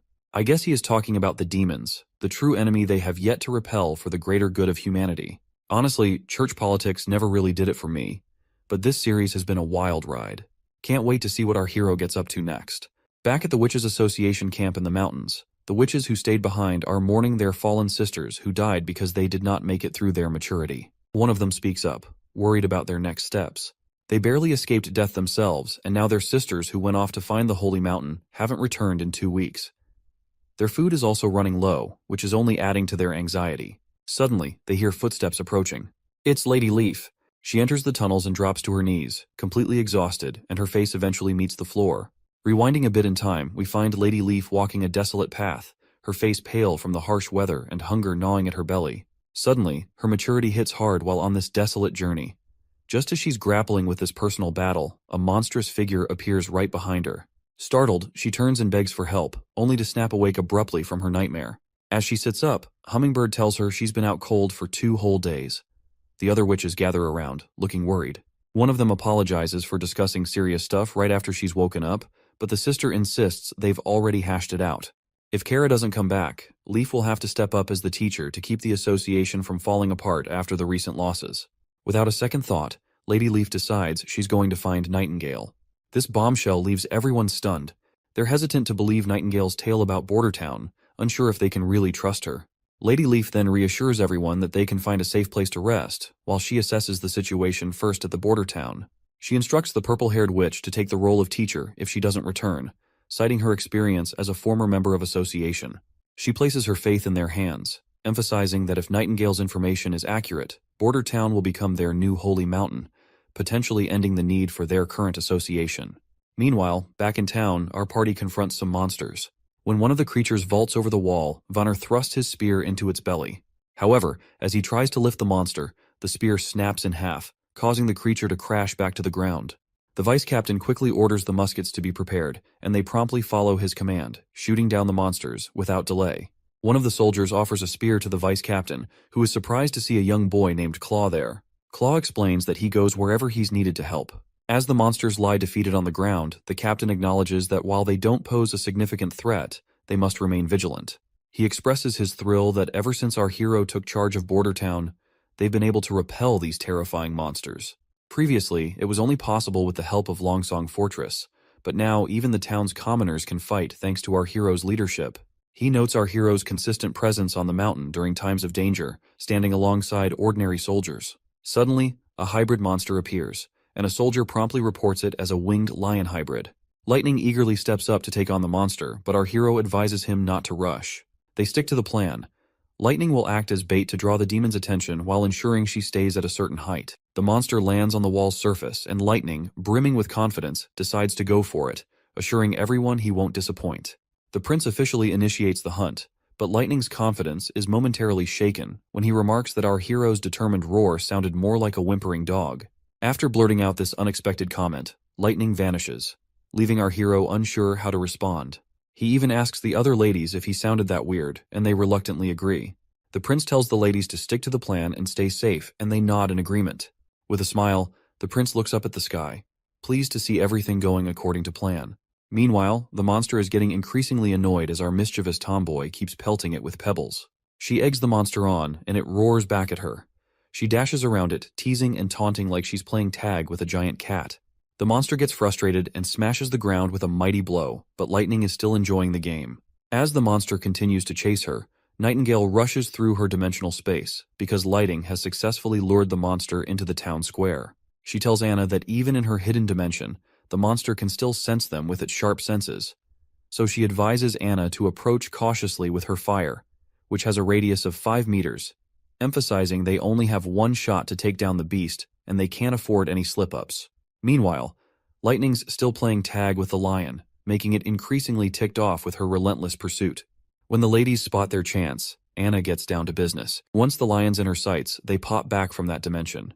Anne immediately unleashes her green fiery powers, hitting the monster with screeching hot flames so intense that even Nightingale feels the heat from across the way. Lightning also boasts about her fire, which could even melt the steel, so roasting a monster alive is not a big deal for her. Once the monster is incinerated into ashes, the prince is kinda glad to see that Anna didn't even need help to defeat the monster. Suddenly, the other monsters start retreating, leaving everyone puzzled as to why they are withdrawing. Our hero catches sight of something unexpected, and looks up with astonishment on his face. He sees the gloomy clouds clearing from the sky and sunshine forcefully making its way through it, indicating that the months of demons have ended. News quickly spreads that the months of demons have finally ended, and everyone basks in this moment of triumph. Our hero gathers everyone together, and as he starts his speech, the crowd of townsfolk and soldiers gets all hyped up, cheering about how nobody went hungry this winter under our prince's watch. The prince acknowledges that the months of demons are behind them now, and Bordertown has come out on top with few casualties, all thanks to the gutsy civilian army. He contrasts this with how Longsong Fortress used to threaten them with starvation and cold, but today's victory proves that Bordertown can stand tall on its own. The crowd goes wild again, thrilled that they don't need to depend on others anymore. With a grin, the king decides to throw a big bash to celebrate their hard-won success. He announces a victory parade, promising that everyone who joins the town square dance will get a tasty treat of honey-glazed beef. Once the parade time arrives, the chief knight escorts a big chunk of beef into the party, and Hunter Ironaxe takes charge of lighting up the fire grill. Soon, everyone starts their victory dance as flames crackle around the bonfire, filling the air with the sweet aroma of sizzling meat. Hunter Ironaxe announces that anyone who dances will get meat, and the longer they dance, the more they'll receive. People eagerly volunteer to dance, thinking it looks easy, and they persuade their friends to join in since no dancing means no meat. While everyone enjoys themselves, the chief raises concerns about distributing all the remaining stock of meat, fearing the prince might not have anything to eat until the next shipment arrives. The prince feels a bit disappointed, but reluctantly agrees to let the civilians enjoy themselves. So, their lively night continues with everyone dancing around the bonfire, singing, and having a great time. For the people of Bordertown, surviving the months of demons peacefully is an achievement worth celebrating, and festivities like this one will be remembered fondly for years to come. Meanwhile, our prince rushes back to the castle for his own private banquet, where all the witches are eagerly waiting. As soon as the prince arrives, Lightning decides to start the feast officially. Anna roasts sweet chickens with her fiery magic, cooking them to perfection and leaving Nana drooling over the delicious aroma. Nightingale shows off her skills by expertly slicing the meat into many pieces. Meanwhile, the tomboy and Nana are having the time of their lives, because having an outdoor barbecue party is the best thing they can wish for in their lives. Our hero is also having a great time, especially seeing everyone so happy. He believes they deserve this kind of luxurious treatment, thinking that people with such incredible abilities shouldn't be treated any less. Suddenly, the boy finds himself getting a sweet smooch from Lightning, right on his face. Nightingale and Anna are absolutely blown away by this unexpected move, and our hero's reaction is just as stunned. When the tomboy is asked about this abrupt kiss, she points out that women may kiss the territory ruler during celebrations, and it's a tradition. Meanwhile, Nightingale feels annoyed and a bit jealous, while Wendy clearly sees the tension. As the prince and Lightning go back and forth, we see Anna feeling a little down, probably because she wanted to kiss the prince too. Once midnight strikes, our hero feels dizzy from too much drinking. Suddenly, his dizzy mind perks up when he spots Anna in the distance. She gets really close, and our hero blushes. Right away, he starts explaining himself, saying the smooch with the tomboy was just an accident, to which Anna agrees. The prince further clarifies that Lightning is young, and he didn't look at her that way. Anna agrees once more. Anna then gathers her courage, and admits she was waiting for them to be alone, because she's not as bold as Lightning. As they get closer, just inches apart, Anna gives him a gentle kiss on the cheek. Meanwhile, Wendy's holed up in her room, buried in a book. She's totally baffled by how these books about the church's origins skip any mention of gods and just slap the title, Pope, on everyone. It's all a bit too much for her to wrap her head around. Just as she's mulling it over, Nightingale breezes in, catching Wendy mid-brainstorm. Wendy snaps the book shut, instantly lighting up to see her friend there. Wendy mentions how Lightning had gone to sleep while calling for Daddy, like a child. Nightingale chuckles and takes the book from Wendy's hand, reminding her that reading late at night could strain her eyes, especially in poor light. Suddenly, Wendy catches Nightingale off guard, asking if she's troubled by thoughts of the kiss Lightning gave our hero. Nightingale blushes and denies it, but Wendy presses her, telling her not to lie. Reluctantly, Nightingale clenches her teeth and admits the kiss is bothering her. Meanwhile, Wendy reassures Nightingale that Roland Wimbledon is the fourth prince of the kingdom, and their mission is to help him seize the throne and become the king of Grey Castle. She's confident he'll protect the witches under his rule, and when the time comes, Marry a princess or a duke's daughter to secure the next generation. Wendy explains that as witches, they can't have children. It's a limitation granted by the heavens in exchange for their powers, and she hopes Nightingale understands this. Outside, as the party winds down, the townsfolk are busy with cleaning duties. They're already nostalgic for the months of demons, thanks to our hero who made their days unforgettable with his inventions and victories. They're also curious about what the artillery division will do now that the demons are gone. Vanner assures them they'll find out tomorrow. The next morning begins with the sound of horns, gathering all the soldiers for an announcement from our hero. Iron Axe informs them that since they've successfully protected Bordertown from the demons, every member of the civilian army is now a private soldier under Prince Roland. However, he gives them the option to leave if they wish not to continue. A knight asks if being in the private army means they'll become knights. Hunter Iron Axe clarifies that a private army is a professional military force dedicated to protecting Prince Roland and his territory. They'll undergo year-round training focused on battle readiness, stricter discipline, and will receive higher salaries. The soldiers aren't totally sold on the better pay part, so Iron Axe lays it out. There's going to be a military ladder in this private army. With those who achieve outstanding results in battle will be promoted. Military officers will receive higher salaries and even land of their own. That news fires up the troops, who are now all about this new challenge and the rewards that come with it. But Iron Axe sternly reminds the excited crew that being members of the private army means their conduct must be far more disciplined than before. He emphasizes that any deviation from the code of conduct will result in severe consequences, such as forced labor or even execution. The squad members visibly tense up at the stern warning, and Iron Axe challenges them to reconsider their commitment if they have doubts. Despite the harsh conditions, Vanner remains steadfast in his determination to keep serving our hero, Roland, no matter what challenges arise. Seeing no one willing to leave the private army, Iron Axe raises his voice again with the authority of a seasoned captain, reminding them that they are now Prince Roland's private army. He declares that their training and conditioning will begin immediately, establishing a tone of strict discipline from this point forward. Back in the castle, Lightning reports to Prince Roland about the plans for the private army. She explained that due to the lingering snow outside the city, the soldiers will be crawling more than running during their 4-mile daily routine. While Lightning admires the new blueprints our hero has recently drawn up, the prince himself is deep in thought, contemplating the daunting task ahead of him, creating the army's structure from scratch, including regulations, rewards, and penalties. The sheer magnitude of the task gives him a major headache, considering he played military chess in his youth, but has since forgotten much of it. He's determined to innovate and do something unprecedented in this world and time. As they examine the blueprints, the word bayonet catches their attention. Before they can delve further into their discussion, a knock on the door interrupts them. With both witches vanishing into thin air, our hero grants permission for the visitor to enter. The old custodian surprises us once again by reporting that there's an aristocrat named Chris who wishes to meet our hero. Chris had left during the months of demons and has now returned, visibly upset because his house was demolished due to the construction of the walls. When our hero confronts Chris, the noble sternly demands answers about why the prince allowed his house to be taken down. He emphasizes how he spent a substantial amount, 150 golden coins, to build that magnificent mansion. Our hero bluntly asks if Chris is referring to the westernmost house in Bordertown, to which Chris confirms. The prince apologizes, explaining that it was necessary because the house was too close to the wall and obstructed troop movements. However, he reassures Chris that the city will reimburse him for his loss. The greedy noble immediately perks up and asks how much he'll be getting. Our hero points out 20 golden royals, but this greedy guy isn't satisfied with such a small amount. Eventually, he agrees and asks where he can collect his money. The prince then reminds him that the sum has already been transferred to the property's rightful owner. The noble gets agitated and slams his hand on the desk, insisting he is the rightful owner of the property. Our hero cunningly points out that if the property truly belonged to him, why hadn't he been there even once during the months of demons? The noble explains that he had stayed at Longsong Fortress because he didn't want to die in Bordertown. That is when the prince sees his opening, and questions whether this fat cat is implying he deserted his ruler out of fear of the demons. As the chief knight strides over, he claps the noble on the shoulder with a fierce look, letting him know that admitting his mistake about the house ownership can make this whole thing just a misunderstanding. He warns the noble that he can leave quietly to avoid any trouble, but if he does not leave, he will be charged for the act of treason and will be executed right away.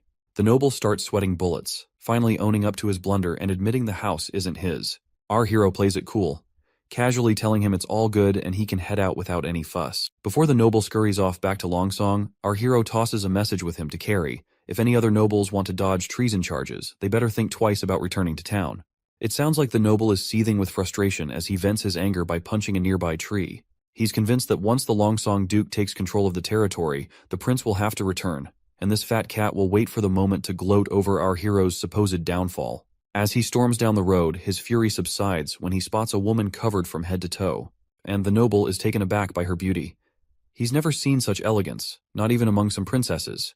Watching her stride purposefully toward the castle, he begins to wonder if she might be our hero's wife. Once inside the city, she covers her face again amidst the bustling town, finding herself confused to see the bustling streets, even though the months of demons just ended recently. When she reaches the castle gates, she wonders if Nightingale was truthful about the prince of this town. She hesitates before entering, but then she makes up her mind, thinking she could handle at least 2 guards if it came down to it. The knights at the castle door react sharply at this robe figure, ordering them to back off, as this is not a place for commoners. Lady Leaf remains undeterred, removes her hoodie, revealing her beauty, and boldly identifies herself as a witch. The soldiers exchange bewildered glances, unsure of how to respond. Meanwhile, Lady Leaf nervously swallows her fear and, with determination, requests to meet Nightingale, Nana, or Anna. The both guards take glances at each other, and one of them decides to step inside to report the situation. While seeing those soldiers go, Lady Leaf remains fearful that the soldier might be fetching reinforcements, or perhaps Nightingale had deceived them about the existence of Nana and Anna. With her head down in thought, she suddenly feels warm hugs from both Nightingale and Wendy. Once she realizes that they are her friends, the Lady Leaf is stunned to see both Nightingale and Wendy embracing her, their eyes moist with tears of joy. Wendy whispers a heartfelt "welcome home" into Lady Leaf's ear, which causes her to burst into tears herself. Meanwhile, our hero is seen yawning, and Wendy brings him some tea.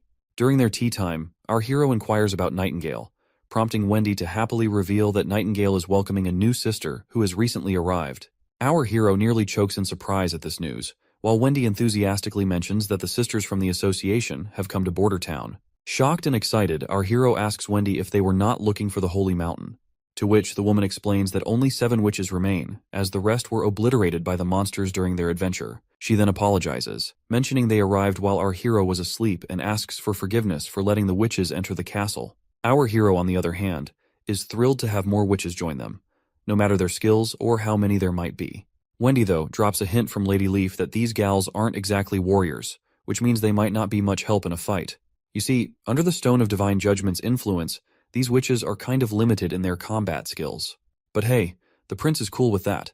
Having a witch who can zap things with electricity means no more dark nights, and one who can sculpt stuff means skipping all that refining and molding hassle.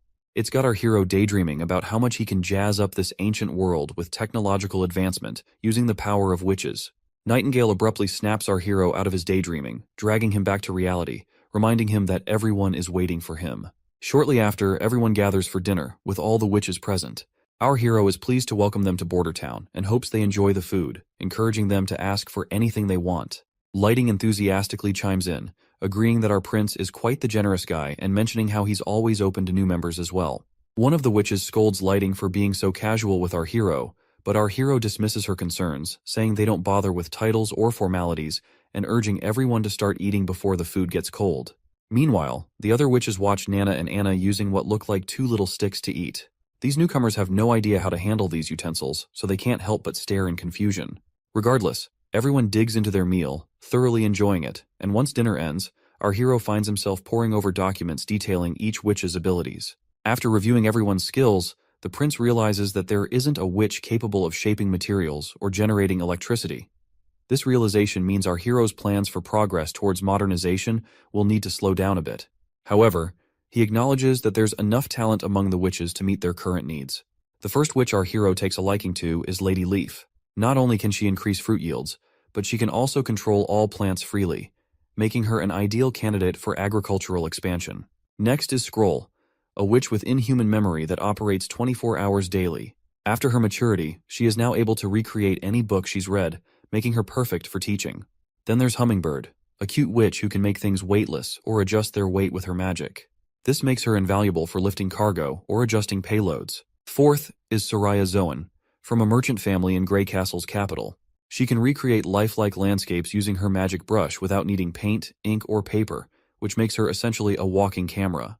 Echo, the fifth witch, hails from the southern continent and can replicate any sound, making her a master of sound illusions. Finally, Lily, who just turned 16, has the ability to prevent food from rotting, potentially helping with food preservation. but our hero has yet to figure out if her powers can also kill bacteria. However, after Lady Leaf, the seventh witch, known as Moon, is the most intriguing witch. A young girl who doesn't talk much but is a priceless asset because she can magnetize metal. Her ability was upgraded after maturity, and now she can magnetize almost anything. Nightingale reveals that Moon was regarded as the most useless in their camp and often bullied by their teacher, Kara. But for our hero, magnetism means he has a way to generate electricity, which is the oldest trick in the engineering books, and all credit goes to Faraday. With electricity, they can have light, and it won't be long before another miracle happens in his territory. He decides not to categorize the witches into battle and non-battle categories, but instead prefers to place them into three large categories. The first category is self-reinforcing, consisting of passive abilities that are not affected by the Stone of Divine Judgment. The second category is summoning, and as the name suggests, the magic is summoned outside the body, but with an area of effect of 5 meters or less, and these abilities can easily be suppressed by the Stone of Divine Judgment. The third category, power attaching, is all about directly attaching magic to their target. The process is slow, consuming a hefty amount of magic, and can be interrupted by the Divine Stone of Judgment. However, once the conversion is done, the added properties become intrinsic to the object. They remain effective even in the presence of a Divine Judgment stone. Once he sorts everything out, he calls it a day, knowing that things are about to get a lot more hectic from here on out. While Roland is about to hit the sack, we catch all the witches gathered in one room. They're grilling Nightingale, asking if they can dodge the agony of maturity by using their magic powers every single day. Nightingale shoots back that Anna and Nana are living proof of this theory. She claims she's spotted changes in both girls' bodies using her fog. Their consistent magic use has beefed up their magic vitality, and at the same time, softened the pain of anti-phase. Or you can call it maturity as well. She doubles down, saying if they burn through all their magic right before their awakening, they'll breeze through the anti-phase with almost no pain at all. Wendy chimes in too, confirming they never got to exhaust their powers in the past because they were always on the run from the church and never dared to unleash their full abilities. Lady Leaf finally understands why she felt no pain during her own antiphase. She suffered while making her way back to the association. It was probably because her magic was exhausted after battling those demons. Once Lady Leaf finally understands the cause of their suffering due to the antiphase, she is terrified to realize that there was no holy mountain they were chasing after. However, Wendy immediately reassures her that the holy mountain may not be a physical heaven-like place. Instead, this town is more than the holy mountain to every witch because there is no discrimination here. A witch then suggests that if all this turns out to be true, then perhaps other witches might have also found their way around antiphase. However, she reveals that she had sent letters to the other witch associations in the kingdoms of Wolfheart and Daw, but received no replies. Nightingale reveals that Roland is trying to gather all the other witches by spreading rumors in the cities about this town being the holy mountain, hoping they'll gain confidence and come to this place too.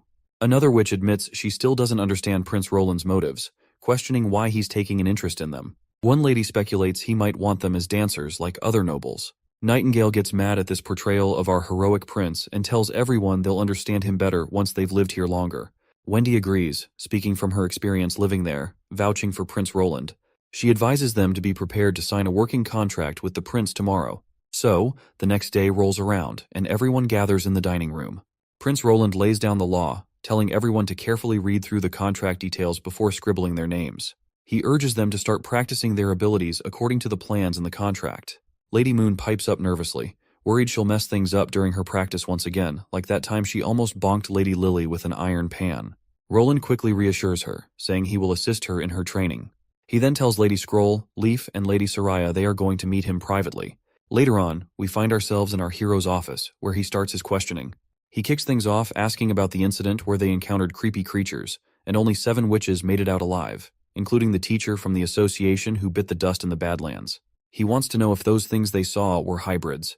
Everyone clams up, especially Lady Leaf, who faced those beasts alone. She trembles a bit and finally speaks up, and states that they weren't demons but more like devils from the underworld.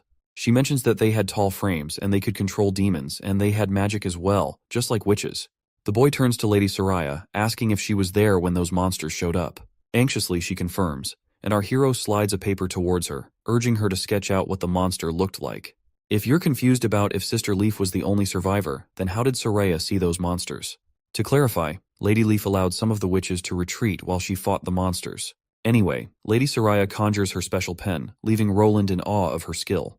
She starts sketching, and with some deft strokes, what appears on the paper terrifies both our hero and Nightingale. Soraya feels drained after completing the drawing, and Lady Leaf wastes no time pointing out that the monsters in the picture are exactly the devils they encountered. She explains how one devil could throw javelins at lightning speed, while another could summon lightning itself, all alongside their immense physical strength. Lady Leaf also notes their weakness. They couldn't sustain their special attacks continuously, which she exploited to defeat them solo. Roland is shocked to hear that Lady Leaf took on those monsters alone. She then clarifies that she discovered a weakness under the devil's masks, a tube that was vulnerable. Kara's snakes bit the tube, severing it and causing the monster to perish, though it also cost Kara her life. So, the Lady Leaf used the same strategy to defeat another monster, discovering that there was red gas inside the tubes, which dissipated and caused their deaths.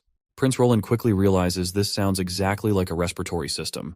But looking at the pictures, he's unsure if these creatures are aliens. Their skills and weapons don't seem to match up with typical alien descriptions. She then reveals they also encountered a floating city in the sky. No matter how much they tried to approach it, it always remained distant. Lady Leaf points out that the floating city might be a mirage. Our hero asks if they can draw it, because if it's actually a mirage, then the real devils could be somewhere in the Badlands, and the red blood mist above the city is what the devils breathe. Soraya starts drawing again, while Prince Roland considers that the flatlands to the west of the mountain range are unknown territories, so it's not surprising that other beings might live there. He then turns to Lady Scroll, asking about the ancient text Kara read about searching for the Holy Mountain. The girl explains that Kara never let anyone read it, but she once peeked at it. However, the text is scrambled and sloppy, and its contents are unimaginable. Prince Roland instructs Sister Scroll to recreate the ancient script for him, but she insists it's misleading nonsense and shouldn't be delved into. Despite her reservations, she conjures up a book as commanded, quickly closing it and explaining it's meant for his eyes only, fearing others might end up crazy like Kara. The prince nods, and later we find Nightingale snacking while Roland immerses himself in the book created by Sister Scroll. He asks Nightingale if she's not curious to see it, to which she simply walks away, uninterested in anything that might mess with someone's head. Roland argues that reading text won't drive anyone insane, and besides, he can't fully understand most of it because its language and grammar are archaic. He points out there's no mention of a holy mountain so far, only references to a bloody crimson moon and a massive stone door. He can decipher each word individually, but piecing them together is proving challenging. Suddenly, his eyes go wide as he gets something crucial from the text. The line he reads states that, "We regular humans don't stand a chance against these devils." Roland keeps reading from the book, telling how the divine stone of judgment couldn't hold up against the devil's relentless attacks. These monstrous enemies, scary as heck just with their brute strength, brought down the holy city of Tequila. They scattered all over, climbing mountains and crossing rivers to escape the underworld's door. The writer then spills that she's on her deathbed, being eaten alive by the devil's power. No medicine can help, so she's writing to her buddy Nataya for a favor. She explains how Alice's Judgment Army experiment is wrapping up, successful in making warriors who can stand toe-to-toe with the devils. But she's afraid even if they beat the devils, it won't be a real win. It'll just spell disaster. She begs Nataya to shut down Alice's Judgment Army, believing only Nataya can make that call. Once he reads all of this, Roland grabs his head in utter confusion. He speculates that Kara might have mistaken devils for witches, believing witches would reign supreme and prompting her to bring down the church's army. But he's still confused by how Kara had planned to overcome the Divine Stone's power, which is effective against witches, but useless against devils.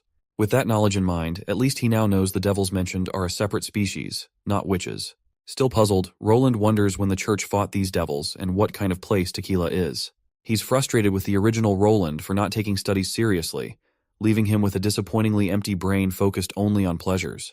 He turns to Nightingale, asking if she knows where Kara found the book that drove her mad. Nightingale explains Kara already had the book when she joined the association, but she points out that, according to Wendy, the association was started by some witches who happened to meet in a sea breeze town. Nightingale explains that Kara, Wendy, and Scroll are the original members of their group. They discovered ancient underground ruins in the eastern forest near a town, but only Kara investigated further and claimed to have found the book there. After this discovery, the association expanded, and the church caught wind of their association and began a manhunt. Kara fled to the mountain range in search of the Holy Mountain, and that's the extent of their association's history. She then asks Roland if he's up for checking out the ruins. Roland shakes his head, saying the eastern forest is too far, and he'd rather focus on developing his territory than wandering off. Roland has another idea brewing, setting up a proper organization. He assures them it won't be like before, obsessing over holy mountains. Instead, it'll be a witch union, all about managing witches responsibly, no crimes or dodging the law with the use of power. Just freedom and happiness for all. The next scene takes us to the Longsong Fortress, where a grand noble gathering is in full swing. Among the attendees is Perov, the ambassador, who marvels at how this celebration mirrors the lavish banquets of the capital. He's certain that it took considerable effort from the Elk family to gather guests from such prestigious backgrounds at Longsong Fortress. In the background, we see a blonde guy telling her sister to approach the ambassador, but she is too embarrassed to do such a thing. So, the blonde then unexpectedly addresses the ambassador as Buddy. The ambassador bristles at the informal greeting, while this newcomer insists they're old friends and tells him not to be so uptight. He teasingly asks Perov ambassador if he wasn't appointed by the leader of Longsong Fortress, then jokes about the profitability of the mines at the border town, implying they must be raking in money from the locals. Perov quickly dodges the question, but the loudmouth keeps blabbing, sharing how he was headed to the holy city but got stuck in a blizzard, which probably saved his life. Curious, the redhead asks for clarification. The blonde reveals that the new holy city nearly fell, with demons breaching the inner city. If the church hadn't sent their strongest warriors, the holy city's church would have been in big trouble. He adds that all the armies in the 4 great kingdoms suffered heavy losses, with few returning from Frost Valley. In just a month, many women were left widowed, and now those widows are easy prey, with anyone able to take advantage of them for just 2 silver coins. If you can't recall, we've seen these tough church soldiers clash before in previous chapters. I hope that rings a bell. The blonde guy is pretty convinced this is all part of the church's plan, where the 4 biggest kingdoms lost their generals and warriors in this war with demons and Hermes. Suddenly, newcomer asks the ambassador if he noticed a handkerchief in his invitation. The ambassador gets a bit peeved and asks if there's some mischief going on. The blonde guy reassures him, joking that if he wanted to tease him, he'd have included socks instead. He then mentions the handkerchiefs were sewn by his sister, who turned 16 right after today's shindig. Seems like the brother's eager to pair his sister up with this redhead, despite their big age gap. Suddenly, someone starts shouting, and all eyes turn to see a noble throwing insults and curses at our hero with every name in the book. Perov steps forward and inquires about the commotion. A man explains they are discussing the owner of the border town who has seized properties from the aristocrats. A curly-haired noble then steps forward to clarify directly to the ambassador. He reveals he resides in the border town but seeks refuge at Longsong Fortress each winter during the demon months. This year, however, every noble from the border town has been informed that Prince Roland has demolished their homes to build a wall and isn't providing any compensation. What's more troubling, Prince Roland has branded those who fled to Longsong Fortress as traitors for abandoning their prince and territory. Returning to Longsong Fortress now means facing the death penalty for treason. The ambassador quickly catches on that Prince Roland is probably aiming to cut his ties from Longsong Fortress completely to make his territory self-sustaining. Meanwhile, the noble keeps on bashing Prince Roland's moves, hoping Mr. Medi can help them get a message to the Longsong Fortress Duke to help them. Medi steps in coolly, telling everyone to chill because Duke Ryan is already on it. He boasts how the Duke's been building up an army and the Elk family is also ready to help in this cause. The border town's nobles are relieved, stating that if Duke Ryan is handling this directly, they have nothing to worry about. But the ambassador isn't thrilled about attacking Prince Roland. He pulls Medi aside, reminding him they're talking about a prince here. The blondie shrugs it off, calling Roland a prince who owns a patch of dirt and assures the ambassador that Roland will surrender once they face him. Despite all the reassurances, Perov isn't exactly thrilled about the situation. His friend keeps hammering home that if they march into the border town with a huge army, all those farmers and miners will scatter like ants, so the battle will be over before it could begin. But Perov's main worry is that Longsong Fortress will be the one to take the brunt of this conflict, not Prince Roland.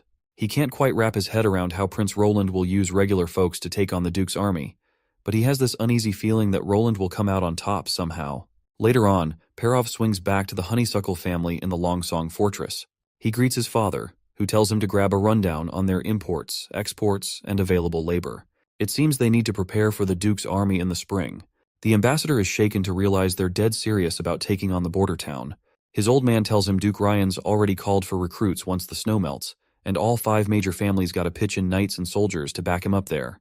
Perov asks his father how many soldiers they're sending.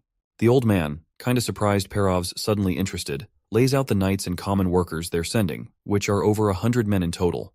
Perov gets really worked up hearing this, and begs his father not to hit the battlefield. The Baldy asks why, and Perov just says straight up he's worried sick about his old man's safety. Hearing that, the Baldy starts laughing his ass off at Perov's concern. He considers Longsong Fortress to be an elephant ready to squash the border town like a measly ant, so he ain't sweating it. He reminds Perov that Prince Roland only got a handful of knights and maybe 50 guards. But the redhead ambassador keeps his protest. He points out how everyone underestimated Roland's mud wall, thinking it would crumble after a night's rain. But surprisingly, it held strong. People also doubted the border town would not survive the winter, but Roland stood his ground till the end of the months of demons, earning everyone's respect. The Baldy gets more riled up hearing this and tells his son to shut it. He points angrily at the portraits on the wall, his tough-as-nails ancestors who stood firm in the battlefield. And as their descendant, he's not backing down from any battlefield either. The poor son couldn't help but take his father's insults, who just doesn't seem to get how unpredictable Prince Roland can be. He's pretty convinced it won't be long before Honeysuckle gets tangled up in this fancy politics and gets devoured by our prince. Back at the border town's castle, our hero reveals to us that he's kept his promise and granted some land to Nana's father, Tiggy Pine, making him a viscount. The land, south of the river across from town, is still dense forest for now, but Roland promised it would be the first to develop once the border town expands. Every business share on this land will belong to the Pine family, and surprisingly, the big man agreed wholeheartedly, opting to enjoy his undeveloped forest for hunting until then. On the other hand, Roland also officially bestowed knighthood upon Brian, and he will win land every time he racks up military achievements. Our prince has finally figured out an effective way to utilize his desolate land. With the river as a boundary, the area between it and the mountain range will serve as a military training ground. On the other side of the river, he plans to establish future factories and agriculture. He also intends to utilize the forest to the west of the border town, rich in lumber, edible fungi, wild animals, and medicinal herbs. Just then, someone enters. Well, it seems Sister Soraya has been summoned by our hero. The prince greets her warmly, motioning for her to come closer and sit down. He asks her about the progress on her work at the city hall. It turns out our hero tasked her to draw passport-sized images of everyone in the border town to compile a comprehensive report. Each person received 10 bronze coins just for sitting in front of her and posing for these sketches, and Soraya, still puzzled by the whole affair, diligently drew every visitor. But right now, our hero has called her in today for a different task. When Sister Soraya asks what he has in mind, the prince eagerly slams his hands on the table and tells her happily to draw a few trinkets just for fun. Soraya is a bit confused by this unusual request, but she agrees nonetheless. She asks if she should draw them from her imagination. Roland instructs her to draw a soldier holding a heavy crossbow on the paper.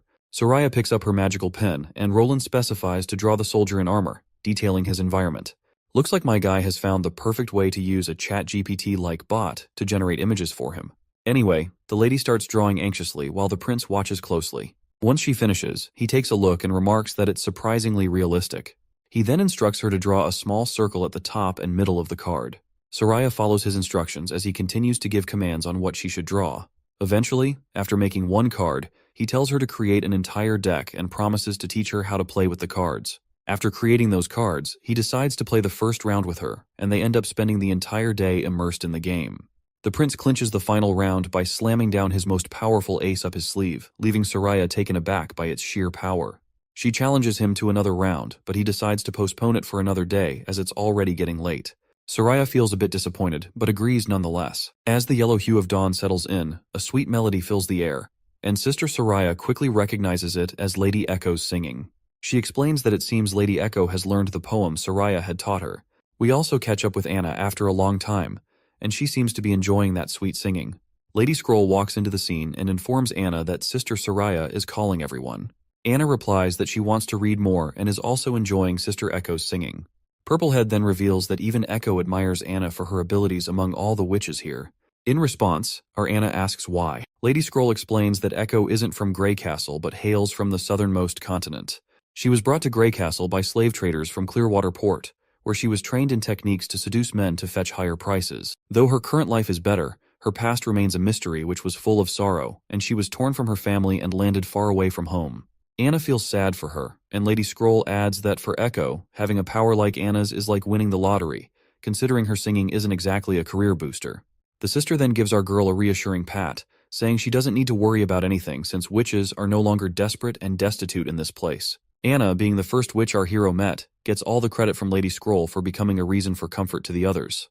Purplehead notices something that creeps Anna out. She points out that her hair is a bit long and asks if nobody has cut it. Anna blushes, saying she cuts it herself all the time.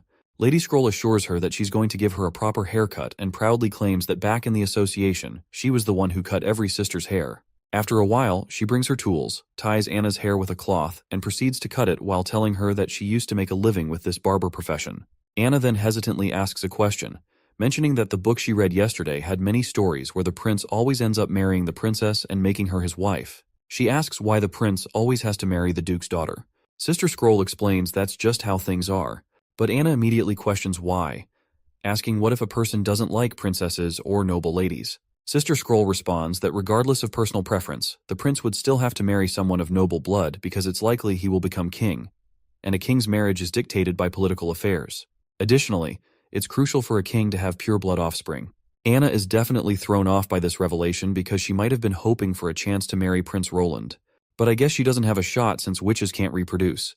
Even Lady Scroll understands that much, and she doesn't want Anna to feel upset about it. Once she is finally done cutting her hair, Anna looks cute and beautiful, and Lady Scroll decides to change her stories from now on. She tells Anna that she's heading back to her room and instructs her to come find her if she reads anything she doesn't understand. But before she can leave, Anna speaks up again, saying our prince isn't like the ones in the stories, because he does what he wants, no matter what. Purplehead asks why she thinks that way. Anna reminds her that if he were just any prince, he wouldn't have saved her. A while later, we see our prince holding a piece of paper with the Pythagorean theorem written on it. He teaches Sister Scroll a bit about algebra and tells her he'll be writing a few more equations for her to memorize. The prince asks if she gets it, and the lady nods, takes a deep breath, and uses her ability to memorize the equation. Looks like our hero is trying to preserve his math knowledge before his memory declines. Since he was an engineer in his past life, he knows a lot about math and physics and has some basic knowledge of other subjects. So, he's making Scroll memorize the contents he wrote to preserve this knowledge, hoping it can be used in the future to promote education. Meanwhile, he still hasn't figured out what magic really is in this world. Magic is abundant here, and witches use it to bend the natural laws in ways he can't simply compare to other energy sources like electricity. The only way to truly learn about the origin of magic power is to understand the universe itself. He starts thinking about Einstein's discoveries and all that jazz, and figures that maybe scientists in his world had already stumbled upon this magical power, but they had no way to prove its existence since there were no witches around. Suddenly, his daydreaming is interrupted by Lady Scroll, and as the hours pass by, our hero decides to call it a day. The girl gets up from her spot, but before she leaves, she says she's got a question she wants to ask. The boy gives her the go-ahead to speak. So she asks him why he decided to take witches in, and if he wasn't scared of the church threatening him. Roland kinda saw that one coming, but he almost chokes over his tea when she asks if he'd ever marry a witch. While wiping his face, he asks why she had to ask such a random question. But then he starts picturing what it would be like to marry a witch, and memories of Anna flash through his mind. All those nice memories make him grin, and after imagining it, he happily says he'd totally marry a witch. As the night deepens outside, we see Nightingale in her night attire, ready to hit the sack. Damn, I would love to stare at her big hooters, and you can do as well. Just pause the video. Anyway, Wendy, with her eyes always closed, asks where Nightingale is lost in thought and wonders if something good happened because she rarely ever sees her smiling like that. The scene then shifts back to earlier, when Sister Scroll asked the question about whether the hero would marry a witch. It turns out Nightingale was eavesdropping on their conversation, and upon hearing the prince's response, she lights up with a hope. Meanwhile, in the present, Wendy persistently asks the source of her happy smile and wonders if she won a good game of cards. The next day arrives, and we see our soldiers being grilled by their captain, Iron Axe. He's diligently putting them through their paces, and the chief knight is amazed at the energy these guys are exuding. He remembers how, before winter, they were just a bunch of miners and hunters with lazy attitudes, but now they've transformed into full-blown warriors. Still, he knows that once these men taste their first battle, they'll truly become soldiers. Prince Roland arrives at the scene and asks Knight Carter about the progress. The knight says training is going well, but curiously asks about the woman beside him, wondering if she's a witch. The prince happily confirms this and instructs his knight to gather everyone because he has something to announce.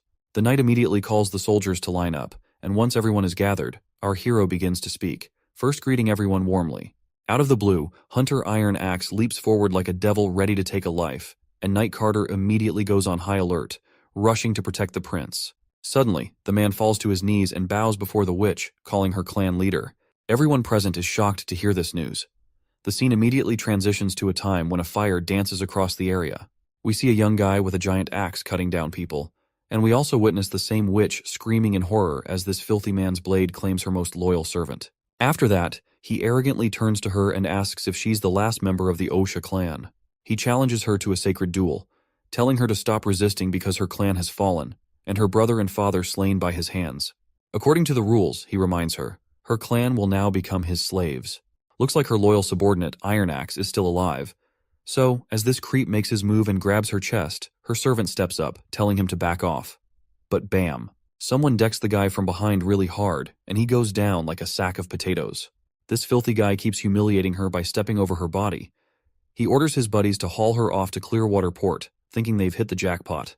Meanwhile, her servant is barely hanging on, slowly closing his eyes as consciousness fades away, and the bad guys start loading up their things to make their getaway. In the present moment, Iron Axe further reveals that after losing her, he refused to join any other clan.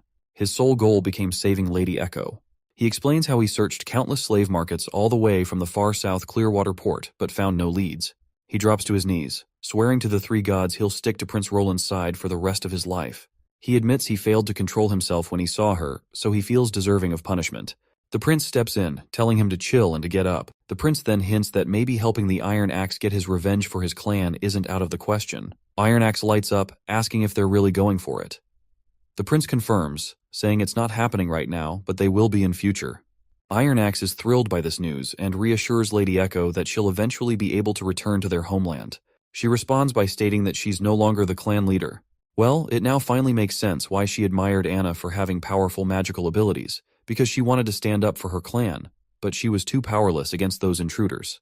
Meanwhile, our hero is lost in his own thoughts because what Iron Axe described about the extreme south is really intriguing. Basically, in the south, there is a black goo that flows from the ground and burns for days without evaporating. As he thinks harder, his face lights up as he realizes that he's found an oil jackpot, not just some underground stuff, but a full-on oil fountain. The mere thought of oil has him dreaming of jets and fast cars, because he knows he can bring combustion engines into the mix if he's got oil. So, the prince casually drops that once he's king, he'll allocate resources to claim the extreme south for the Osha clan. Iron Axe practically breaks into a happy dance, thanking our hero and swearing to follow his lead. However, the prince gets serious and reminds Iron Axe that his actions today broke the rules of the First Army, so he's been sentenced to 2 days of lockup. Our army captain takes it in stride and agrees to his punishment. Later on, we find ourselves out in the woods. One of the soldiers asks their buddy what's up with Captain Iron Axe. The buddy corrects him, saying to call him team leader, because the prince wants everyone using their ranks. He then explains Iron Axe's situation, and they hope our hero won't come down too hard on him. As the soldier ponders this, Prince casually strolls up with his crew. Carter snaps everyone to attention, and the soldiers quietly chat about Iron Axe's absence. The prince steps forward and addresses everyone, informing them that their training was paused. Once he finishes what he came to say, they should continue their training. He reveals that the woman next to him is Witch Echo, Iron Axe's long-lost relative. He explains that due to their captain's unreasonable actions, he has been sentenced to 2 days of imprisonment. He emphasizes once again that everyone here is among the First Army's finest soldiers, and a fundamental rule of being a soldier is to follow orders. To drive his point home, the prince asks if they understand, and the soldiers respond with crisp voices, saying yes. Echo then pulls back her hoodie, revealing herself, while the prince continues explaining that she can simulate various sounds, including musical instruments and marching songs. He instructs that her simulated commands will guide their movements, keeping everyone in formation.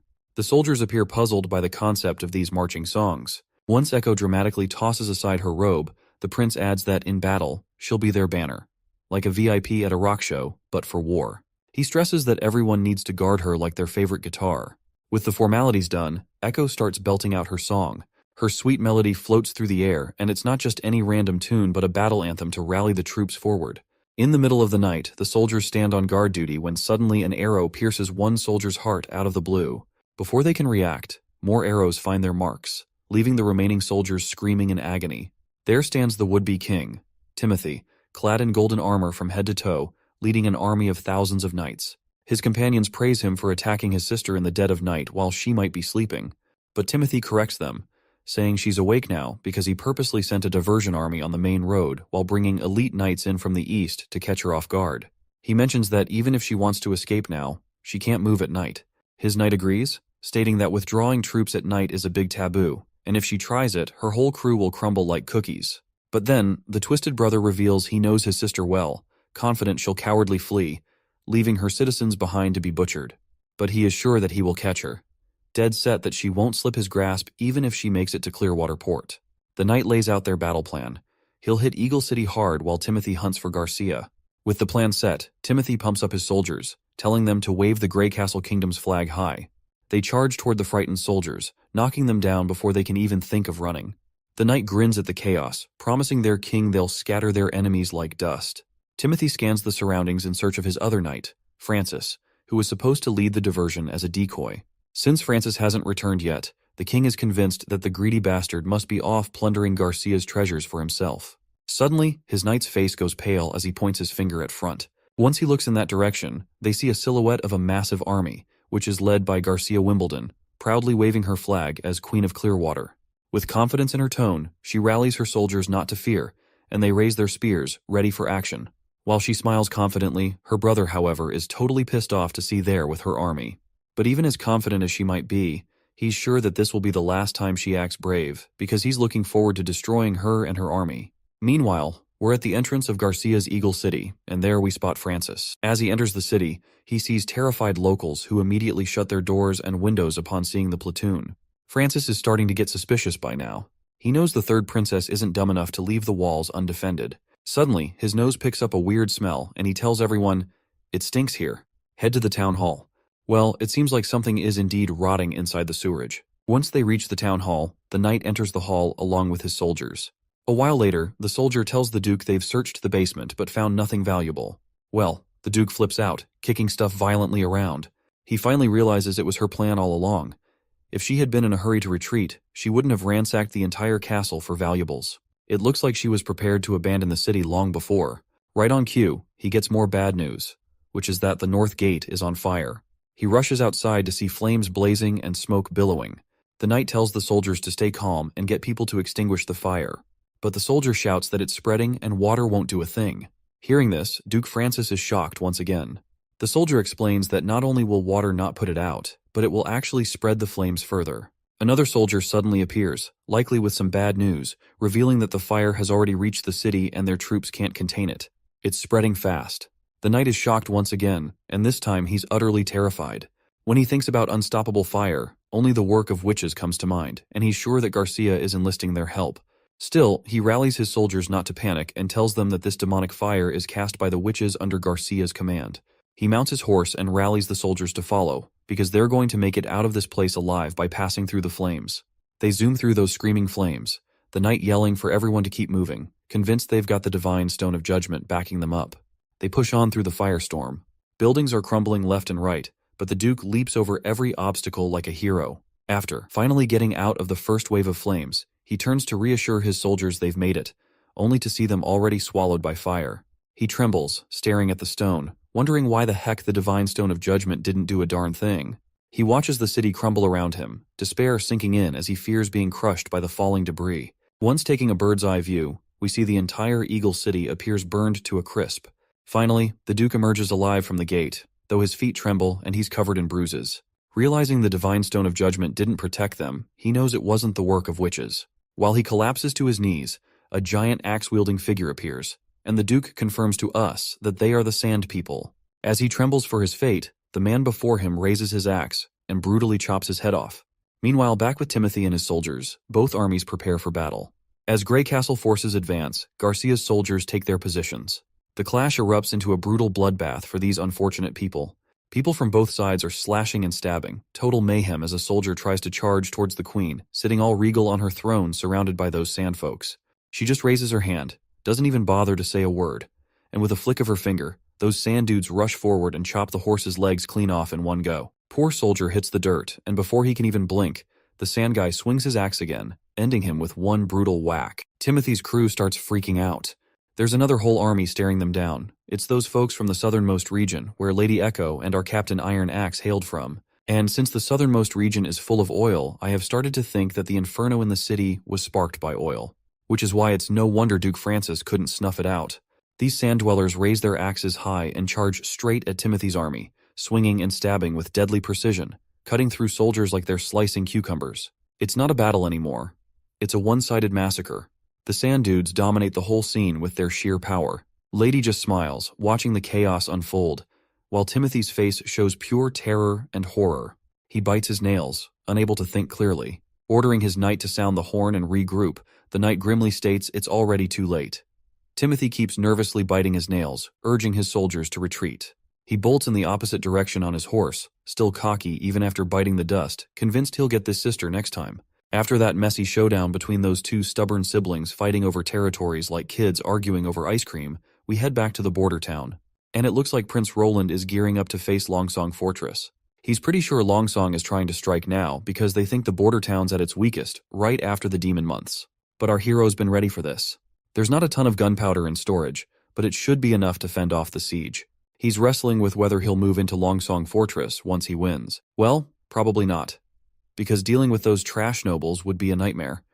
Better to stay cozy in his border town and develop it further with Longsong's resources.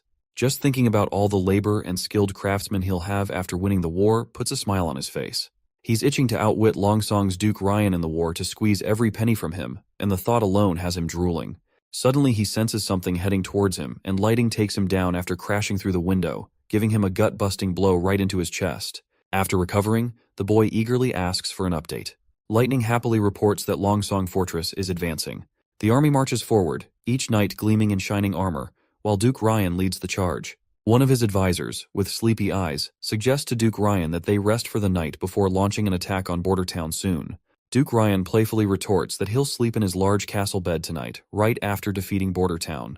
He jokes that a second-rate place like Bordertown will be an easy conquest. However, Baldy beside him interjects, noting their soldiers have been marching endlessly and are exhausted, so he suggests delaying the attack would be wiser. Moreover, since the prince made it through the demon months, he must have something up his sleeve, so they should be cautious. But instead of grasping the situation, this orange-haired guy scoffs that those monsters are probably a weak-ass bunch who couldn't even jump over Prince Roland's half-assed wall. The Duke agrees, mentioning how Hermes was almost overrun by demonic hybrids this year, while Bordertown just faced a few stray monsters and survived somehow. This guy believes that since 2nd Prince Timothy and 3rd Princess Garcia crippled each other's forces in Eagle City, and the city was burned, they both suffered heavy losses. He sees this as his chance to shine and unify the western region under his rule. He orders his lackey to send a message to our hero, offering safe escort back to the king's city if he surrenders. The knight responds that Roland's troops are already in formation and armed, clearly showing they won't surrender just through talks. The Duke whips out his telescope only to spot a handful of soldiers standing there. Even Baldy looks puzzled by their scattered formation and less than impressive weapons. A grin spreads across the Duke's face after seeing those weaklings. With his simple hand gesture, the whole army starts marching forward to take on this small group. As they get closer, Vanner is shocked to see the sheer number of enemy soldiers. He shakes off his fear with a slap to his own cheeks, rallying his buddies not to sweat it. He reminds them that they've beaten demonic beasts, so they can handle these humans as well. As the enemy troops draw near, Vanner pumps up his crew with pep talk, firing them up to face the challenge head-on. Meanwhile, up on the hill, our prince feels pretty darn confident about his witch-empowered army, and he believes that winning this showdown is key to revolutionizing things up in this world. Lightning snaps him out of his daydreaming, saying the enemy is inching closer and lets the entire army know about the approaching threat. Prince Roland finally gets serious and immediately commands to open fire. Right on cue, the soldiers ignite their cannon strings, and cannonballs fire up immediately, coming straight at the frontline soldiers. As soon as they hit, soldiers scatter, not sure what the hell just hit them. These poor guys are terrified, thinking the prince just summoned thunder. Duke Ryan quickly dismisses their worries, telling them not to be fooled. He claims it's just a deception, just a noise, and no real damage was done. With that in mind, he orders the soldiers to simply charge at their enemy. But poor Duke Ryan's enthusiasm soon dies down when he sees another cannonball coming right at them. This time, it lands directly among the soldiers, taking everyone down like bowling pins. The soldiers relentlessly charge forward while cannonballs rain down like meteors from hell. Meanwhile, Duke Ryan still doesn't realize how deep in trouble he is, thinking that if they keep pushing, they'll break through the defense line and secure victory. As the knights dangerously approach, Vanner tells everyone to lower the angle of fire and load the grape shots. The soldiers quickly comply, and as the knights hover over their heads, the cannonball fires straight through a knight's belly, leaving him dead on the ground. Finally, these goons are absolutely terrified. As Sister Echo sings her anthem, the soldiers are filled with determination. They aim their guns and start shooting, hitting the soldiers in the head and chest. The poor soldiers immediately start running in the opposite direction to save their lives from these unknown things. Not gonna lie, I almost feel sorry for the enemy soldiers. They're getting butchered just because their leader is a thick-headed, arrogant, spoiled old man. While the leader grits his teeth in frustration, the orange-haired advisor claims they have no clue what kind of sorcery the prince is using and decides to retreat for now. Baldy agrees, saying they won't run out of firewood in these hills, so it's better to retreat. Meanwhile, the soldiers are doing their best to escape, but Duke Ryan immediately yells at them to stop retreating and even strikes down one of his own soldiers for running in the other direction. Despite all his pleas for his troops to stand their ground, The poor guys are just running for their lives to avoid being burned to a crisp in the scorching heat. Meanwhile, Prince Roland is quite happy with his victory. But it looks like the Chief Knight isn't thrilled about this kind of warfare. He says there's no honor in it. But Prince Roland immediately tells him not to feel down, because they still need to keep chasing after Duke Ryan. It seems like Carter will have to get used to this new era of warfare, as the Age of Knights gives way to a new kind of battle. As the prince rides on his ship, he appears happy with the battle's outcome, which turned out better than he expected. If all goes well with troop movements at night, the Iron Axe and Rifle Company can launch a surprise attack on Duke Ryan tomorrow morning. He's excited about leading the first army in the world backed by technologically powerful witches, each playing their respective roles. Suddenly, Anna appears on the scene and asks why he's sporting such a creepy smile. He quickly brushes it off, saying it's nothing, but she moves closer to wipe the drool off his face. However, the prince immediately snatches the handkerchief and decides to clean up himself. The girl reminds our awkward prince they should hit the hay since it's already late. He agrees, but once they reach one of the ship's rooms, he's flustered to find everyone chilling in the same room. He's totally thrown off, wondering if they're all supposed to sleep in the same room because, let's face it, even for a harem, this is a bit much. As their DIY ship sails through the bright night, everyone seems to be sleeping soundly. Among the witches, our hero can't help but notice a certain pair of distracting attributes no matter where he looks. The ladies are just a bit too close for comfort, and he can't shake off the unease. Suddenly, he spots Anna wide awake, watching him like a curious puppy. He gives her a charming smile and playfully pinches her nose, deciding to teach her a trick to fall asleep. He tells her to start counting sheep jumping through hoops. 1 sheep, 2 sheep, and keep counting until she falls asleep. The girl immediately complies and starts counting. As she continues counting softly, the prince finds himself wide awake. Now he's having an even harder time falling asleep. Nightingale seems awake too, sneaking glances at him. The next day finally arrives, and Prince Roland gets dressed. Lady Leaf appears still sleepy and asks how everyone slept. Well, it seems Anna had a rough night. She still appears to be counting sheep even now and is about to hit the 100,000th sheep. The next scene takes you at Duke Ryan's resting place, where he angrily throws his wineglass down and demands to know how Prince Roland got his hands on such high-end weapons. He drills his soldiers, asking about those catapult-like things, which had more range than they've ever seen in any weapon. In reply, the terrified knight admits he's clueless. All he heard was thunderous claps, and suddenly the knights hit some invisible wall, tearing them apart in an instant. The orange head suggests it might involve witches, but Duke Ryan calls it bullshit, reminding his soldiers they had the divine stone of judgment for protection, so there is no way witches could attack them. Deciding to retreat for now since they might lose this war, Duke Ryan plans to gather more troops back at Longsong. Once ready, he intends to block all trade on the Redwater River, knowing Bordertown won't last a month without food supplies. He orders everyone to prepare to return to Longsong Fortress by tomorrow.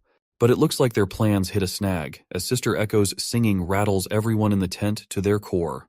Before they can react, a massive explosion rocks the entire area. Duke Ryan storms out, demanding to know how the enemy caught up to them without anyone noticing them last night. The knight quickly brings a spare horse, and Duke Ryan wastes no time hopping on, sprinting away before things get even worse.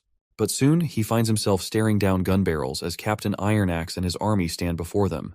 Instantly, our soldier pulls the trigger, and the bullet hits Duke Ryan square in the chest. He topples from his horse, kissing the ground with his face. He looks worse for wear, his groggy eyes catching a glimpse of our hero marching forward with his team, and he loses consciousness before he can see them clearly. After a while, we make a grand entrance inside the Longsong Fortress. Local soldiers scramble as they see our party crashing their party. They seem more scared of the witches walking alongside our hero. Knight Carter reveals that the Duke's family tried escaping through the back door, but was captured by our first army. The prince lays down the law, saying all rebels and prisoners of war are to chill in the dungeon. Then, he gets this wild look and blurts out, "First things first, let's touch the corpse." Anna and Nightingale are creeped out to hear this and ask, "What kind of weird fetish is that?" The prince quickly backtracks, explaining he just meant looting the body, not getting all creepy with it. And so the first round of looting begins, and everyone dives into the loot.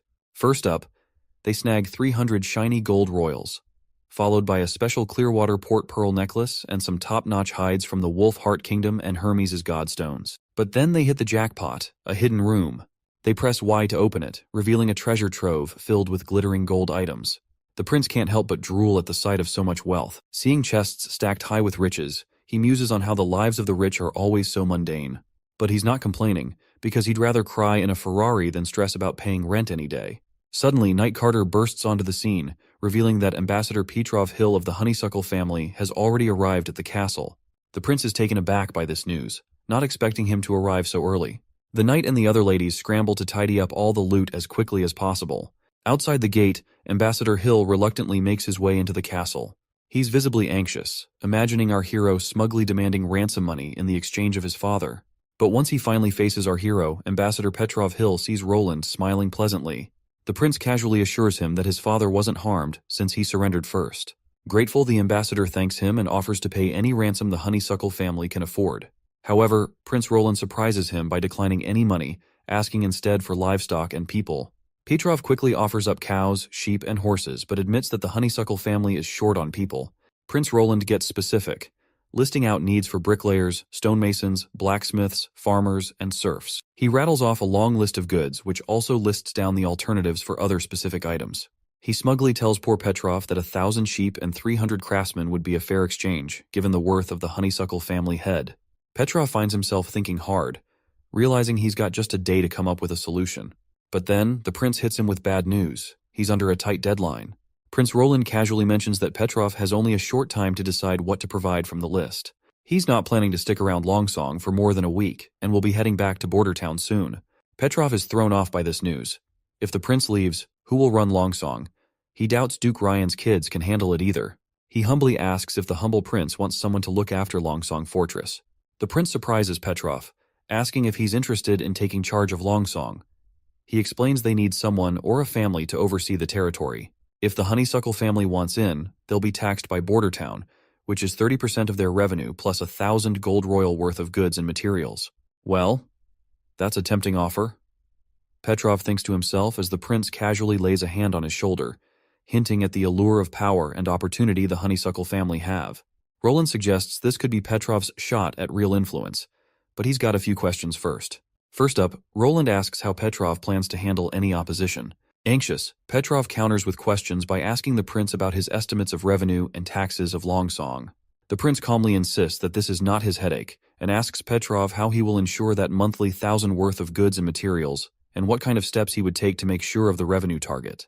Roland slaps the ransom terms in front of the redhead, signaling Knight Carter to escort him out.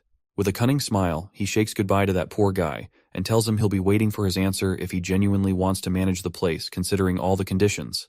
He also reminds him not to forget about the hefty ransom for his father. Well, Nightingale sure caught him off guard with her sudden appearance. She pointed out how the ambassador seemed pretty sincere and truthful.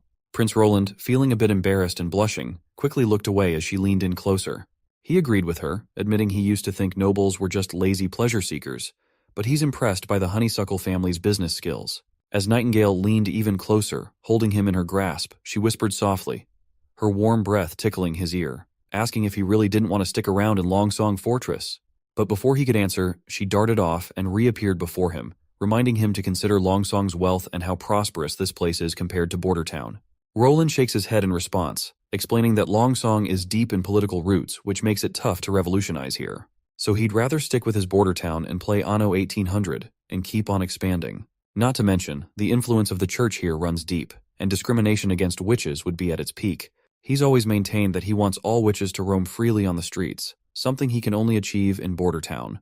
The girl admires his noble ideals, her heart racing as she struggles to control her impulses. Suddenly, she loses control, grabbing our hero and pulling him close until they're both blushing and they share a kiss.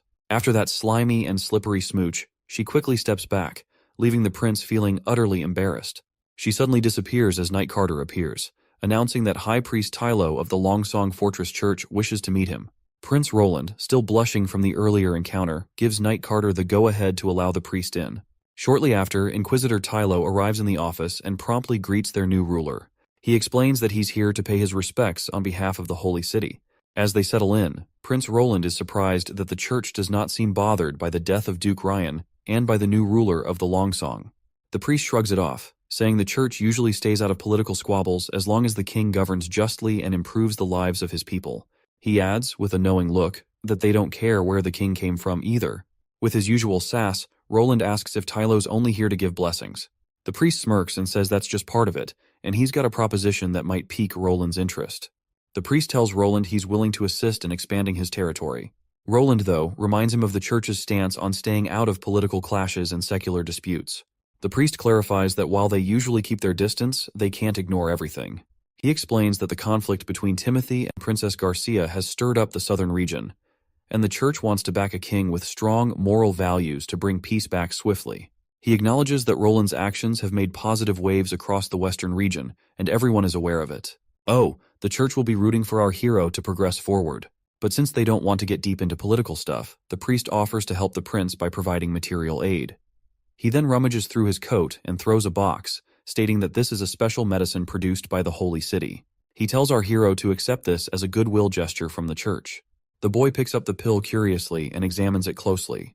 The priest explains that the red pill grants temporary incredible strength, while the black pill enhances pain tolerance and resistance to extreme temperatures. After the priest leaves, Roland reflects on the church's approach to cozying up to him and giving their support. He turns to Nightingale and asks if she can discern if the priest was truthful or not, but she explains she couldn't penetrate his thoughts as there was black void due to the divine stone of judgment he carried. Upon inspecting the pills with her fog ability, she notes they seem surrounded by a black void, similar to the divine stone of judgment, but it doesn't appear to affect her abilities like the stone does. She figures they could test those pills on some poor soul already on death row to check their effectiveness. Meanwhile, our hero is confused why the church wants him to fight his siblings to seize the crown, especially after Garcia's victory in the Battle of Eagle City. He is certain that battling his siblings for the crown will only drain Greycastle dry, and wonders whether the church aims to instill fear in the populace to strengthen its influence. He blows off all that politics and decides to clean up Longsong Fortress. By using its loot, he plans to beef up Bordertown with machinery and other stuff. 3 days later, we're back in the Borderlands, and Night Carter's wondering if handing Longsong Fortress over to the Honeysuckle family is a smart move. Prince Roland is all confidence, saying they won't dare break the contract. Even if they did, he will gladly take down Longsong once again. Besides, he trusts their business-doing skills, and he is hoping that they will give him surprising results. Then, the lady spots folks in the distance, and Roland confirms they're the first batch of serfs sent from Longsong. He explains their generational bondage to the land, enduring harsh lives under the whip and control of their masters. This grim reality saddens the lady, but Roland assures her they'll provide for their basic needs and work towards freeing them. He pledges to eradicate slavery entirely in the years to come, offering hope to these oppressed people. As their boat nears the shore, the prince catches a funky smell from the seaside, causing his face to go pale as he realizes it's the unmistakable odor of literal shit. He immediately starts vomiting rainbows, hands trembling, and tells Carter that today he's going to make the most impactful decision in the history of Bordertown. Yes, that's right, he declares emphatically. We absolutely need toilets on every corner of Bordertown immediately. The others present are startled by this revelation as the prince explains that the first toilet will be placed near the serfs' wooden sheds. He insists on enforcing a law that requires people to use the sheds for shitting, and he wants the area opposite the Redwater River to be designated as an industrial zone, free from any unpleasant odors. The knight, not really familiar with the whole toilet thing, wonders aloud why they need a special spot just for taking a dump.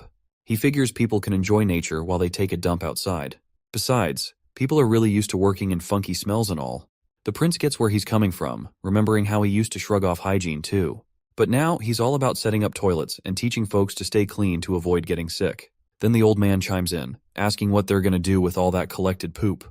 The prince says they'll stash it for farming as fertilizer. The old advisor and Night Carter are completely creeped out. The mere thought of spreading human waste in their fields and then eating food grown with that fertilizer is making them gag uncontrollably. As they puke rainbows, the prince explains that these feces can be used as fertilizer for farming, especially with Sister Leaf's improved wheat seeds, which will exponentially boost yield and growth rates. While he's saying this, Lady Leaf can't help but notice loud noises coming from the prince's room, telling those dorks to puke outside. Later that night, our hero falls asleep while Nightingale appears to tuck him in with blankets. She feels a warmth in her eyes every time she sees him. She disappears immediately and gets back into her own room. Wendy catches on quickly, noting that Nightingale just came out of Roland's room. The girl blushes after getting caught red-handed, asking her friend why she's still awake. In response, Wendy reminds her that the prince isn't a child, so sneaking around like that in the dead of night isn't the best move. The love-struck lady then mentions that news of the witch union's dissolution has already spread throughout the kingdom, so she's worried that some witches might try to harm the prince because of it. Wendy reassures her, saying the castle is fully guarded. Plus, the prince keeps a divine stone of judgment right under his pillow. As Nightingale undresses, her friend reminds her they're witches and can't have children. Blushing, Nightingale acknowledges this, but recalls the prince once said he wouldn't mind marrying a witch, and she believes he meant it. After freshening up, Nightingale flops back onto her bed and probs Wendy to spill something about the church. Her friend asks why she's suddenly interested in the church, and Nightingale reveals about the highly paid priest who visited our prince. The priest promised to support Roland to claim the throne, even though the prince wasn't keen on cooperating. That priest still offered them 2 suspicious pills, supposedly blessed by the Holy City's prayer room. Nightingale asks her if she knows anything about these shady pills from her time at the Abbey.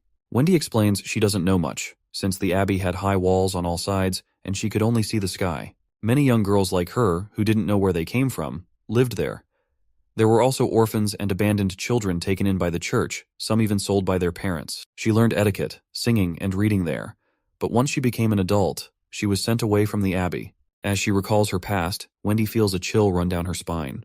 Nightingale immediately hugs her to offer comfort and warmth, and Wendy embraces her friend in return. So, she goes on to explain that she spent about 10 years there until that fateful day arrived. Wendy's teacher forcefully dragged her to a prison cell that day, where she was abruptly thrown into a dimly lit room. The stern woman who tossed her inside warned Wendy not to ask questions and just endure it. With those curt words, she slammed the door shut, leaving poor Wendy alone in the darkness. As Wendy looked around, a chilling sense of dread washed over her. There were priests with whips in hand, already mercilessly beating another girl. When they turned their attention to Wendy, a terrifying chill ran down her spine. These filthy, vile individuals seemed pleased to have another victim. Once the other girl lost consciousness from their torture, they turned their attention to Wendy. They approached her like demons, their eyes gleaming with sick intentions. To them, she was just another choir girl with a developed body, ripe for their cruel desires. They lunge at her, grabbing her by her long hair, tears streaming involuntarily down her face. The brute slams her against the gate, covering her mouth with his hand, warning her not to make a scene or scream because it'll all be over soon. As this filthy dude slips his hand under her skirt, Wendy's soul shatters, her eyes going numb. As the vile man enjoys himself, a sudden punch lands squarely on his face, snapping his neck and sending him crashing to the ground, blood pooling around him. The one who delivered the knockout blow is none other than the same girl who had endured their torture for too long. After seeing her released from her shackles, the other guy lunges at her, but with a single punch, she puts a hole in his gut. Then, with her bare hands, she takes down the other one too. Wendy is totally freaked out by all this madness. One of the men pulls out his stone of divine judgment, wondering if she's awakened her powers. The woman raises her ridiculously long, stretchy leg and brings it crashing down on the man's head, scrambling his brains completely. Once all the priests are down, Wendy still trembles in fear, while the other girl calmly walks towards the gate, standing defiantly as knights rush into the room. The sight of the dead men left the arriving woman utterly shocked. She collapses to the ground in terror, and one of the knights swings his sword, but the girl dodges every attack effortlessly. The knight keeps coming at her, but the girl grabs his hand and twists it so hard she tears it off from his body. The other soldier by the gate freezes in shock. Without missing a beat, she jumps up and tears him apart before anyone can blink. Word spreads like wildfire that there's a demon in the cell, and this girl takes on every knight like it's nothing, while Wendy just watches in horror. She's ruthless, stabbing the knight in the back with her spear without showing any emotions over her face. More soldiers swarm in, trying to surround her, but as they charge, she gets serious, swinging her sword so fast it's a blur, cutting through them like they're nothing more than cucumbers. Meanwhile, the terrified Wendy crawls toward her teacher's body, grabbing the key she needs. And with that, the flashback ends. Wendy explains that thanks to that girl, she managed to escape from the Abbey. Using a few silver royals she took from the dead, she wandered until she arrived in the Seawind region. 2 years later, she awakened and became a witch, bringing her story to an end. She later heard that the church covered up the incident, claiming it was a fire. She doesn't know what became of that girl or the other girls abandoned at the Abbey. Nightingale felt deeply saddened by Wendy's story, as she could relate to her pain. She grabbed her friend's hand, offering the warmth and love she needed. In the next scene, we've got Baldy turning all red, like radiating this intense crimson aura. Our best knight Carter is duking it out with him, and he appears to be seriously struggling. Looks like Prince gave this bald dude that power-boosting pill to see if this pill is actually a real deal or it's just hot air. Judging by how our knight's having a tough time, that pill's definitely packing a punch. Anna is excited to see this inmate holding his own against Carter, who is one of the strongest knights around. Prince Roland is also impressed, realizing the priest wasn't lying after all. He can only imagine what kind of combat power a trained knight would have if they took the same power-boosting pill. This seemingly random guy is giving Carter a tough fight, despite not being a knight or soldier. As the fight goes on, our knight finally lands a critical hit, making the red guy spit blood. However, he quickly recovers and charges back at Carter, who retaliates and disarms him with a single blow. The knight acknowledges the man's skill and calls for another sword. But just then, the furious man spots people watching from above the wall. When he locks eyes with the prince, his rage intensifies, and he immediately turns towards him. Seeing this threat to the prince's life, the knight orders the soldier to shoot down the prisoner immediately, and the gunman quickly opens fire, pumping bullets into his back. However, the guy doesn't seem to be affected by the bullets, so Carter quickly commands his soldier to bring him his horse. But it's too late. The prisoner takes a stance and effortlessly leaps over 30 feet into the air. Just as he's about to strike our hero, Anna jumps in and uses her fiery powers to start roasting him alive. When that isn't enough, Nightingale joins in, quickly slashing him with her sword to immobilize him. That crazy guy caused quite a scene, but luckily Nana was there to patch up the injured quickly, and no one got seriously hurt. As for the prisoner who took the pill, despite gaining incredible strength, it seemed to have some serious side effects. According to Nightingale, the symptoms on his body were similar to someone who had swallowed a divine stone of judgment. Even with these side effects, if the church has this medicine, it's not hard to imagine them becoming a major power someday. No wonder Anna's fire magic didn't do much against that guy, especially if there are remnants of the divine stone of judgment in that pill. This is all just speculation from my end, since these shitty translations don't explain things clearly. Anyway, the prince learned today that the church's willingness to sell these kinds of things suggests they aren't afraid of retaliation from the new king after Greycastle reunifies. This only means that they have something even stronger than these pills, which is why they don't care if someone uses these pills against the church. This year, the prince initially planned to focus on education, agriculture, and production, but now weapon research and development are becoming top priorities.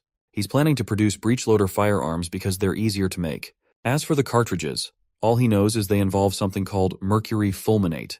He'll likely need a lot of money for research, gathering alchemists, and setting up laboratories. While the prince is lost in thought, the girls snap him out of his daydreaming, reminding him that it's getting late and time to hit the hay, and they'll continue their work tomorrow. Nightingale has already dozed off, probably tired from all those shitty algebra lectures. Everyone smiles to see her peacefully asleep, looking more vulnerable than they've ever seen her before. The prince grabs some blankets and gently covers her. He's glad to see her resting so peacefully, considering how attentive and worked up she usually is. A little relaxation wouldn't hurt anyone. Meanwhile, Anna uses her magic powers to prepare some hot water in her room. Once it reaches the perfect temperature, she strips off her clothes and slips into the bath, enjoying a relaxing soak. She couldn't help but admire our hero. While normal people typically only bathe once a month, the prince ensures everyone bathes daily with fresh water. She's glad her prince is different from what she's read in stories. She remembers how he explained that everything in the universe is made of countless little balls, and to see these balls, you have to zoom in millions of times. Heat and cold are just how active these balls are. If they're moving a lot, things are hot. If they're not moving much, things seem cold. It seems we're talking about atoms here. Anna gets curious and wants to peek inside her own green fire to see these balls.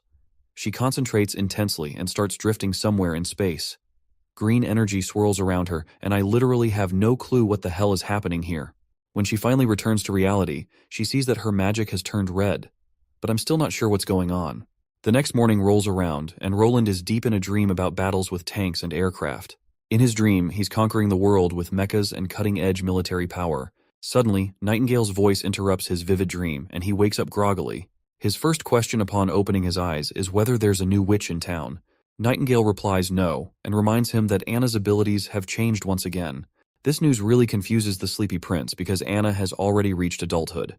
He gets snapped awake when a wet towel slaps his face, and Nightingale urges him to quickly go see Anna to check out her latest transformation. She describes it as a shocking magical form, almost tangible. Shortly after, they begin walking down to the office. On their way, Nightingale reveals that when she found Anna in her room, she was sitting at her desk surrounded by metal objects. At that point, she was so shocked that her bread fell from her hand when she saw Anna's magic powers had changed internally, and there was a cube inside her. The prince is confused by the mention of a cube and asks what it is. Nightingale explains that when a witch awakens, her magic initially appears as a thin mist.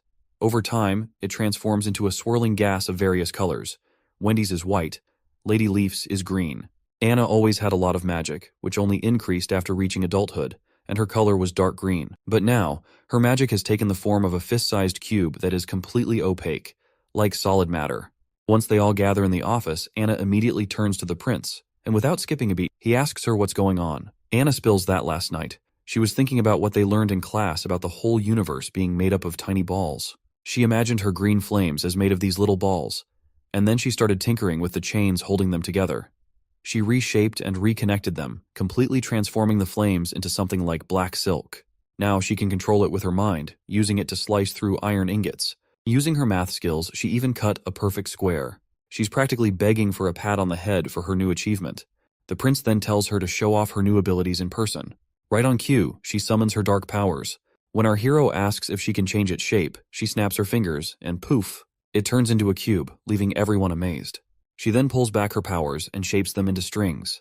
The boy tries touching them, and, to his surprise, they're tangible. He asks if she can make them thinner. She nods, saying she can, but warns they're sharp enough to cut anyone who touches them. Despite looking delicate and thin, these strings are actually pretty tough. Unlike her green flames, she can control the temperature of different parts of the flame. Well, our hero seems to have figured out that his hunch was spot on. Magic is just another form of energy, and it's all about how a witch channels and controls that energy. The possibilities are endless, depending on how well they can wield it and what they can imagine. For instance, imagine trying to describe an airplane to someone who has never seen one. It's tough. So, the only limits to magic are what a witch knows and how big they can imagine. The more they understand about the world, the stronger their magic can become. Anna figured out that everything's made up of tiny particles, and that insight helped her grasp how her flames work and how these particles fit together.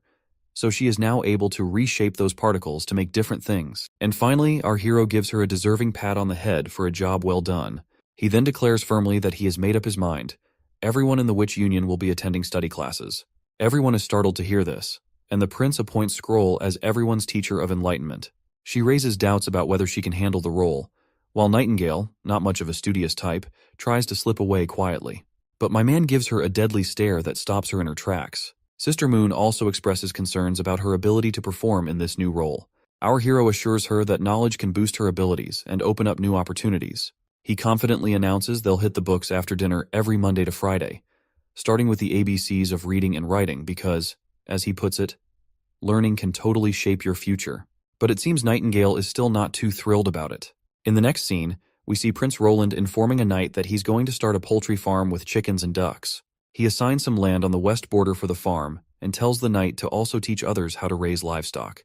He warns that if the farm doesn't take off, he will be sent to the slope mines for labor. Once the current guy leaves, the prince calls in the next person. That is when Nightingale pipes up, questioning why the knights are being put on livestock duty since they are supposed to pick some people with basic education to become teachers. The prince explains that all the knights have ordinary hobbies, and since there's a demand for those skills, he decided to let them pursue what they're best at. The lady calls up the next knight, and he steps forward right away. This one looks pretty educated and polished. Introducing himself as Ferlin Eltek, he's really glad about our hero taking the charge of Longsong Fortress. He thanks the prince and offers to help out, saying to send word if he's needed. My guy is totally freaked out seeing this dude show such loyalty, especially since he is a knight of Duke Ryan. That's when Ferlin Eltek gets serious, dropping the bomb that he used to be Duke Ryan's top knight and swore loyalty only to him. But he abused his power, committed countless wrongs in the Western Territories, and even took his wife by force. So he's been waiting for a chance to bring him down. So, even though he was not able to kill that bastard personally, he is now glad that someone else did. Our hero then asks the man if he is literate and can read and write. The knight says yes, and without wasting a moment, Roland decides to make this guy the teacher. And not only he will get a house for this job, he is also going to a fat paycheck. Ferlin Eltek asks if that means all the illiterate folks will end up in the mines, to which our hero nods. The knight then voices concern about people over 50 not being fit for mine work. He states that there is a knight named Halon, and he is also over 50. My guy clarifies that he doesn't see anyone as a slave, and besides, the mines have steam engines to help out, plus workers get holidays off. Ferlin Eltek suddenly stands up, making Nightingale jump a bit, but all he reveals is that his family has a treasure map passed down for generations. The treasure it points to is in the misty forest northwest of here, and our prince appears to be the only one who can visit that spot in today's Western Territories. He reveals that his father never let him touch the map, but he managed to sneak a look and grab it because he's determined to find those treasures. The pictures on the map have endured many years without fading, clearly not drawn by anything ordinary. Once he had the map, he quietly left the territory to begin his treasure hunt, but his plans were interrupted when he became Duke's knight. He pleads with our hero to consider the map and release the old knight Halon. Nightingale reassures our hero that this man is speaking truthfully, prompting Prince Roland to agree to consider the request and ask to see the map. When the prince checks out the map, he's totally blown away to see it points to a place called Tequila. Miss Scroll remarks that if the map's depiction is accurate, it's an incredible coincidence because the symbols on the map match locations recorded in ancient books. This suggests the church once constructed a city deep in the plains to defend against demons. However, it's unclear why the church decided to erase this part of their history. If Tequila also contains underground ruins like those found in the eastern forest, they might uncover clues like why the church hides demons' existence, their old fights against them, and why they go after witches like their demon spawn. Nightingale decides to head to the knight's house to investigate further, hoping to find more clues. However, our hero warns her it might not be a good idea. If a family guards a treasure map, their home likely holds divine stones of judgment. Since they can't reach Tequila at the moment, he suggests saving this adventure for the future. The hexagram's location is about 50 kilometers away, reachable in a day by Sister Lightning. So, he decides to send her to scout the area first. For now, he shifts focus to the North Slope mines, putting the treasure map aside for later. Before heading to the North Slope mines, he instructs Lady Scroll to teach everyone the phonetic alphabet this evening. If they need more teaching materials, she can ask Soraya, who's turned into quite the printing machine. Then he rummages through a drawer meant for a gift for Lady Scroll. At first he opens the wrong drawer, which contains the snacks tucked away by Nightingale, which totally embarrasses her for some reason. But he soon retrieves a box from another drawer and presents it to Sister Scroll, telling her it's for her. She opens it eagerly to find a beautiful pair of glasses inside. Nightingale interjects, pointing out that Lady Scroll already has perfect eyesight, questioning the need for glasses. To this, our hero enthusiastically explains that he simply adores girls in glasses. Given her role as a teacher, the glasses would make her look more intellectual and beautiful simultaneously. And seeing him all hyped up about the glasses, Nightingale couldn't help but find his fetish rather creepy. Finally, when our studious girl puts on those glasses, my audience goes nuts over how great she looks. Yeah, I'm talking about you. You might want to hit pause if you're a fan of sophisticated style. Moving on, we find ourselves up at North Slope, where the prince is totally surprised by this super long steel tube. He's really impressed by how perfectly it's made, down to the thickness and everything. Anna grins at the praise, while our hero's pretty impressed by her new skill of cutting stuff precisely with her magic threads. With Anna pitching in, the town's industrial game is set to level up big time, and he's even thinking they could start making top-notch underwear for the witches soon enough. But then, Nightingale mentions that even though Anna's powers have improved significantly, her magic thread spans only 10 steps. At the same time, Anna is sure it's actually 15, which leaves our hero scratching his head in confusion. After sizing up their leg lengths, he figures out they count steps differently, probably due to their heights. It's frustrating because measurement units are a complete mess in this world, relying more on approximate values than any real standard.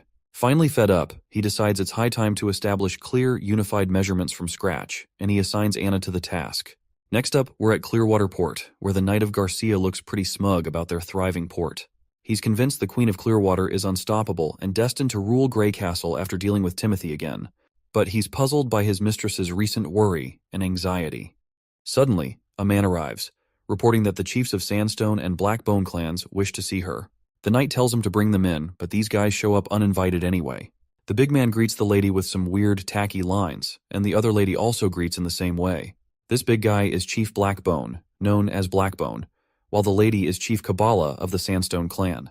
As soon as they arrive, both express concern that their warriors have been struggling with weakness and depression since the last battle, only improving with regular doses of new pills. They're here to request more, and Blackbone echoes the same worry. But Garcia dances around their request, saying the whole production thing is a mess right now. She doesn't have much on hand, and they'll just have to wait for the next batch. The chiefs ask how long they'll have to wait. She cryptically replies that since everything about the pills is secretive, she tells them to return for now and wait patiently. Her knight quickly urges them to leave once Garcia makes it clear she expects payment in gold royals or even river water. The cocky knight fumes with anger, dismissing these people as insignificant bugs always begging for favors. Meanwhile, Garcia looks visibly troubled.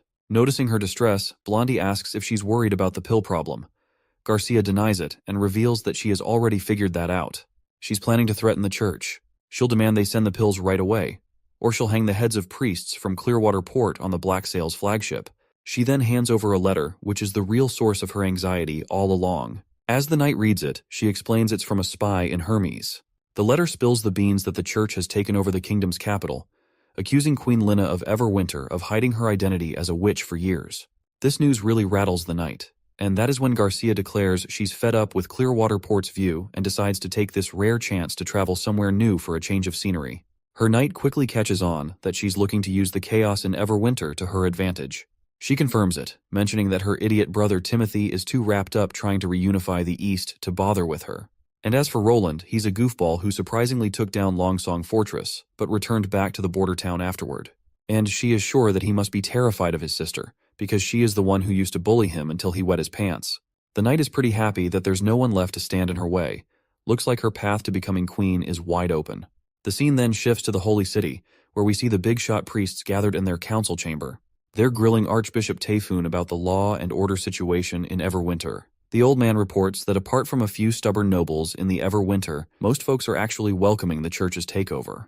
He vows that those nobles who won't repent will be dealt with one by one. The lady then decides to just kill these mindless pleasure-seeker nobles. That's when another bishop chimes in, saying they should wait for things to settle down in the kingdom before getting rid of the nobles. That way the church won't feel any resistance by the people. Currently, he plans to offer them positions equal to their current titles under the law of the church, though those titles wouldn't pass to future generations. He reminds everyone they're aiming to abolish kingship eventually, so there's no rush. Heather, feeling a bit let down, reluctantly agrees to wait for another day to kill those filthy nobles. Looks like her sassy remarks definitely rattle Tayfun's nerves. Moving on, Priest Maine asks his friend Tayfun about the situation in the castle. In response, the old man reports that according to the latest info, the new King Timothy didn't return to the king's city after his defeat, but headed straight for the eastern region. In the war, he took Duke Francis with him to take on Queen Garcia of Clearwater, but ended up tasting defeat himself, with Duke also meeting his end. So Timothy quickly moved to divide up the Duke's territory in the eastern region.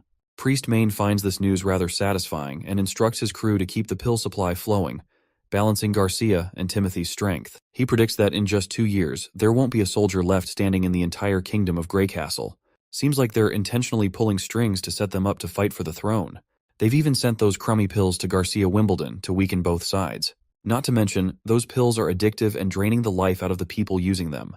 Tayfun then reveals about our hero. He reports that he refused to touch those pills or accept help from the church. Plus, he's not interested in fighting for the throne and has gone back to the border town after conquering Longsong. Like everyone else, Maine is baffled about how our goofball hero managed to take down Longsong Fortress. Lady Heather chimes in, suggesting they might be underestimating Prince Roland's strength. Maine admits that he is amazed to see that Roland took down Longsong Fortress, and it just shows he's got some muscle to flex. But he's sure that no matter how talented someone is, without the resources to back them up, they won't last. Since he chose to retreat to the cushy border town, it's clear he's given up on messing with Greycastle. So now, he's no threat to the church's grand plans. The lady agrees, saying it's all true on paper. She lifts her gown and pulls out a piece of paper hidden in her sash, along with that sneaky knife. She hands it over to Maine and assures him the info is 100% legit. Once he reads it, he finds out that Prince Roland has witches on his side. Back at the border town, the advisor is visiting our hero, totally freaking out about why he's charging only 20% of the serfs' crops as property tax when they become free people. He admits that even 50% would still be seen as generous. The prince reassures him, saying having a basement full of gold means nothing. He smartly explains that by only charging 20%, he plans to buy the rest of the crops at a fixed price. That way, once they have money, they'll spend it on good stuff. And Prince Roland will be the one providing that good stuff. It's a win-win where money flows back to him, and the people will also be able to raise their living standards. Suddenly, Knight Carter bursts in, excitedly reporting that Sean is back with crop seeds from Clearwater Port. The man in question is grinning like he hit the jackpot as he shows off all the plants the prince asked for. First, there's this corn that he's calling Pearl Rice, which has everyone doing a double take. My guy's practically drooling over it already. Then, he pulls out some potatoes, and our hero jumps at them like he's about to whip up some killer French fries. Hearing this, Sean curiously asks what these French fries are. Prince spins a story about munching them at some fancy feast where the chef called them fries. Next up, sugarcane arrives, and our hero's thrilled, predicting a sweet future. But poor Knight Carter can't seem to find them sweet even after taking a bite. Meanwhile, the old man's freaking out, shaking like a leaf. He was just a tad suspicious about Prince Roland maybe being possessed by demons. But now he's dead certain after seeing this kind of genius. He is sure that Roland's personality has changed, and his behavior seems weird. He's heard of stuff he never knew existed and has knowledge no one else has heard of. But despite all this, he can't find anything bad in what the prince has done so far. So, he decides to just brush those thoughts off because as long as Roland keeps doing good stuff, even if he's a bit of a devil, it's all good. Roland hands over the sugarcane to the old man, who quickly sinks his teeth to taste its sweetness. By the end of the day, Roland's feeling pretty beat, thinking over Sean's report, and he has found out that her sister Garcia also has the church's pills. Now, he understands why the church is trying to help him and Garcia with their pills. They want to provoke conflict. In light of this, he plans to prepare high rate-of-fire weapons to counter the looming threats. Suddenly, Anna appears, catching him completely off guard, leaving him startled. The prince jokes about Nightingale always popping up out of the blue, and Anna has also started doing the same, teasing her that she might give him a heart attack someday. He then asks why she's here instead of in class. She explains she's stuck on a tough physics problem, and Teacher Scroll sent her to him for some personal help. After seeing the problem, he admits he's no quantum mechanics expert either. He still tries to teach her, diving into stuff like different dimensions. As they hang out, night creeps in, and they finish up their studies. When it's time to say goodbye, they share these intense glances that leave them both blushing. They quickly look away, feeling all awkward. The prince feels too bashful to make a move, but Anna takes the lead, getting closer herself. He finally gathers his nerve and gently places his hand under her right ear. Once they relax, they move in and share a kiss. Another day rolls around at Border Town. Nightingale glances around, spotting slogans plastered everywhere, which are encouraging people to work hard. Curious, she asks why these slogans are everywhere. The prince explains they're meant to inspire people to build their wealth through hard work. He believes these words will eventually become reality and deeply resonate with everyone. Meanwhile, we see Anna making some stuff which might belong to a chemistry lab. She wonders aloud why they are melting and reshaping these perfectly good glass cups. In response, he reveals to these curious ladies that they're for the alchemists who will visit Border Town in the future. Nightingale grabs a funnel, pretends it's a wine glass, and raises an imaginary toast while peering at it with her curious eyes. The prince explains he's too busy to figure out how to turn sand into clear glass, so he's using already available glass for now. This leaves the girl even more confused. She's wondering how sand and glass are connected. The prince responds that they need to refine the sand to get perfectly clear glass. Otherwise, it tends to come out brown or green. The chemistry equipment has to be pure and colorless. Meanwhile, Nightingale keeps messing around with the equipment and gets a playful bonk on the head. And our hero continues to teach Anna about how he plans to use the equipment to handle acids and conduct more experiments. After the playful bonk, Nightingale walks away while the prince continues teaching Anna. Nightingale spots some delicious snacks on the table and can't resist. Being a bit of a snacker herself, she grabs a steamed bun and takes a big bite. The flavor instantly transports her to heaven. When she opens her eyes, it's like she's wandering through a ripe wheat field, enjoying every bite with its weedy smell and amazing texture. The filling inside is bursting with goodness, and the aftertaste just keeps going. Roland notices the lady enjoying the snack all by herself, and happily tells her it's a steamed bun he had the chef make specifically. He then decides to wash up their dirty hands and have afternoon tea to enjoy these delicious treats together, and the both ladies eagerly look forward to it. As the day wears on, the blazing sun makes it hard for Nightingale to keep her eyes open. Meanwhile, Prince Roland is goofing around with Anna, and there's a faint smile on Nightingale's face. Her eyes slowly close as she drifts into sleep, her thoughts filled with dreams of marrying our prince. In her dream, she walks down the aisle of a grand church hall, lined with other witches. When they reach the altar, the prince lifts the veil from her face, revealing her true beauty, and they share a kiss. While she's lost in this dream, Anna playfully tells Prince Roland to quiet down because she's sure her older sister must be having a lovely dream. It's the only thing that could explain the smile on her face. Next up, we're back in the Holy City where we find the three archbishops once again. They're deep in discussion about wiping out the witches our hero is keeping in the border town. However, since the church is already gearing up to attack Wolfheart, they're short on soldiers. Archbishop Maine assigns Priestess Mira to lead a small but elite unit called the Judgment Army. He's confident she'll get better results if she heads to the border town with them. The priestess agrees wholeheartedly, and she is ready to cleanse the border town of all evil. With his blessings, she's instructed to head to the border town right away to scout, and she nods without hesitation. Lady Heather then teases Maine about giving Priestess Mira so much attention, joking whether he's grooming her to be the next big shot of the church or if he just has a soft spot for her. Hearing this, Priest Typhoon, who is not really a fan of her sassy and careless tone, angrily reminds her that this situation involves both kingship and witches, and they can't afford to ignore it as it could affect the church's future plans. Maine agrees, speculating that the fourth prince might be harboring witches. He's convinced that the goofball prince must have been enchanted by their beauty, and now he is their puppet under their charm spell. Also, there are rumors that the border town is recruiting more witches, and Maine sees it as a direct challenge to the church's authority. He wants it all sorted before things spiral, even considering going to the border town himself if Mira fails in her task. The scene cuts to some rundown spot where these witches snagged some poor dude. They give him a splash of water to wake him up, and when he opens his eyes, he's totally freaked out seeing these ladies around him. His mind suddenly flashes back, remembering how he got caught by these ladies, and he's dead certain that they are witches. The girl immediately points her shiny dagger at his face, and after seeing his scared expression, one of them then asks him why he is wetting his pants now, since he was the one chasing witches all this time. Then, a flashback shows our hero assigning this guy Theo a mission. He was basically instructed to use underground channels and spread gossip that the border town is recruiting witches. The prince told him that if he got caught by witches, he should claim he's from the Cooperation Association. When Theo drops this bombshell over these witches, they look surprised. But then another woman storms in, wielding a giant sword like a female version of Guts. She laughs off his claim as nonsense, saying the Cooperation Association is way out in the Seawind region. The other girls are thrilled to see her back and they quickly surround her, revealing that this guy was the one using the underground channels to spread rumors about recruitment.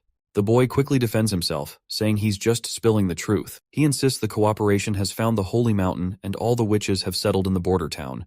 They're not possessed by demons and don't feel any pain from anti-phase stuff either. He goes on to reveal their mentor named Kara, who can summon magical snakes, something he's witnessed firsthand and found incredible. He also mentions Wendy and Scroll, who sent him on this mission. This girl is totally intrigued to hear all this, while Theo further talks about Nightingale and others. In response, the women point out that if they've really settled on the Holy Mountain in the border town, they shouldn't have spread the news. It'll only alert the church, and if they don't clear out of there soon, they're in big trouble. The redhead witch asks what their next move should be, to which the black-haired one declares that their leader will arrive tonight at midnight, along with other witches, so they will be sailing the ship along with others. As for Theo, she kicks his chair over, sending him crashing to the ground still tied up. The black-haired woman then tells her redhead friend to hop on the ship with the others while she heads back to the border town with Theo. She wants to confirm if the Witch Association actually found the Holy Mountains, so she tells her friend to inform their leader Tilly that she is going to the border town. In the next scene, we see Lady Lightning soaring through the sky, exploring the areas marked on the same treasure map our hero received from that night. She's covered a lot of ground already, and the prince specifically asked her to scope out the notorious Misty Forest, and after proudly taking on the task, she's psyched to explore further solo. Just as heavy rain starts dumping, she quickly tucks the map into her jacket, making sure it stays bone dry no matter what. Then bam! She spots something nearby and takes off like a shot, racing through the forest like lightning. Deep in the woods, she stumbles upon ancient ruins and starts scanning the place for anything fishy. She admits she had no clue a place like this existed because it was completely hidden from view by the mist when she was up in the air. If not for the rain, she likely would have missed it altogether. Her nose catches a tantalizing scent, the aroma of adventure that perks up her spirits. After a bit of poking around, she realizes these must be the ruins marked on the treasure map. According to the plan, she's supposed to note down the location and head straight back to the border town to report everything to the prince. But her adventurous spirit kicks in, urging her to venture inside alone. Besides, with the rain pouring down, why not explore until it stops? Once inside, she finds empty halls, so she continues deeper, but she still finds nothing. But as she is walking forward, she hears a faint voice, calling for help. Lighting gets absolutely terrified and immediately hides behind the wall, while the same voice continues to call for help. She finds it hard to believe that anyone could be here, considering these ruins are centuries old and deep within the Misty Forest. It doesn't make sense for someone to be lurking around. But despite her doubts, she pushes forward, thinking maybe there's an explorer stuck inside who needs help. She cautiously pushes the door gently, but the door crashes down and before her stands a disgusting monster, a creature straight out of nightmares. This terrifying scene freezes her in place, and she falls to the ground as she realizes that this is the same demon which the Lady Leaf fought in the Badlands. Tears well up involuntarily as pure horror grips her heart. The monster towers over her menacingly, ready to pounce. The next thing that fills the air is her piercing scream, blending with the thunderous roar of the storm outside. The next scene takes us back to the border town, where our hero meets Margaret Farman, a lively merchant from King's City. She's brimming with enthusiasm, bombarding him with questions about his steam engines. She's eager to buy a lot of these machines, offering a hefty sum of 500 gold royals for each. My guy's thrilled at the prospect of earning 5,000 gold royals for 10 steam engines. But as much as he wants to sell them, he can't just hand them over to the royals. These steam engines are the result of Anna and her hard work, something that can't be bought or sold. He's torn because Margaret is not only wealthy but also strikingly attractive. With a necklace adorned with pure gold containing the divine stone of judgment, even Nightingale can't detect if she is lying or not. He also notices Margaret's enthusiastic personality, which is a 100% clone of Lady Lightning itself. Anyway, the prince tells her besides saltpeter, he needs iron, copper, and ferrous sulfate, hoping she can arrange those materials if they plan for a long-term deal. In response, the woman happily agrees. But suddenly she is shocked by something she sees, and when our guy turns to look, he spots lightning flashing across the window. He quickly opens it, and she immediately hugs him tight, tears streaming down her face. The prince signals his knight to fetch Nana immediately. Roland then gets shocked when he remembers that there is a merchant inside the office, which is troubling him because Lightning is a witch. On the flip side, this lady seems to already know Lady Lightning, and I wouldn't be surprised if she's her mother. But our hero doesn't pay attention to her and decides to take Lightning for treatment, leaving the Morning Lady screaming behind as she watches Lightning go. After a while, Lightning has been healed and she immediately opens her eyes. She sits up quickly, and Wendy and Nana are thrilled to see her awake, bombarding her with questions about what happened. Lightning looks like she's about to cry again as the prince asks why she came back so urgently in that heavy rain. She reveals that she found the ruins from the treasure map and there are demons inside. Everyone is shocked to hear this, and Teacher Scroll looks terrified, asking if she went inside. She says no, explaining that there was a demon guarding the basement door and someone was calling for help inside, but she got scared and ran back like a coward.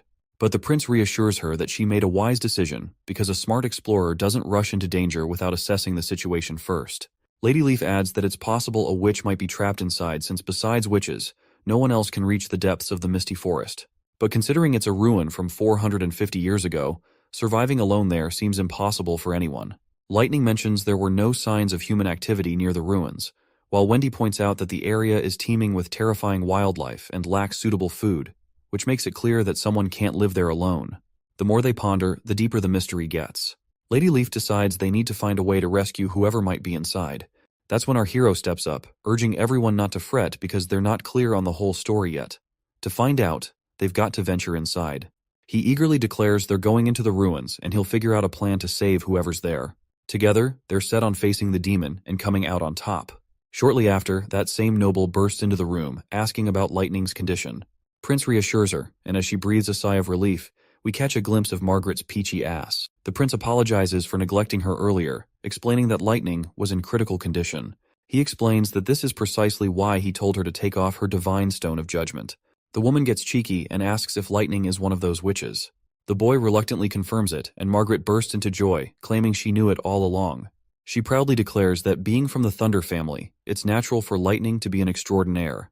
The prince is surprised to hear this, and Margaret explains that she has watched Lightning grow up.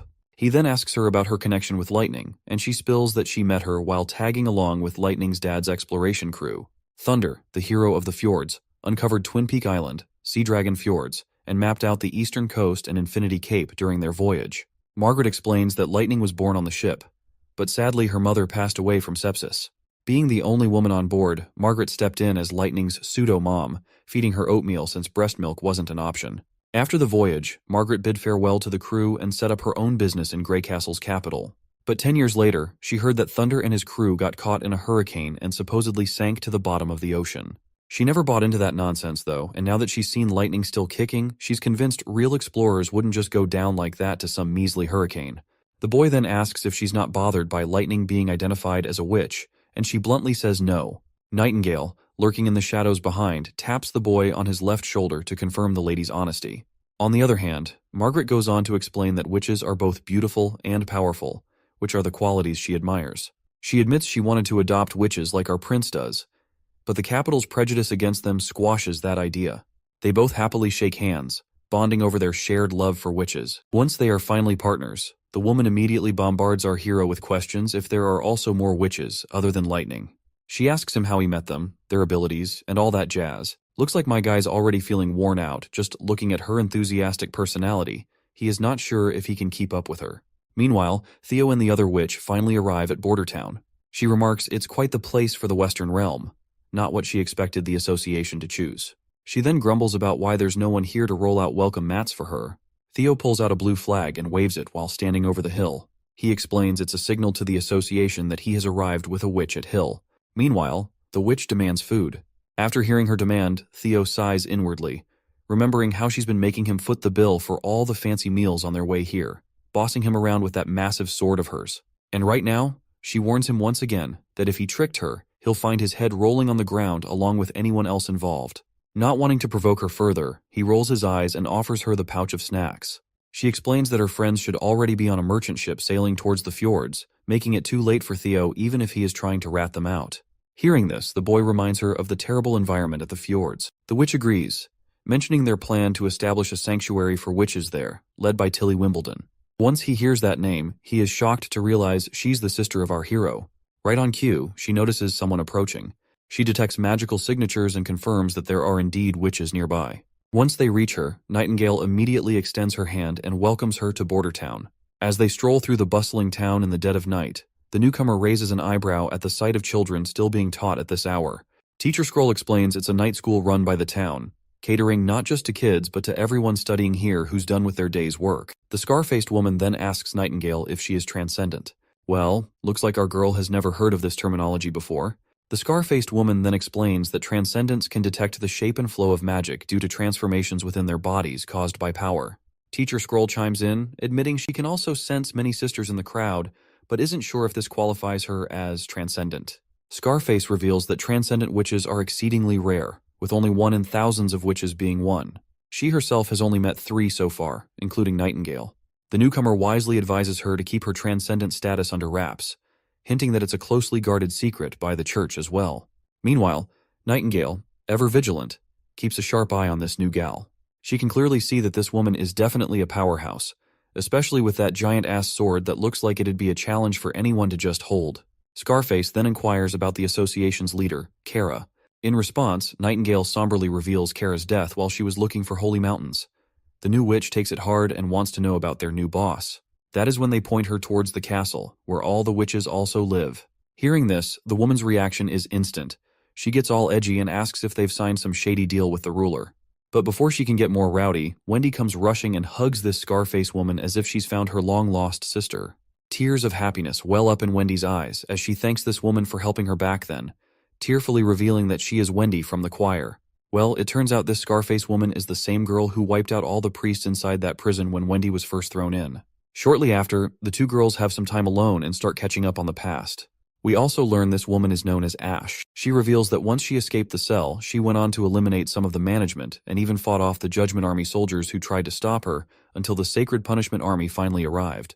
Wendy curiously asks what the heck this Sacred Punishment Army is. Ash explains that it's a force made up of the church's most skilled warriors, their secret weapon against transcendent witches. They were the ones who gave her that scar on her eye. Their strength and speed matched hers, but they seemed devoid of any consciousness. When she cut off a soldier's hand, he didn't hesitate to attack back with his other hand. She wasn't about to let those pests off easily. She hid during the day in the alleys of the old holy city, coming out at night to ambush messengers and the Judgment Army. Eventually, she had to flee when the church scoured the entire city. When Ash left, her clothes were practically glued to her because of blood. All bloody. If anyone caught sight of her like that, they'd probably think she was some wild, mindless beast.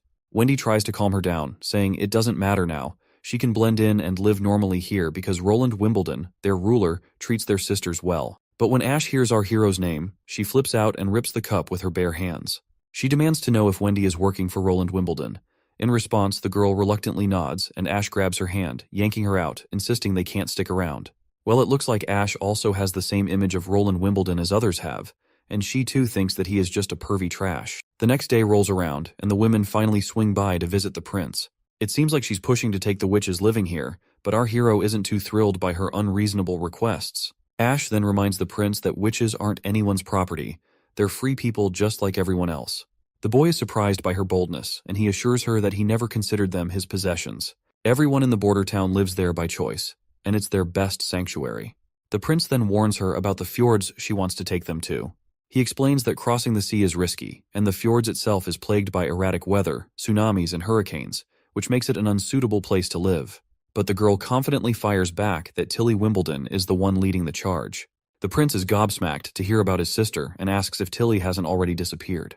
Ash explains that the 5th princess has already gathered a bunch of witches and taken them to the fjords for safety from the church. She's sure Tilly can lead them to create their own homeland. She also chides our hero for foolishly spreading rumors about recruiting witches, warning that he has already attracted the church's attention. Nightingale gets ticked off at her for calling the prince a fool, but he calms her down. He then asks Ash, as a transcendent witch, how many soldiers from the Sacred Punishment Army she can take down.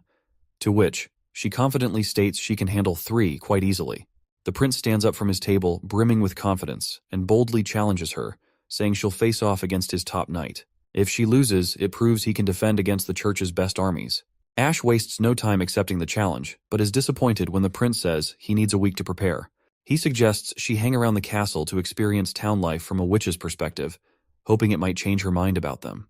The girl just starts walking off, and the prince mentions feeling déjà vu from when they first met, like he's seen her somewhere before. Hearing this, the lady gets absolutely furious, demanding to know if he actually remembers her. She turns around with bloodshot eyes and a face full of anger, making it clear she would have torn him to shreds in the past if Tilly hadn't intervened. The poor guy is clueless about what she's saying, while Anna and Nightingale immediately catch on to the situation. They both ask her if he's also groped her peach in the past, but the prince shamelessly denies it. Well, can't blame my guy, since the real old pervert Roland has been 6 feet under for ages. Anna then asks if he's sure he can beat a transcendent witch with just a knight. My guy confidently says that if he designs a rapid-fire weapon that can match her speed and strength, he's got at least a 70% chance of winning. He mentions he's already gathered all the ingredients for making the firearm, which are sitting pretty in the storage room. He goes on about the nerdy chemistry stuff involved in making it, while poor Nightingale cleans out her ears and starts walking out, since all this doesn't make any sense to her in the slightest. Meanwhile, Lady Ashe still can't shake off her impression that he was just a pervy molester, but now she senses a king-like aura from the prince. Suddenly, she's abruptly attacked by Nightingale, and she quickly steps back to dodge and quickly retaliates with her massive sword. Nightingale also sidesteps the attack like no big deal. Ashe asks if she's here on the prince's orders, but our girl denies it, claiming they do not pull a fast one on their guests, and she can enjoy herself in the town as much as she wants. However, Nightingale doesn't shy away while warning her that if she tries anything shady against Roland, she'll be in deep trouble. The scene then shifts to a ship peacefully sailing through the sea. On board is Professor Kyle Sichi, an alchemist known for his skills. He's heading towards the border town because Prince Roland's letter contained alchemy equations that are surprisingly genius-level and valid. Kyle tested them himself and is eager to study them further to expand his knowledge. He writes a letter to his apprentice, Charles, explaining everything and letting him know he's left the Red Alchemy Laboratory in Redwater City to sail to the border town. As this man makes his way to the castle, we catch sight of our girls, with Sister Moon demonstrating her powers by spinning a small windmill. She's feeling pretty chuffed when our prince compliments her skills and asks for her help in developing a direct current motor. The girls are all smiles, diving into learning about the law of induction. Their learning session gets interrupted by Knight Carter, who bursts in announcing the arrival of the alchemist from Redwater. The old man finally shows up before the prince, and after the pleasantries, Mr. Mustache wastes no time diving deep into discussing the equations from the prince's letters. The prince acts all chill about it, brushing it off like he stumbled upon those equations by accident. The old man is totally floored to learn that my guy came up with these equations on his own, but then he wonders if these were Royal Alchemy Society secrets. The prince just shrugs and cunningly spins the tale that these equations came from ancient books 400 years old. He slyly adds that back then, scholars preferred calling it chemistry instead of alchemy. This revelation really knocks the big mustached man for a loop. The prince nods, dropping more knowledge bombs like the law of conservation of mass, which basically says stuff doesn't just pop into existence, it just changes from one form to another. He then gives an example with a delicious cake he plans to eat, explaining how they'll absorb some parts and, well, get rid of the rest later by shitting it out. Professor Kyle still appears to be curious and asks what happens to the mass when a giant log is burned, since ashes weigh less. My guy calmly explains that the log's mass becomes gases and water vapor, leaving behind only ashes. Once my guy has the old man's attention, he casually digs through his drawers and pulls out a chemistry book, calling it a gold mine full of knowledge. He tells the old man if he wants this treasure trove, he'll need to work for him to earn it. Well, judging by the old man's reaction, it's pretty clear what his answer will be. So the prince gets down to business and offers him a fat paycheck, just like the one he used to rake in at Redwater City, with a 5-year contract. With a snap of his finger, his old advisor magically appears with ink and a pen for the professor to sign. The prince also throws in a confidentiality agreement, making sure the professor won't spill any research secrets to other alchemists. While the professor is ready to go, he's not quite sure what he'll be brewing up in the border town lab. Prince Roland confidently declares that they'll be making high-density acids, the stronger the better. Once the old man is out of the room, Nightingale appears back and calls out the prince for spinning a whole web of lies. She reminds him that just yesterday, he had the Sister Scroll memorize and create that entire book. The prince cunningly admits he spoke white lies, explaining it was the only way to convince the professor, who wouldn't believe someone like this goofball prince could come up with such knowledge. I guess the lady gets where he's coming from, but she throws him off by asking who actually taught him all that stuff. Well, the prince just can't really tell her about his days as an underpaid engineer before coming into this world, so he remains silent. But thankfully, Nightingale cuts him some slack, letting him off the hook, saying he doesn't have to say anything if he doesn't want to, because she doesn't want to hear any tall tales. In the next scene, we're at the training grounds where the prince watches a demonstration of the new toy he recently had made. Knight Carter is wielding this new gadget, which seems to be a Russian roulette-style firearm. As Carter empties the chamber, cartridges clatter to the ground, and his confident trigger pulls turn into a comedic failure. Not a single shot hits the mark. The girl standing beside our prince grows concerned as he is visibly disappointed while poor Carter looks devastated as well. But Roland tells his friend to relax, explaining that pistols are notoriously inaccurate compared to muskets. He promises Carter they'll tweak the gunpowder mix to max out this bad boy's potential. He tells him to keep practicing on the targets before facing off against the transcendent witch, Ash. Although Knight Carter isn't used to handling this gun, he can definitely appreciate its beauty and craftsmanship.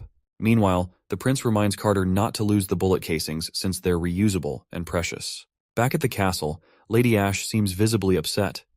The witches living there are being stubborn and reluctant to leave. She's also scratching her head over the town's peculiarities, wondering what kind of magic Roland is using to hype up the villagers about those upcoming inventions of his. Just as she's thinking this, she spots something, and a chubby little pigeon trotting her way crashes into her. This little furball goes by the name Maggie, and she is apparently part of the 5th Princess team. She asks the bird if everyone has reached the fjords, and the bird chirps back in its own language. Then, she inquires if the bird has eaten, and she sprinkles some breadcrumbs. The pigeon lights up and starts pecking at the food, but soon it becomes agitated, poking Ash angrily on her head, insisting she's not a bird. Suddenly, the seemingly ordinary bird begins to transform, turning into a cute little girl. She greets her friend once again, this time in their shared human language. The girl tells her friend that even with a tracking bracelet, it was tough to pinpoint her exact location. Thankfully, Lady Shadow tipped her off that Ash was heading to recruit more witches from the border town, and she is now really thrilled about meeting the other witches in person after her long trip. Ash somberly admits that the witches are hesitant to leave because they trust Prince Roland more than her.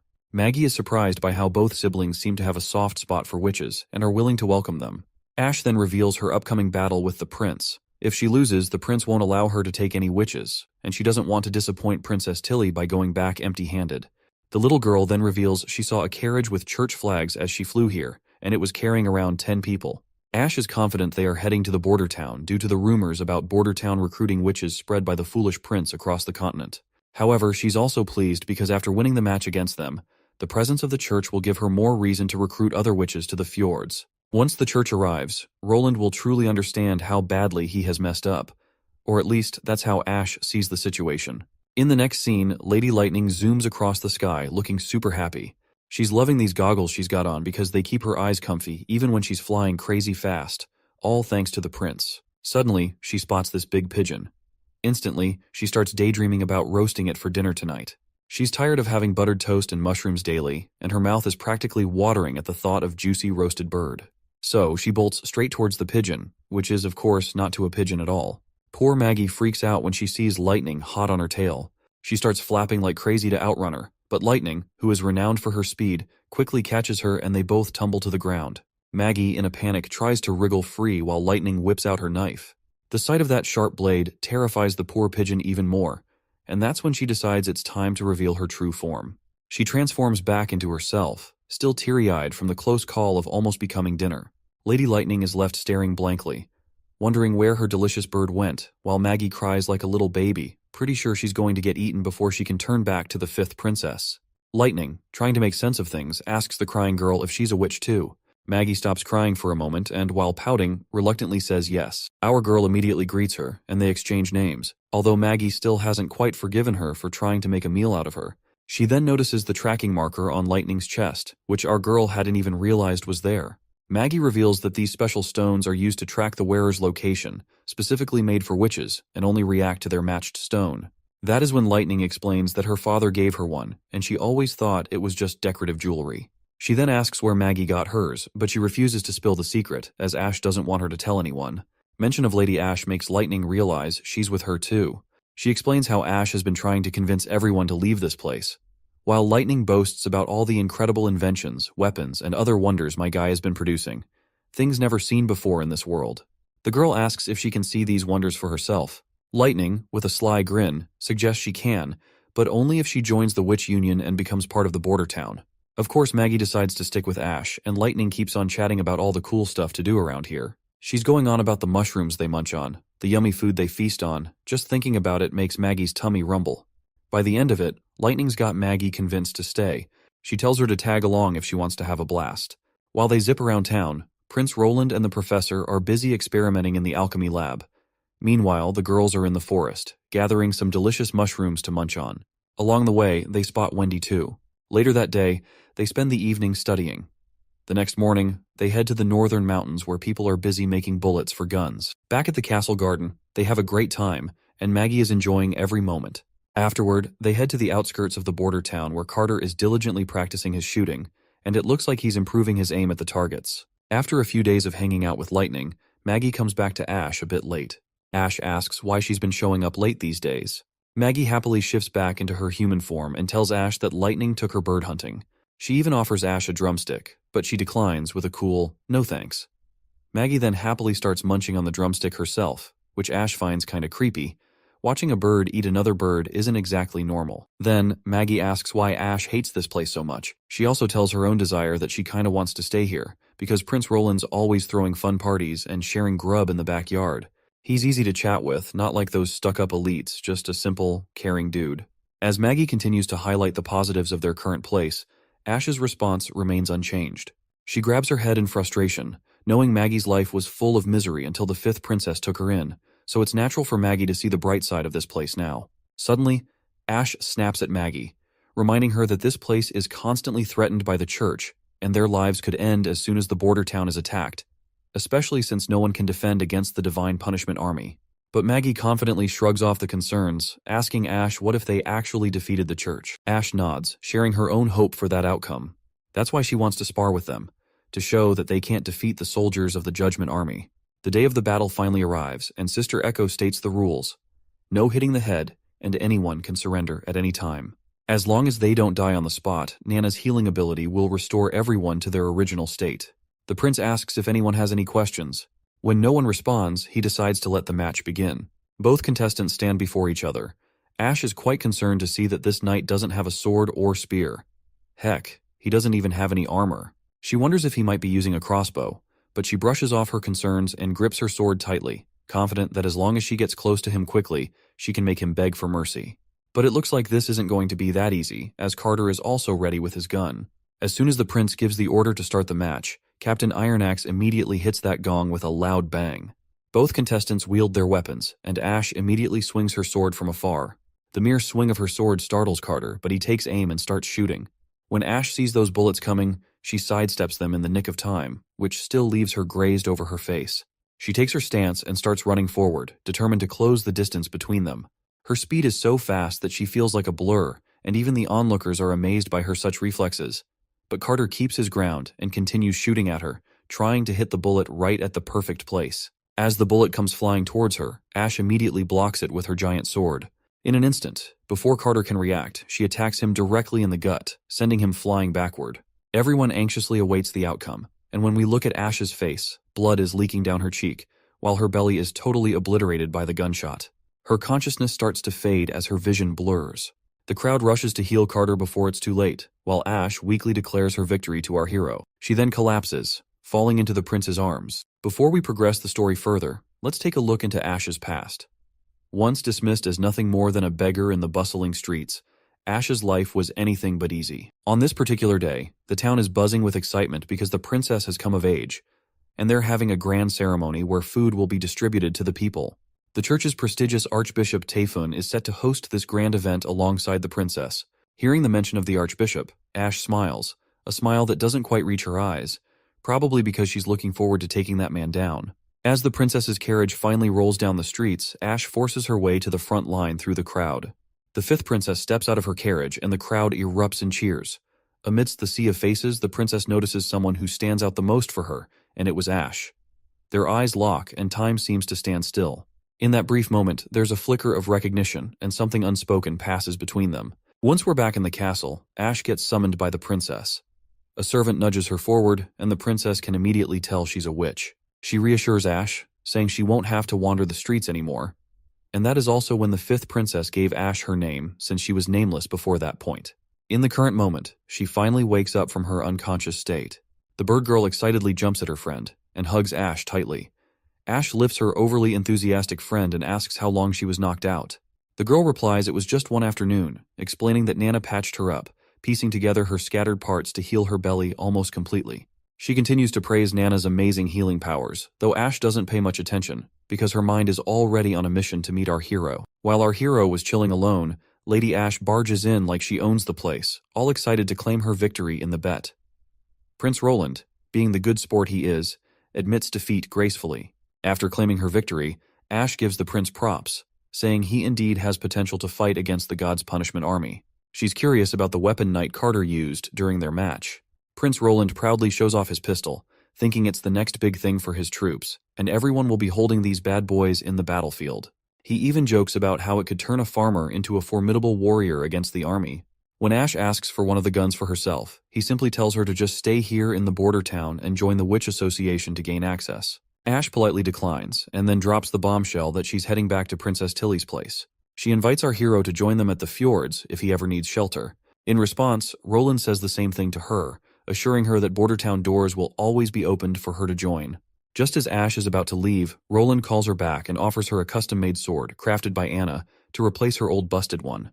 The lady eagerly takes the sword, feeling a surge of confidence as she grips it. She notices it's not your run-of-the-mill blade and questions why this is feeling so weird in hand. That's when Prince Roland drops the bomb. It's called Ashbringer, and he boldly and loudly claims it's a legendary item, far superior to her old sword. Swinging the sword around, she feels its power and gladly accepts this impressive gift. Meanwhile, Roland barely saved himself from getting cut down while she was swinging around her new toy recklessly. In the next scene, we're at the camping area of the church's scout army, led by Mira. The woman plans to scout if there are actually witches in the border town. She boldly declares that if Prince Roland is indeed harboring witches, she has the power to deliver holy judgment, and she's eager to give our hero a serious beating. Her pleasant train of thought is abruptly interrupted by news of enemy warrior attacks. The knights quickly order everyone to prepare for battle. The knighted lady rushes to peek outside, but before she can react, Lady Ashe cuts down all of the knights in one quick motion. It seems my girl is here to put her new sword to the test, and it's working quite effectively as she effortlessly cuts down people left and right. In one quick swing, Ashe cuts the knighted lady into two pieces, leaving Priestess Mira trembling in fear at the sight of such brutality. Ashe's presence exudes such thick killing intent that it feels suffocating. The priestess recoils in fear, causing that book she was holding to topple to the ground. Maggie quickly recognizes the book as the church's choir book and smoothly grabs it. On the other hand, Lady Ashe raises her sword. Then she begins her torture of this priestess, just like the church did with the witches. After taking her life, she digs a grave for her and drags her inside it. Maggie asks her friend why she did this, because if the church finds it out, shit is going to get real bad. Ashe explains that by the time the church finds out their messenger group has disappeared, 2 or 3 months will have already passed. She clarifies that no matter how Roland Wimbledon handles the situation, the cooperation with the witches will eventually be exposed. Then, she shows her the messages they've been sending via carrier pigeons to Hermes to report on the situation. Maggie declares she's already nabbed all the pigeons, so there won't be any reports back to the church. Hearing this, Ashe adds that this buys Bordertown some much-needed time before the church's army strikes, and she is feeling pretty proud that she is doing a favor to our hero by doing that. Maggie gives her friend a thumbs up for her mastermind plan, and for some reason, Lady Ashe grants our pigeon girl permission to stay in Bordertown. The little girl mentions she likes Lady Tilly too. Ashe then tells her to just visit the fjords once a month. This way, she can keep tabs on what's happening in Bordertown and facilitate communication between both sides. It's a plan to help Bordertown escape to the fjords if things get messy. Maggie is over the moon to hear this, and just as the sun peaks over the horizon, we're back at the Bordertown castle. Here, Sir Ferlin Eltech has been invited to a royal feast by the generous prince. Roland urges them both not to hold back and to enjoy the feast to their heart's content. Ferlin humbly thanks him for the honor of dining there, and his wife, Irene Eltech, also expresses gratitude. She specifically thanks our hero for allowing her to become a teacher. Roland credits Sister Scroll, in charge of the Ministry of Education, for arranging everything. Irene cuts to the chase and asks why they've been called there exactly. Roland enthusiastically reveals his plan. For the first half of this year, he wants a play performed in the town square every weekend. He already has scripts, props, funding ready, and now he just needs a cast. Knowing Irene used to be an actor back in the Longsong Fortress, he asks her to play the role of Star in this play. The lady hesitates at first about taking on such a major role, but our hero waves a fat paycheck her way for her job. Her husband encourages her, noting it's always been her dream, and he wholeheartedly supports her. The couple gets a bit romantic with each other, making our hero feel a tad awkward. He clears his throat awkwardly and then proceeds to hand them the scripts. He explains that the first play is Cinderella, a romance between a commoner woman and a prince. The second is Midnight Crow, where the little guys stick it to their greedy landlords. The last one, Witch's Diary, is an original they crafted with Miss Scroll, and he's genuinely excited and proud of it. The wife is absolutely amazed by all these scripts, and our hero is pumped to kick off the cultural scene. He's really eager to use plays to counter the church's propaganda and promote progressive ideals. Next scene zooms in on our pretty pigeon girl, totally floored by the feast spread out before her. Unlike the usual cheap buffets we hit up, this spread is top-notch. Everyone warmly welcomes Maggie into the fold. Our boy tries to introduce himself formally, but the little girl is too busy ogling those barbecue sticks to even notice the prince's introduction. At that moment, the girl can't hold back her hunger any longer. But Wendy jumps in with her own introductions, while Lady Moon encourages the girl to try the barbecue sauce made by the prince himself. She dips her finger into the sauce, and once she puts her finger into her mouth, she is absolutely thrilled to have it. Her taste buds are doing the happy dance. This is something she has never tasted before in her life. Everyone gathers around her as she enjoys her barbecue stick. They're all curious about her pigeon form and ask if she can transform into other birds. Proudly, she says yes and demonstrates by changing into a sparrow, then a seagull, and finally a cute little parrot. Her adorable transformations capture everyone's hearts, and they can't take their eyes off her. Anna turns to Roland with curiosity, admitting she never thought that the fifth princess was also gathering witches together. Roland shares her astonishment, revealing his intention to send a letter to his sister to team up with her. Maggie will deliver the letter once she returns to the fjords next month. Speaking of Maggie, Anna finds the prospect of flying really amazing and excitedly expresses her desire to fly like birds in the open sky. Well, looks like my guy has already got everything covered. Right in the next scene, a hot air balloon appears, granting Anna's wish as she soars through the skies. From up high, everything seems so small, and Anna sees the border town for the first time from a bird's eye view. Here they go again, chatting about all the nerdy stuff like how the hot air balloon works. But I'll spare you the details since we're here to have fun. The prince says one thing to Anna. Right now, everything depends on her black fire to work. Suddenly, Anna spots a Redwater River and can see everything from above. The test fields Sister Leaf uses, and the recently built factories. Well, looks like along with the era of industrialization, my guy has also started the era of pollution and climate change. The prince gives her all the credit, explaining that because of her, everything started and they were able to build everything. Anna is amazed to see everything, and that's when the prince takes his chance and gets closer. He grabs her hand, but the mood immediately dampens when Anna reveals that her mother died in a fire. She somberly reveals that not only did she narrowly escape the thick smoke and fire, but she also became a witch herself. That's why she's hated flames for so long and struggled with self-acceptance. When she was imprisoned, she thought facing her sentence might bring relief, but the prince rescued her and taught her to harness her abilities. Now, she's realizing flames can be used for more than just destruction and suffering. She gives all the credit to the prince for helping her change her mindset and use her abilities for good. As the mood sets in and the prince blushes, they share another kiss. After that, what happened in the balloon is anyone's guess. All we hear is a resounding voice of claps, probably because they're playing something fun. After their short journey, the balloon comes down, and everyone is genuinely thrilled to see it land. Some politely scold the prince for pulling such a risky stunt, but he owns up to his recklessness and explains that Maggie and Lightning were following them as backup. One witch then smirks at Lightning and Maggie, saying they're not the only ones who can fly now. Lightning and Maggie shoot back, noting the balloon's not exactly a speed demon, because they've already circled the castle about 20 times before it touched the ground.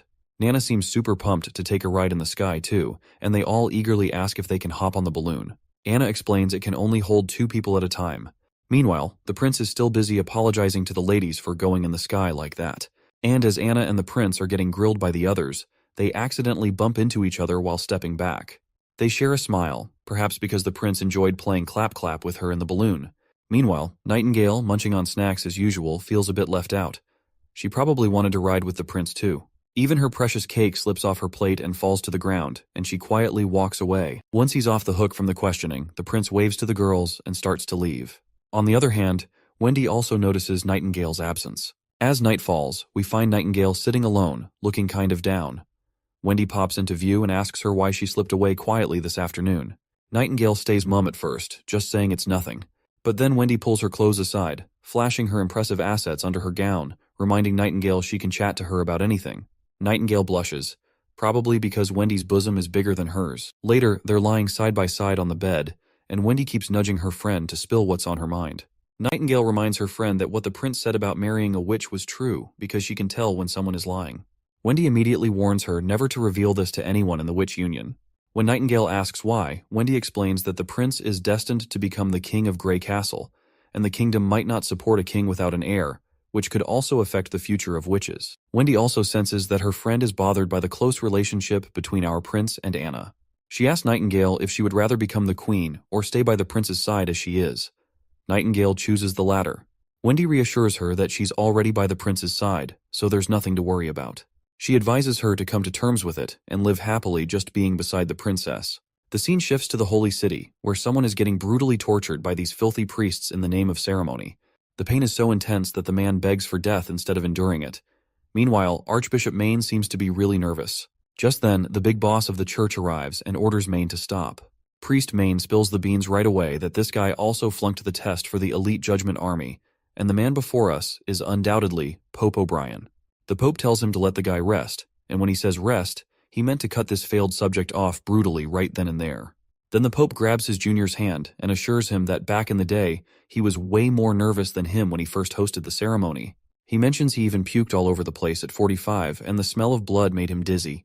Maine then asks his senior if it's really necessary to go through with this ceremony and how many soldiers they want to transform into the Judgment Army.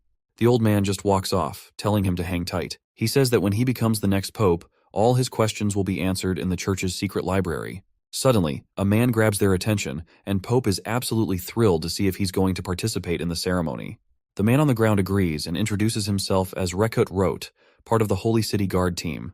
He's honored to take part in the transformation ceremony. Shortly after, they bring in a witch who has already been rendered unconscious with Dreamland water. They tie this new man to the same bench as the one before him and immediately begin extracting the witch's blood. They mix it with some divine stones of judgment, and the mixture turns into a mysterious bluish liquid even the Archbishop has no clue about. Then they inject this solution into the man's body. There's a possibility he'll undergo a transformation into a God's punishment warrior, also known as the Judgment Army, who is as strong as they come. However, if the transformation works out, it wipes out their emotions and smarts, turning them into mindless ghouls with just instincts and a tiny bit of will left. There's also a chance they might fail and suffer like hell or even kick the bucket. But the priests are all in because it's their only shot at fighting demons. Looks like this man has passed the transformation process. Soon after, we spot both the junior and senior priests together. The Pope gives Maine props for pulling off a solid transformation ceremony. 62 warriors joined in, and more than half of them succeeded. Then the old man brings up this new kind of poison, produced by Master Crow's eyes. If it's slapped on a rotting corpse, it spreads out to the area around it. This stuff floats through the air, so you don't need to eat it or touch it to get affected. There's no cure for it either. Pope, sounding all ominous, asks why they don't just use this against Greycastle. Back in Border Town, everything's peaceful, and Anna's totally blown away by the scenery from the hot air balloon. She turns to Soraya, asking if she feels the same. But Anna is left speechless for a moment when she sees all the paintings Soraya has been whipping up of the scenery they've seen from up high. Anna stumbles over her words, trying to say something about the paintings, while Soraya waits for her response curiously. Once they finally touch down on the ground, the prince bursts into the room, radiating happiness because he's heard that Soraya's painting style has undergone a drastic change. When Nightingale's eyes fall on Soraya, she's immediately shocked to realize that her magical abilities have transformed dramatically. The prince asks if her powers have evolved like Anna's, and when he sees Soraya's new paintings, he notices the thick textures of fluffy clouds, gritty castle walls, and tree bark so thick it's almost like you could touch it.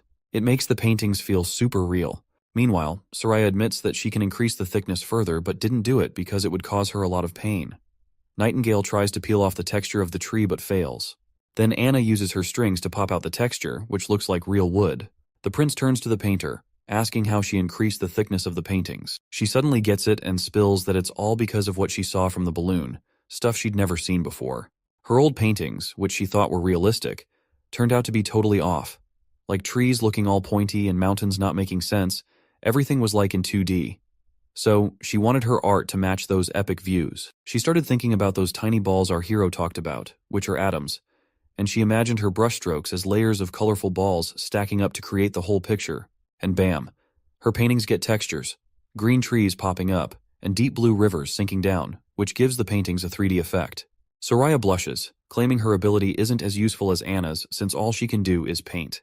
The prince reassures her it's valuable and he has the perfect idea, hinting it's related to her bathing issues. Soraya feels embarrassed, while Nightingale gives him a suspicious stare. The prince explains that rather than calling what Soraya creates paint, it's more like a coating made by magic. If it passes material testing, he believes they can use it to build water pipes. The girls ask what they're going to do with them, and he explains that no one will need to haul water for baths every day. they can have pipes in their rooms. He describes using an iron pipe as a mold, wrapping it in paper, and having Soraya coat the mold with her magic coating. Once the coating has dried down, it will act as a pipe. Meanwhile, Nightingale notices how the prince gets super hyped about nerdy stuff. When she sees him getting really close to Anna, she immediately feels jealous. She quickly looks away and slams her hand on the desk while standing there with an annoyed look on her face. It doesn't take long for the prince to notice she's definitely upset about something. Shortly after, we see the prince alone, deep in thought about creating a giant tank to hold Redwater River water. He plans to use steam engines to transport the water into the tanks. Once every household has water, he can easily set up bathrooms and toilets. He's feeling pretty pleased with himself about the idea. He stretches his back after a long stretch of work and finds himself missing Nightingale's presence. He decides to call her, but he gets no response from her. A mischievous glint flickers in his eyes as he considers doing something unthinkable. Yep, you guessed it right. He is planning to munch on the snacks Nightingale has stashed in her drawer. But before he can act on his thought, the lady herself appears and firmly warns him not to lay a finger on her dried fish. Prince then asks her why she's feeling a bit let down lately, and she responds that she was just following his earlier directive not to bother him. The prince apologizes, admitting he's been busy lately, and he's grateful she's always there to watch over him. He opens the drawer again, revealing a specially crafted gun. He explains he wanted to give it to her earlier, but it took longer than expected to carve the patterns on this beauty. This revolver is completely different and far superior to anything they've made before. Nightingale eagerly takes it. She's momentarily speechless, stammering out a thanks, then happily requests if he can teach her how to use the revolver. Once they step outside, Nightingale immediately starts her shooting practice.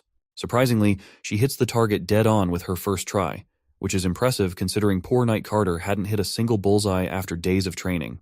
She asks if she did better, and the prince nods approvingly, mentioning she'll move on to a training simulation next. Nightingale is clueless about what's next, so our hero explains that hanging over the targets are stones of divine judgment, and she needs to take them down in the shortest time possible while she is exposed to their effects. After understanding her task, she prepares herself. Just before she dives in, the prince stops her and tells her to pull the trigger, adding with a grin, "Remember to shout, it's high noon." Cheekily, she turns around and asks if it's a suggestion or an order. Nevertheless, she gets ready. Memories of past heroics flood her mind when Wendy had told her that she's already by the prince's side. With a deep breath, she begins striking those divine stones of judgment, hitting each one with precision, reminding herself that she's his shield and will always stand by his side. The big day finally arrives, and the entire town gathers to watch the play they've been training for. The best part? Well, it's free for everyone. The prince has even invited the merchant Lady Margaret. Among the crowd is another merchant, Hogg, who finds the food delicious and otherworldly. Meanwhile, Fjord's merchant Marlon is super impressed by the quality and material of the cups, and he's ready to buy a few for himself. As the merchants continue their business talk, Lady Margaret apologizes on their behalf. She says that merchants are just laymen who can't stop talking about money and is sorry they're taking up his time. Meanwhile, up in the sky, Lightning is having a blast munching on popcorn, while Maggie looks annoyed that she's hogging it all for herself. Down on the ground, the prince is surprised that Lightning didn't recognize Margaret, even though she's been like a mother figure to her. Margaret explains they parted ways when she was very young, so it's no wonder she doesn't remember, and she only wants to reconnect back with her naturally. Margaret then asks about this snack called popcorn, and wonders if it's also a royal family snack. Our hero nods yes, but in reality, he's had Nana's help in making these popcorns from Sister Leaf's special corn.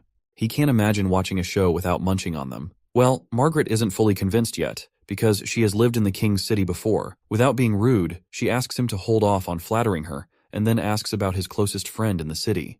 It turns out Prince Roland didn't have one, as he was just a flirtatious guy, and his closest companion was his magical hand, Yorko, which he used to grope every woman around the castle. Margaret starts chuckling and points out that she's also heard he used to be quite the ladies' man in the castle.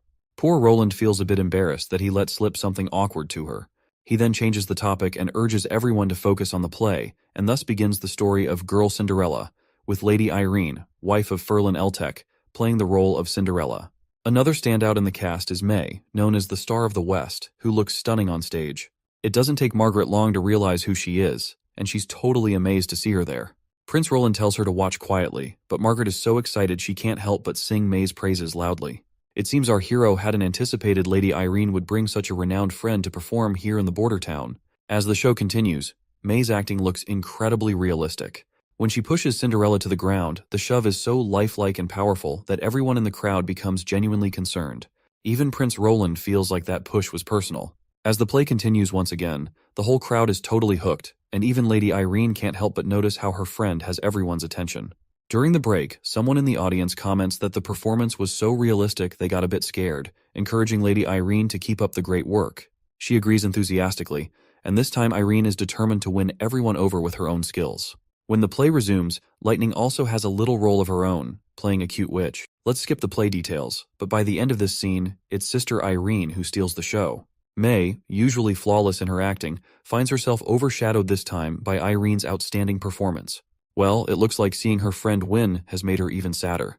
This guy Ferlin has been the target of countless women in Longsong Fortress, and in the end, he chose Irene. Now she can't help but cry her eyes out over this love triangle drama. As she walks off the stage, she notices Knight Carter holding a bouquet of flowers. He introduces himself as Chief Knight Carter Lannis, the Prince's Knight, and he gives her props for her incredible performance. Not one to waste time, he immediately invites her for a drink, leaving her blushing and feeling quite happy inside. The scene shifts to Longsong Fortress, where the soldiers from Grey Castle have arrived. Upon seeing their familiar flag fluttering, the ambassador starts to lose his cool. Below, the knight introduces himself as Leman Hawes, King Timothy's messenger, and he has brought a message from the king's city. He requests to lower the drawbridge to allow them entry. One of the knights quickly brings the permit, and the ambassador quickly takes a look at it, only to find out that this is indeed stamped with Timothy's emblem. Petrov quickly realizes that he can't turn down the new king's messenger like that, or he will be picking up a needless fight with the king's city of Grey Castle. With that in mind, he tells his soldier to grab 3 quick horses and make a dash for Border Town, and deliver the message to Roland that Timothy's crew is on the doorstep. Imagine if they had something like Skype to communicate. It would be quite a sight to see all the kings and princes having a heated conference call, probably more toxic than a Call of Duty lobby. Once the soldier dashes off, Petrov hopes Prince Roland gets the news soon. With the enemy's messenger group numbering less than 50, they don't pose much of a threat. All Petrov can do now is let them inside, and as the gate lowers, those knights below exude an ominous energy, and I'm pretty sure that shit is about to get real. Meanwhile, back in Border Town, it seems Prince Roland has finally brought the first bathtub into this world. Everyone bombards him with questions, and he patiently explains everything. When the tap is turned, water flows out, leaving everyone amazed and curious. They are curious to know if they can drink it, and from where it is coming. Prince Roland explains it's not safe to drink directly without boiling first, and Anna then elaborates on the principle of a siphon, showing how they can transfer water using this basic method. They've positioned a tank of this water at a higher elevation to ensure it reaches everyone's homes effectively. As Prince Roland gets caught up teaching everyone the nerdy ins and outs, our not-so-sophisticated lady just couldn't resist poking at the tap to see what would happen. As you can imagine, water starts gushing out like rain from the steel pipe above. Prince Roland quickly steps in to give a quick rundown on how the shower head works. Meanwhile, Sister Lily jumps in with a bit of sass, asking if the prince spent his whole week at the castle just to make his bathing more comfy. She's not shy about pointing out how nobles love their comforts, and he seems no different. Lady Scroll shuts Lily down with a quick, shush. But Prince Roland stays cool, explaining that chasing comfort drives human progress, and he's no stranger to that. Despite his casual yet clever response, Lily just sneers and turns her head away. Later on, when the prince is alone, Lady Scroll swings by to apologize for Lily's antics, but our boy just shrugs it off, saying it's no big deal. Well, since we haven't heard much about Sister Lily until now, Lady Scroll decides to reveal how she's been deceived many times and now finds it hard to trust others. Lady Scroll starts off telling us how she sniffed out Sister Lily using her magic power sensing abilities, right in one of the shelters in Redwater City. Basically, in the past, Lady Scroll would travel through towns pretending to be the wife of a noble interested in adopting a child, all the while carefully observing to find awakened sisters like Lily. However, when she tried to adopt Lily, she was refused by the shelter owner, who insisted on waiting until the children reached adulthood before they could be adopted. This refusal raised red flags, prompting Nightingale to dig into the orphanage's finances. Turns out, over the past decade, 3 witches were handed off to the church. The good-looking ones got dolled up and sold to nobles, while the others were left to die in the forest behind the shelter. When they grilled the shelter owner, it turns out he wasn't running the shelter for the cash. He got a sick thrill from controlling and even killing the girls. That is when their leader Kara, understandably furious, took justice into her own hands and killed that man. When they tried to invite the girls into the association, many of them looked at the association members with hatred. It was as if they were feeling robbed of a chance to be adopted by nobles. Lily was no different until Kara showed the bodies of their friends who were supposed to have been adopted, now dead in the woods behind the shelter. The sight was so overwhelming that Lily vomited and passed out in Wendy's arms. When she woke up, she seemed emotionally numb, like a doll. Under Wendy's nurturing care, Lily gradually recovered, but her experience left her with a deep-seated resentment towards nobles. which might explain her sometimes harsh behavior towards our hero. The prince starts feeling sorry for Lily, realizing she still manages to smile despite everything she's been through. Then, Lady Scroll pops the question, and our hero gives her the go-ahead to ask. Right on cue, Sister Scroll calls out to Nightingale, who promptly shows up from the shadows. By now, Roland is clueless about what these ladies are actually plotting. Lady Scroll finally asks the prince a rather awkward question, which is that since he's planning to marry a witch, does he know that witches can't get pregnant? The prince finds this a bit blunt, and asks if it's confirmed or just speculation. Lady Scroll sadly confirms that it's a harsh truth, which is backed by history itself since there's no record of witches ever getting pregnant. Roland thinks of it like reproductive isolation, wondering if witches have evolved into a whole new species that can't mix genes with regular folks. But the prince shrugs it off for now, deciding to chew on that idea later. For him, his love for Anna isn't tied to whether she can have kids or not. He's more excited about setting up a political system that's fair and doesn't favor family connections. Plus, he sees the lack of kids as a perk. It stops powerful family clans from forming, which he thinks could bring witches and regular folks closer together to work as a team. Suddenly, Nightingale interrupts him and asks what's on his mind. He's caught off guard at first, but then assures her that his feelings haven't changed, and he's still up for marrying a witch. After Lady Scroll quietly leaves, Roland wonders aloud if she's happy or disappointed. Nightingale stays silent as well, leaving Roland to play it cool and assume everything's all right. Just then, someone slams the door open. Night Carter bursts in, reporting urgent news. Longsong Fortress has been taken over by a group from the King's City, and Mr. Petrov has been imprisoned. The prince is floored by the news, especially when Carter adds that there were only 50 knights who managed to seize the entire fortress. The next scene takes us at the Longsong Fortress's cathedral, and it's a total bloodbath of soldiers. The priest of the church is shocked to see these enemy knights, likely under the influence of those same pills. Knight Lehman states that it's all thanks to the church for helping them capture the entire Longsong. He raises his sword and, before striking down the priest, declares that with this speed, King Timothy will quickly unify Greycastle. With that, he cuts the man down. Another knight appears and informs Sir Lehman that they've found more pills in the basement, 4 boxes, totaling at least a few thousand pills. Sir Lehman is thrilled to hear this and mentions that about 1,000 soldiers will soon arrive here. With this many pills, they'll have more than enough before entering the battlefield against the border town. He's all pumped to see our prince's face when he wipes him out completely. Back at Border Town, Prince Roland waits anxiously for his scouts who were sent to assess the situation at Longsong Fortress. Right on cue, Nightingale perks up with a smile as she spots Lightning and Maggie returning, who deftly land in the office through the window. Lightning doesn't waste a single breath before announcing they've departed Longsong Fortress and are heading straight here with around 1,000 people. The prince is shocked to hear this, wondering how those 50 soldiers multiplied into 1,000. Maggie then reveals that only 6 of them are on horseback. The rest are on foot. She further explains they're dressed plainly, many without armor, and their weapons are mostly spears, with a few swords mixed in. The prince perks up right away, figuring from the description that they're probably civilians or serfs in the army, so he's scratching his head wondering why Timothy would send in such cannon fodder. He wonders why Timothy hasn't learned anything from the border town's battle with Duke Ryan, where 200 knights couldn't even tickle the border town. Then it finally hits him like a thunderbolt, and the prince figures out that they're trying to plow through all that gunfire using the church's pills. He never doubted from the start that the church was supporting Timothy. If the border town has to face this army of thousands, he's pretty sure his first army will take a heavy blow. The prince then asks if those people were carrying the Divine Stone of Judgments. Lightning says she didn't dare to get closer, but that little bird over there saw everything once she turned into a hawk. While Maggie's chowing down on cake, she responds that she didn't see any stones, but there's a chance they might be hidden in their clothes. The prince then tasks Nightingale to go with Maggie again alongside the river. When they encounter the passing ships, Nightingale should get close to them while hiding within her fog. Once she's close enough, she needs to see if they're holding any divine stones of judgment. Nightingale just climbed out the window, and they flew off. The prince, stuck behind, curses himself for not paying enough attention to Longsong Fortress and making the dumb move of taking all the soldiers to Border Town, leaving poor Ambassador Petrov defenseless. But Anna quickly tells him to save his worries and regrets for later because he still has to figure out how to deal with the approaching army of 1,000. Which will be here in 3 days. She gives him a tight hug and assures him that they won't leave his side, no matter what happens. Shortly after, we see the town gearing up for battle, and Nightingale has returned. The prince asks if she found anything, and she reports back that there were only a few of those divine judgment stones. Lightning then asks about those holes they're digging, and the prince explains they're for bunkers. Both ladies look puzzled, so he clarifies that walls will surround these holes, leaving a small window for soldiers to shoot bullets while staying safe inside. He wants to protect his soldiers from those crazed pill-induced people shooting spears, and only bunkers can offer perfect defense against them. He has also organized 20 groups, each handling one artillery piece, which is a 12-pound field gun with a range of over 1,000 meters. The girls are absolutely thrilled to hear this, because with these guns, they're practically unbeatable.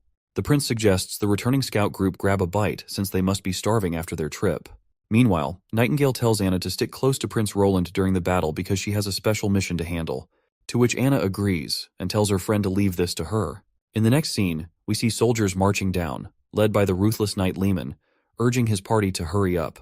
He remarks that if this were the King's City Knights, Roland's head would already be returned to King Timothy. His friend advises him to just chill, noting that without those pills, these people would still be untrained morons. He adds that as a knight who's trained since childhood, the pills feel like they've invalidated all those years of hard work, as even unarmed farmers can fight after taking them. Lehman counters by reminding his friend that those who take the pills suffer greatly once their effects wear off. Meanwhile, we also see Nightingale keeping a watchful eye on these people.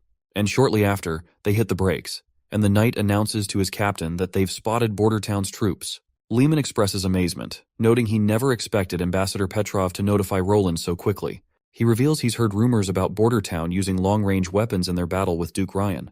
When those weapons fired, there was a bright flash and a big boom. He's pretty sure those big-wheeled things he sees are those weapons, but they look way bigger than what he heard. His buddy next to him just says they gotta hustle to dodge the constant firing. His friend nods, saying they've got 1,500 guys, and after popping those pills, they can sprint like racehorses, so this time they can wipe the Bordertown quite easily. That is when he catches Nightingale's chilling voice, which totally freaks him out. He spins around after hearing that ominous whisper, but there's nothing there. Even his friends swear he didn't hear a thing. Captain Lehman tells his friend Levin to take some people into the woods for a pincer attack. He rallies everyone up, and that's when Lady Echo shows up out of nowhere. She immediately mimics Vice Captain Levin's voice, ordering the soldiers to gulp down their pills and charge ahead. The soldiers get all fired up and immediately pop their pills. Lehman is stunned, wondering what the hell is going on. He asks Levin what the hell he did, and that's when Nightingale appears, her gun's barrel aimed straight at his head. With a single pull of the trigger, she scrambles his brain entirely. The confident captain finally tumbles off his horse, leaving his friend in shock. Meanwhile, the soldiers just keep marching forward like nothing happened to their captain. Levin gags at the gruesome sight, while he also hears someone mimic his voice and order the brainwashed soldiers to take over Bordertown. When he realizes there's a witch mimicking his voice, it's already too late. Everyone is marching forward, ignoring his attempts to halt them. Some soldiers even try to attack him, but he quickly deals with them in anger, dead set on finding these witches and tearing out their throats with his bare hands. Meanwhile, back in Bordertown, our soldiers start blasting those mindless folks with cannonballs, scattering them like pinballs.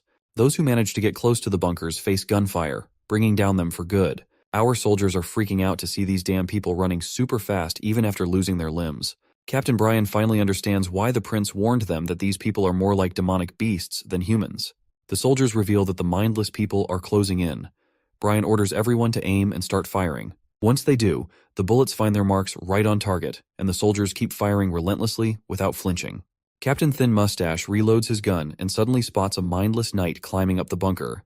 He gladly aims and shoots the monster right in the head.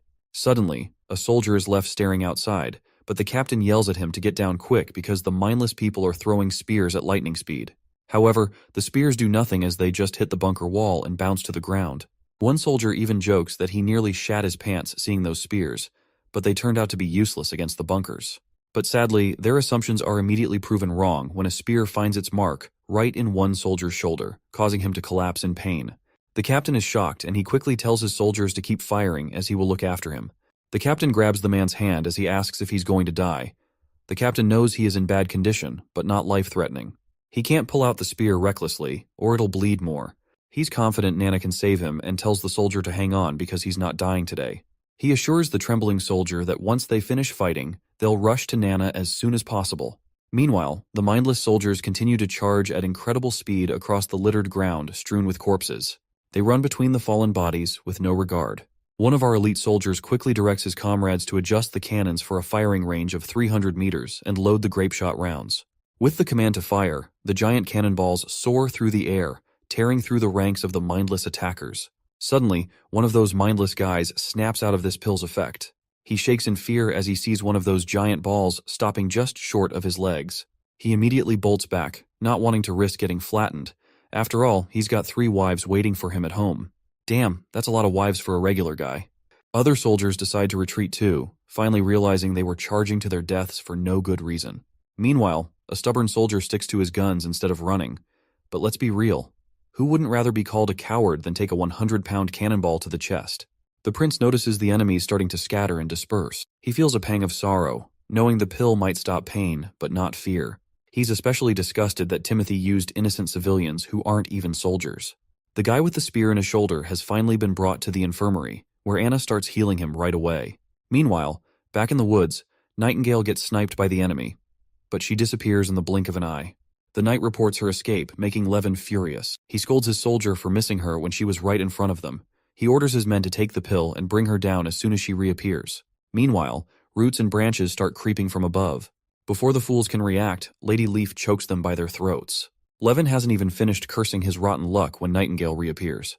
They lock eyes, and the man calls her a demon, but he soon notices that she's a witch. His last thought is about how beautiful she is before our girl pulls that trigger. The sun hadn't even gone down, and the battle was already wrapped up. Nightingale thought this one was way easier than the Duke's brawl. We only had 5 casualties, but they got treated in time. The prince immediately ordered not to kill anyone once those enemy soldiers' pill effects wore off. He assigned Lightning and Maggie to keep an eye on things, while the First Army was tasked with clearing the battlefield, and when the pill effects wore off, the civilians suffered massive side effects. The pursuit team gathered them up and pushed them towards the Longsong stronghold. The information extracted from the captured knights was used to systematically eliminate the remaining enemy forces at Longsong Fortress. They also secured Ambassador Petrov's release unharmed.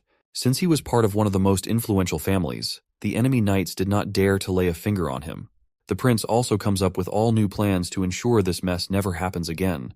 He decides to build up the army, lay down some roads, and bring universal education to Longsong Fortress. After sorting everything out, he decides to head back to Border Town, telling Ambassador Petrov to step up and not let him down again. The redhead nods in agreement. Petrov then asks what to do with the captives locked up in the bars. The prince tells him to set them free, knowing they won't last long anyway due to the pill's side effects. Once our hero wraps things up at Longsong Fortress, he sets sail back to Border Town. It's early morning, and Nightingale asks why he's up so early, telling him to catch more sleep.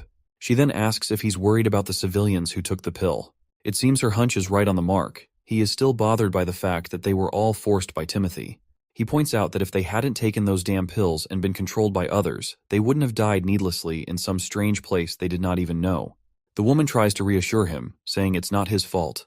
But he responds that even if it's not his fault, he couldn't stop them, and many more will be sacrificed in Timothy's fight for the throne. And the ones who are pulling the strings from behind and making those pills will have to pay for this bloodshed as well. She then asks if he plans to take down the church so it stops causing trouble and everyone can live happily together with the witches. He grins and says that's exactly the plan. The next scene takes us out to sea, where we finally see Lady Ash after a long absence. Her eye patch-wearing companion asks why she settled on Sleeping Island when there are larger islands like Crescent Moon Bay in the fjords. Not to mention, Sleeping Island sometimes submerges once the tides are high. Ash reminds him that not many people are interested in bumping into witches, and further explains that while Sleeping Island will eventually sink, that's why it's still empty despite being the 3rd largest in the fjords. But the man states that size doesn't matter if it's unlivable, to which she reminds him that since witches can tweak nature itself, she's not sweating it. They'll make it their own territory, away from the oppression of the church. She then asks the old man when was the last time he went to Sleeping Island. He says it was around a month ago when he brought a group of witches to plant a full field of pearl rice there. He recalls how playful and wonderful they all were. Suddenly, another sailor spots something nearby and alerts the captain. It looks like a giant boulder, but it's massive in size. The captain finds it hard to believe since the only landmass nearby is Sleeping Island. It doesn't make sense for there to be boulders out here. But the report insists his eyes aren't deceiving him. Meanwhile, Ash just smirks. By now, we know who's behind this. When the captain sees it for himself, he's utterly baffled. Sleeping Island has risen higher. Ash reminds him that this is what she meant about witches tinkering with nature. As we finally arrive over this island land, the witches rush out, with one particularly enthusiastic witch named Honey leading the charge. A girl with green eyes tells her to simmer down. Outside, the 2 witches suddenly notice something. When they turn around, the green-eyed girl quickly uses her abilities and recognizes that they're here. Ash is back. Once the ship reaches the shore, Sister Molly is the first to greet Lady Ash, and Our Lady promptly gives the little girl a pat on the head for her politeness. Meanwhile, Sailor Jack is amazed at how this place, once a hellhole, has turned into heaven. Molly then reveals they didn't raise the island like he thought. They just erected a wall around Sleeping Island. Ash then turns to the little girl and asks if she can help carry some goods. The girl gets excited and summons her water blob, which immediately picks up the boxes and starts walking with everyone else. Jack gives a middle finger to his nervous companions, who are scared of witches, reminding them that even if they combine their strength, they can't compare to Molly's little water blob. They invite Molly to join them, but the little girl bluntly declines. After finally reaching the heart of the island, Ash feels like she's back home at last.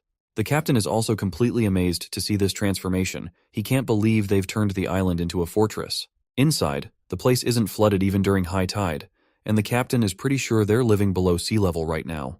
He points out 2 docks, one on the seafloor and another at the water's surface. He asks if both are usable, and Molly nods, saying the surface one works during high tide, while the submerged one is for low tide. That way, they can dock any ship, no matter the tide.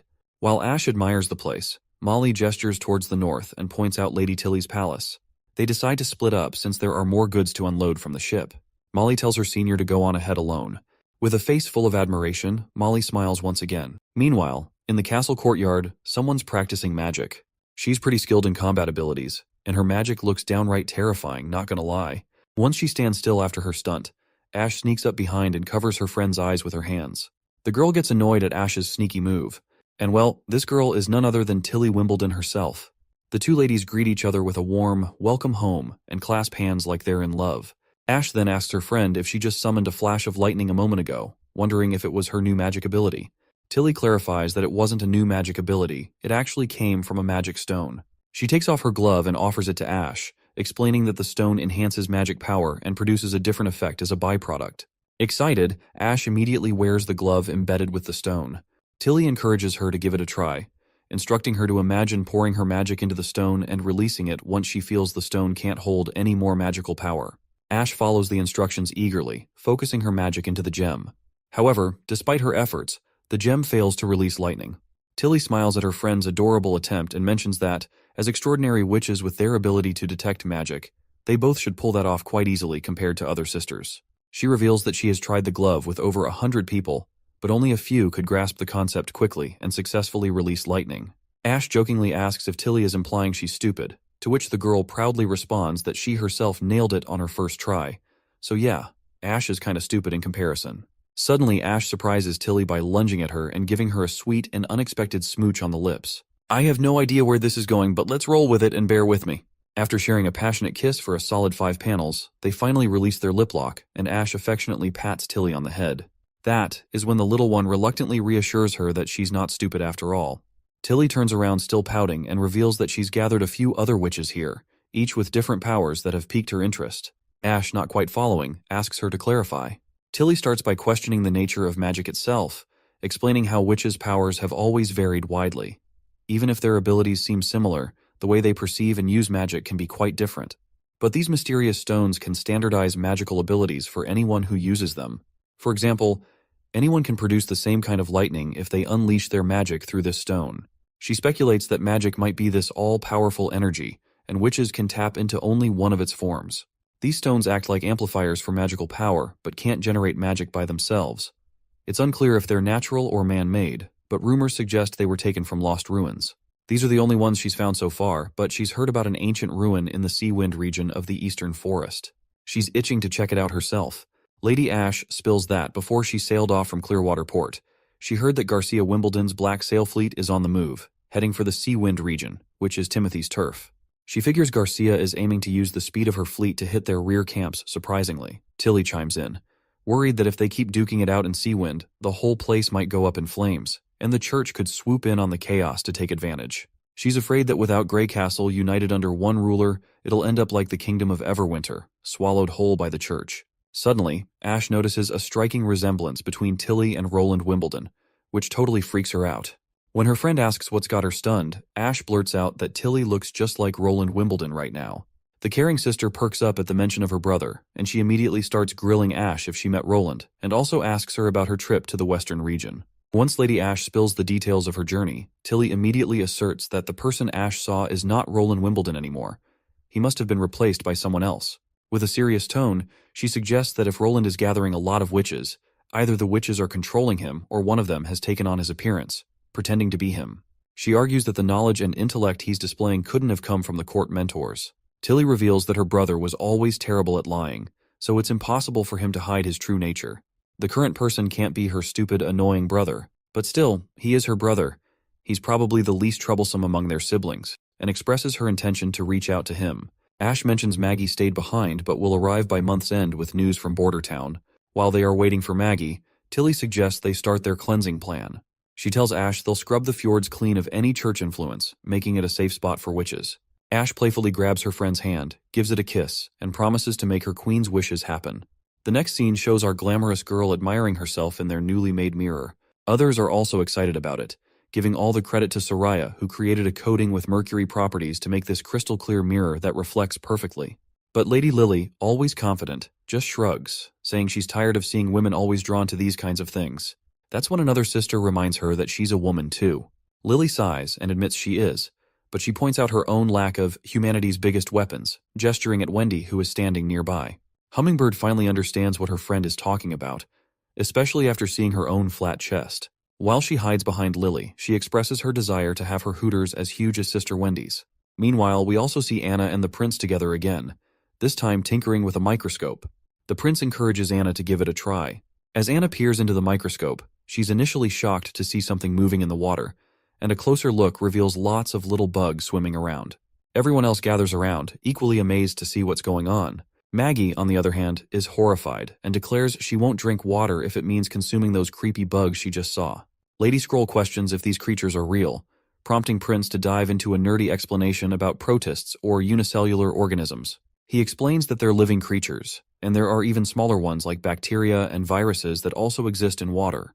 Meanwhile, Nightingale, who always bunked her science classes, starts drinking the same contaminated water. She spits it out immediately when someone shouts that they're actually swallowing a bunch of bugs while drinking. As Sister Lily peers through the microscope, she's all curious about where Prince is picking up all these weird facts. With her ability to keep food fresh, she figures it might work on water too. But when she tries it out, bam! Her magic goes haywire, conjuring up microorganisms from nowhere that start chomping down on everything in the water, multiplying like crazy. Nightingale spots Lily's magic acting up, but before she can say anything, Lily's magic pulls a stunt, gathering into a blob that forms this weird critter. Prince takes a peek through the microscope and sees these bug-like things saluting Lily of all people. Everyone cheers Lily on for leveling up to the third evolved witch in their crew. The girl blushes and reluctantly admits that she thought she might as well understand the tiny ball theory to evolve her abilities, and it actually worked. However, she still can't wrap her head around the idea that everything in the world is made up of tiny balls. In her eyes, if steel or rock were made of tiny balls, they'd just scatter into a pile of dust. She's fascinated that the water has been purified by the little bugs Lily summoned. Prince then says the next step is individual testing. Only this way can they confirm how effective Lily's evolved ability really is. He wants to see how it performs over time and how it reacts to the Divine Stone of Judgment. If it works out, it could be a big step forward for Bordertown's medical development. After 3 days of testing her ability, Prince sorted the purple bugs Lily summoned into 2 main groups, parents and replicas. She discovered that the parents are the primary microorganisms that appear first when she uses her magical power. As long as Lily keeps them fueled with magic, they can stick around indefinitely. But if she strays more than 5 meters away, poof, they disappear on her. And if they get caught within the range of that Divine Stone of Judgment thing, they scatter like confetti. Now the replicas are a different breed. They don't give a hoot about the Divine Stone of Judgment. They're like the rebels of the microbe world. They've got bits and pieces of the parents' characteristics and love to pick fights with other bad microorganisms to keep the food from spoiling. But here's the twist. They don't stick around as long because their assimilation skills seem tied to their size. Replicas can't replicate like parents do either. They only live for 1 day and will kick the bucket immediately once the water is boiled. Prince was jazzed, saying these bugs could chow down on all sorts of nasty germs and viruses, making them a real game changer for sanitation and sterilization. After luxuriating in a bath and feeling refreshed, Lily couldn't help but chuckle, giving props to Prince for inventing showers, even though she was the first to rib him about his noble comforts back then. Once she's out, she tells Sister Moon to hit the showers too, but the girl retaliates by smacking Lily with a pillow, accusing her of being a turncoat. Lily's baffled by her friend's sudden attack, prompting Moon to remind her about how she scoffed at the tiny ball theory yet still evolved a new ability. Lily sighs and tosses the pillow back, explaining that her evolution had zilch to do with tiny balls. Even Prince said you don't have to buy into it to evolve. Moon lights up with relief, asking timidly what she should do to understand her own ability, especially since her magnetic field powers are invisible and intangible. Lily shrugs, admitting she's clueless too.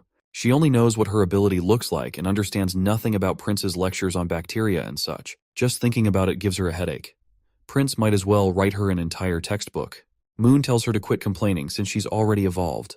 She is afraid that if things keep going at this rate, then she will be no help to the prince at all. Lily smiles and cryptically tells her to just take a shower to figure out her ability. Confused, Moon has no idea what her friend means.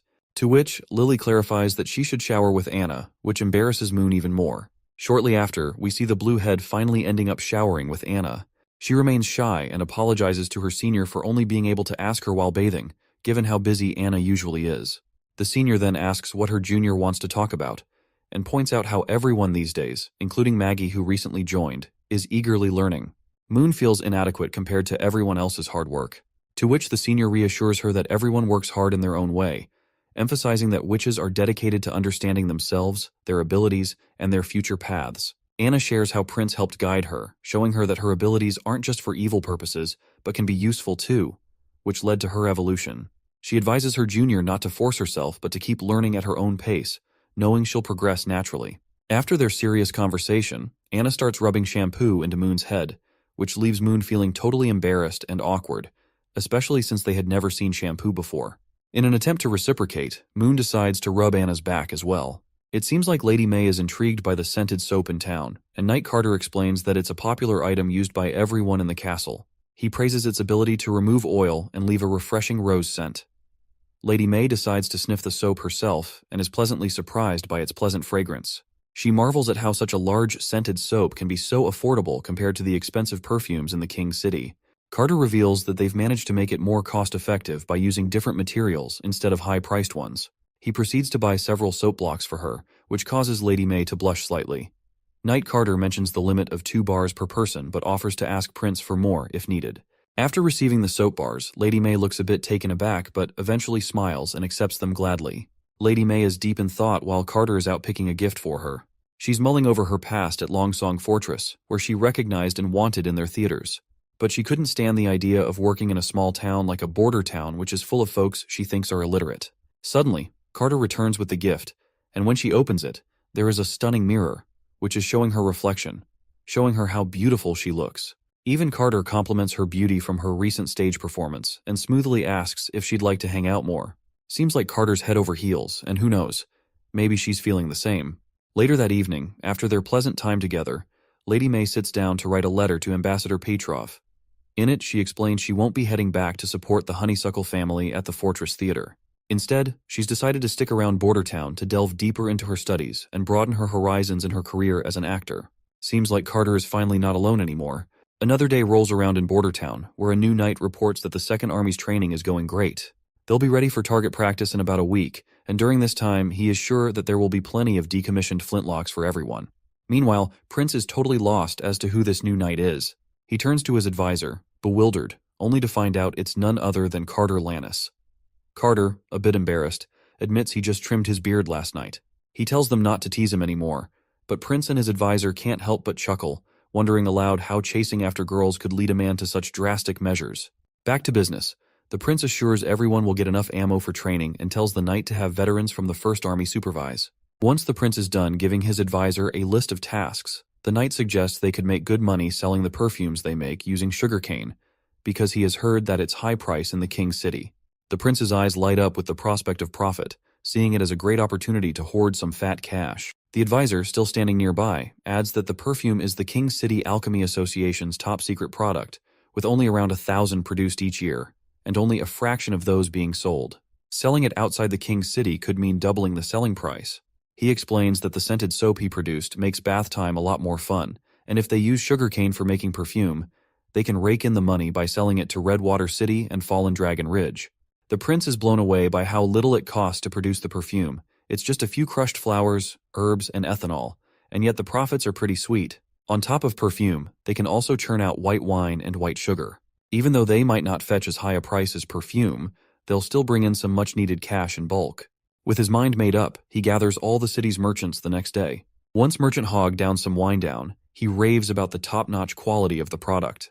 Margaret's also taken aback by the wine's punchy flavor, but she's more interested in discussing the perfume business deal, so she dives right in with her questions. She then takes the chance and leans towards the prince to drop some secret info he requested.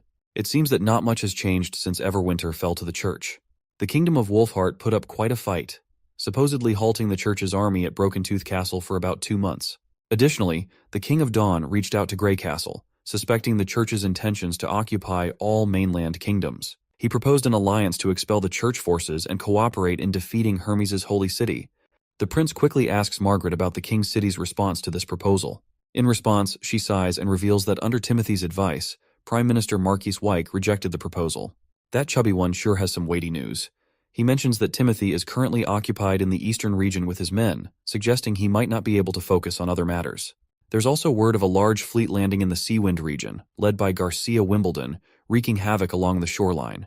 They've plundered everything in sight, including churches and many merchants from the fjords becoming victims. Margaret adds that numerous refugees have appeared in the eastern regions, with her caravan taking in many of them. These raiders not only stole valuables, but also took lives and burned anything they couldn't carry, which she believes will deal a heavy blow to Timothy, who had just managed to subdue the nobles in the area. The prince is concerned about the refugees and asks Margaret for details. She explains that compared to refugees from Everwinter or Wolfheart, those from Grey Castle are less likely to want to sell themselves into slavery. Prince clarifies that he doesn't want slaves. He just wants to provide food and shelter for those willing to stay in Bordertown. When he learns there are around 10,000 refugees, mostly women and children, gathering outside the king's city, he immediately orders his men to screen them. He asks if they need permission from king's city officials to transport the refugees, but the chubby man assures him it's unnecessary, as overcrowding could lead to food shortages and riots in the city. Margaret offers ships to transport the refugees and strikes a deal with the prince, shaking hands to adjust the cost against the steam engines she bought from him. Outside, everyone is offering their food and spices gladly to Maggie, who's about to depart for the fjords. She's teary-eyed seeing such generosity and probably doesn't even want to leave, promising to return very soon. Prince then hands over a letter to her, saying it's for Princess Tilly. The little girl eagerly accepts the mission, pledging to fulfill it no matter what. Nightingale is intrigued that he's reaching out to his sister. He explains he wrote in the letter about his desire for cooperation and asked her to send a few support-type witches to assist with Bordertown's construction. In the letter, he didn't refer to himself as her brother but as the ruler of the western region. Lightning, her best buddy, asks what if the other witches don't let her come back to Bordertown. In response, Maggie confidently says she'll fly back without telling anyone. With the deal sealed, our playful girls exchange a sisterly fist bump before parting ways. Prince feels a sense of accomplishment knowing Maggie is now on their side after just a month. As Maggie flies off with her load of products, Prince wishes her a safe journey. Meanwhile, Lily wonders if she's gained a little weight, and Lightning, who's been making her eat all that food, quickly catches on that it's probably her fault. The scene shifts to a sailing ship carrying Margaret and Theo, the representative sent by Prince Roland. Margaret asks the boy if he was born in the king's city, and he confirms that he grew up there before becoming a castle guard. She then asks how it feels to return home, to which Theo responds that he'd rather stay in Bordertown because he admires Prince Roland very much. She then teases him, asking what he knows about the prince, to which he stares blankly, unsure of how to respond. Margaret mentions that Prince Roland is an amazing person, but he had a bad reputation in the king's city. She asks if Theo heard the rumors about him, but notes that in Bordertown, he's nothing like those rumors. He's a well-behaved, thoughtful gentleman with a wealth of knowledge. Theo shrugs, admitting he doesn't know either, speculating that perhaps Prince Roland was hiding his true self all along. As they chat, they finally arrive at the king's city, and Theo is confused by the commotion outside the walls. He asks Margaret about the gathered people there. She explains that these people are currently being fed, but she's uncertain if they will continue to receive food indefinitely. The strong ones will likely be chosen by nobles, while the weak and old might be left behind. Margaret asks if he plans to use his men to advertise and recruit people, but he explains it would be ineffective and draw too much attention. Instead, he suggests she take his men with her and reveals he's already figured out a plan.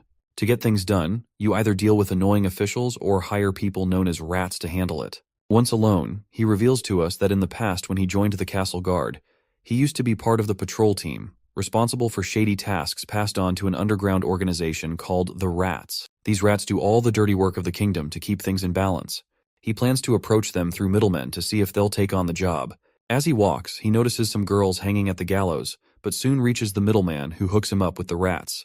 The middleman introduces Theo to the group, which includes a young girl and someone named Fox. Theo is surprised to see someone from a respected family involved in such shady activities. The middleman explains that Fox lost all his money gambling, sold everything, and ran away with someone else, leaving his wife behind. Theo takes a seat and gets straight to the point. He tells them about the city's plan to reduce food relief for refugees, which could lead to riots. He emphasizes that kicking people out will be harder if unrest grows in the city. The middleman then asks what they're supposed to do next. Theo simply states they need to spread the word that the western region is reclaiming uninhabited lands, and the local lord welcomes refugees. He tells them to make it sound as realistic as possible and insists on spreading the word that mercenaries and fleets will arrive here in 3 days to scare off the people. Another person chimes in, saying that if there are no mercenaries, people won't believe the rumor no matter how plausible it sounds. Theo assures them that mercenaries will come, and someone asks loudly if there really is actually anyone in the western region willing to take them in. The middleman bonks the person's head, reminding him that's exactly why they're trying to lure people to the western region. He tells everyone that his boss is loaded with cash, so they'll all get a fat paycheck if they do the job right. Everyone's pumped to hear this and eager to get started. A boy asks if the little sister will be joining in. In response, she confidently says she doesn't even need anyone's help for this job. The boy reminds her that the king has ordered soldiers and knights to execute witches on sight, putting every woman at risk of being caught by the guards. After all, they'd rather wrongly kill people than let them go. Theo's mind clicks as he remembers the girls he saw hanging at the gallows outside the city. They were all witches. He starts praying for Prince Roland to become king as soon as possible because he's the only one who can clean up this mess. The news of a ship sailing to the western region has already spread, and everyone is considering migrating there. While these two ladies are excited about the prospect of heading west, the little girl notices something on her palm. A black spot beginning to appear. Suddenly, chaos erupts in the tents as people start groaning in pain. A strange disease-like thing spreads over their bodies, and they beg not to die. Outside the church, a horde of people gathers as priests preach about how witches are causing this infection. They promise to eradicate witches and assure the distressed crowd that the church will not stand idly by. The priest announces that the church has developed a holy medicine. Hope sparks among the people again, but the priest takes his chance and urges them to devote themselves entirely to the church to receive it.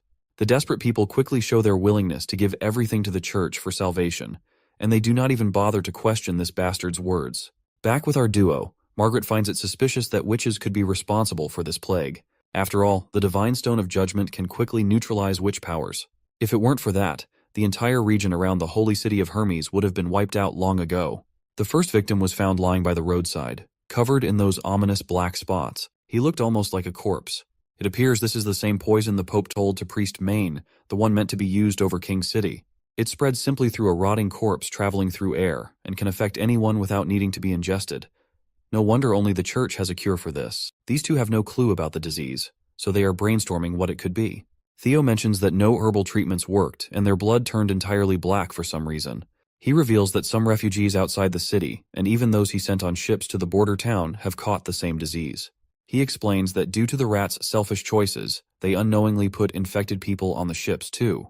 He doesn't blame them though, as he had only informed them about working with nobles of the king's city to relocate refugees out of the city, so they naturally included the infected for the city's safety. Theo tells her he's stopped moving refugees for now, but those ships already sailing might still have infected people. So he tells her to report back to Prince Roland that infected folks are coming their way, so they should get ready. The lady assures she's got it covered since messages spread like wildfire among merchants. Meanwhile, on the boat with refugees, people are feeling sick. We spot the same girl from earlier on board, with another girl giving her water. A man warns the girl not to get too close to the sick girl because the marks have spread to her neck and she doesn't have long. He's convinced they're all doomed, which makes the girl cry. Even some of the crew transporting them have caught the infection. Despite the despair, the lady believes they'll be saved once they reach the western region. A man bursts in, claiming it's all useless no matter where they go. Another man intervenes, saying it won't be useless because they have Prince Roland on their side. The next scene takes us to the border town where Knight Carter is rallying the soldiers, urging them not to let their guard down because Eastern region refugees will soon be arriving. Prince Roland is equally serious about the urgency, especially after learning that there are sick people coming to border town, and he has already prepared for it. Lily has also mastered the disinfection process and is eager to help cure the arriving sick people. Infirmary camps have been set up in advance, and the infected individuals from the ships have arrived. They are escorted into tents where Sister Lily treats them with utmost caution. To prevent fear and maintain safety, the victims are blindfolded so they cannot see Lily, who works diligently behind a counter. Prince has also implemented a system to keep victims from getting close to Lily, ensuring they're treated safely from the other side of a counter. The first patient is a native soldier from the border town who was aboard the ship. The girl, Lily, immediately begins her healing process, with Prince watching attentively. Once she's done, Roland asks if she is finished, and Lily confirms that she has. He then asks the patient how he feels.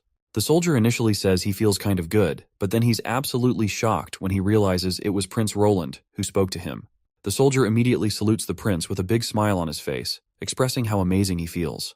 Turning to Lily, Prince Roland seeks clarification. She explains that the symptoms aren't typical of the plague. The black spots are from sepsis, causing cyanosis. Even after killing off the Yersinia pestis bacteria, these spots take time to fade back to normal. The prince tells him to gather up the other soldiers and send them about 10 at a time. The soldier nods appreciatively, thanking Nana for her healing. But Prince Roland corrects him, saying it's Lily, not Nana, as Nana deals with injuries where there's bleeding. Hearing this, the soldier quickly shows his respect to Sister Lily, which deeply moves her. It's probably the first time she looks so relaxed and natural, as she usually acts like a stubborn brat. But then again, she turns to her usual stubborn self while blushing slightly. She insists she doesn't need any credit. But Prince Roland teases her, asking why she's blushing so much then. The prince gives her a good old pat, and that's when Nightingale enters the scene, telling them she just witnessed a strange phenomenon. She explains that there were signs of magic in the blood of those people, and the prince is quite startled to hear this. Nightingale continues, describing how in the fog it looked like stars in the sky, something she'd never seen with such small magical glows before. While the prince examines the things under the microscope, he sees these mucus-filled little bugs. Nightingale reveals that since anything related to magic is either caused by witches or something to do with the church, she can bet her life that this is the church's doing, much like those pills. Meanwhile, Lily's bugs immediately attack these mucus-filled pests and start devouring them. The prince also set up a second building where Nana could treat severely wounded patients. He's confident they can handle this epidemic with their two talented girls. He hopes they can soon stand on stage, receiving the applause they deserve instead of quietly healing in those boxes. Suddenly, the prince notices Nightingale dozing off. When he tries to snap her out, she starts rambling about seemingly unrelated things. With a bright smile, she reveals that the Witch Union will soon have a new member. As dusk settles, we see the same girl sitting on the ground. A soldier kindly offers her some food, and she thanks him warmly. She's still a bit puzzled about having to wear a blindfold before going into the tent. But after getting that mysterious treatment, she and the others are feeling a lot better. Tears of joy well up in her eyes as she's grateful that everything's going okay now. She just wants to keep living like this, because their lives were so tough before, especially losing both her mom and dad. All she wants now is to stay alive with her sister. Well, it seems like one of the girls from these two is a witch, and that is precisely why Nightingale hinted about the new witch joining them soon. Right on cue, she appears behind the sisters. Nightingale introduces herself as a witch, which fascinates the girl, who reciprocates to the gesture and introduces herself as Lucia White, and she immediately expresses her desire to join the Witch Association. Nightingale agrees and offers to take her home, mentioning that Prince Roland wants to meet her as well. Later that night in the castle, we see Prince examining these materials before him, which seem related to Lucia's abilities. Although the specifics of her powers are unclear, she used a cup to demonstrate her abilities. She worries she may have damaged the cup, but the prince reassures her and asks if she can do the same with other objects. Before she can respond, her stomach grumbles loudly, causing her embarrassment. Nightingale smiles and decides to grab some food before diving back into the nerdy stuff. The prince decides to throw a feast for her, and later that night, all the witches gather around the table ready to enjoy the meal.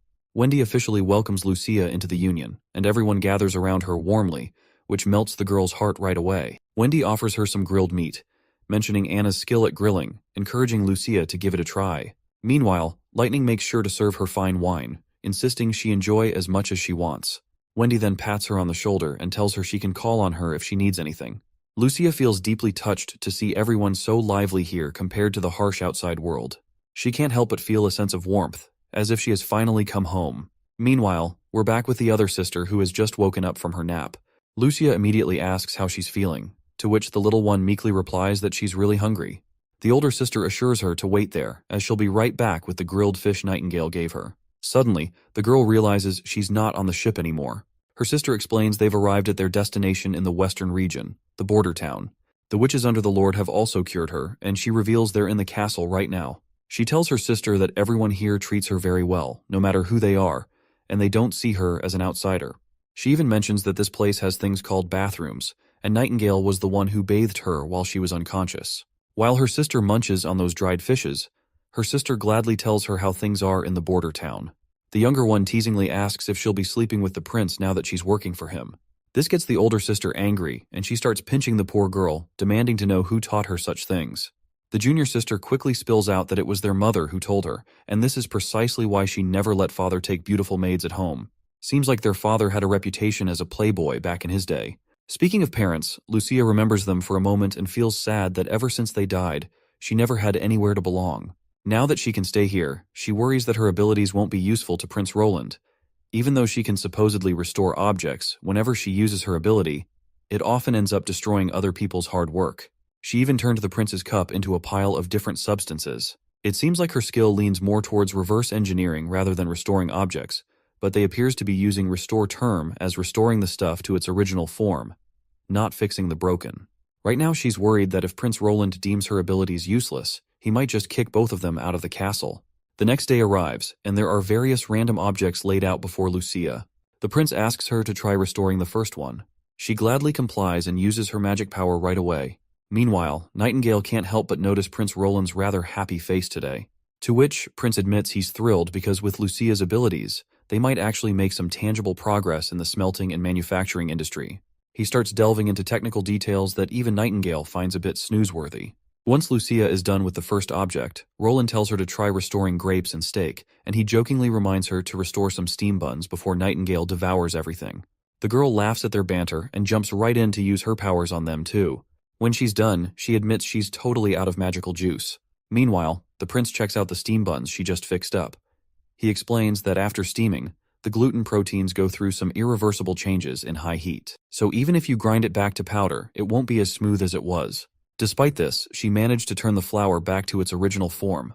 Then he looks at the iron ingot and realizes if her power was just about restoring, it should have turned into iron ore. Instead, it broke down into iron powder and some other gunk. And as for the steak and grapes, there's no change. Seems like she might struggle with organic stuff or composition of living beings. From these tests, he figures her power has two sides to it, and it all depends on what she knows. Nightingale also gives her props for her impressive powers, even though she's not even an adult yet and hasn't been through the whole coming-of-age thing. The prince immediately offers her a job contract, detailing everything it includes. Lucia doesn't pay much attention to the specifics.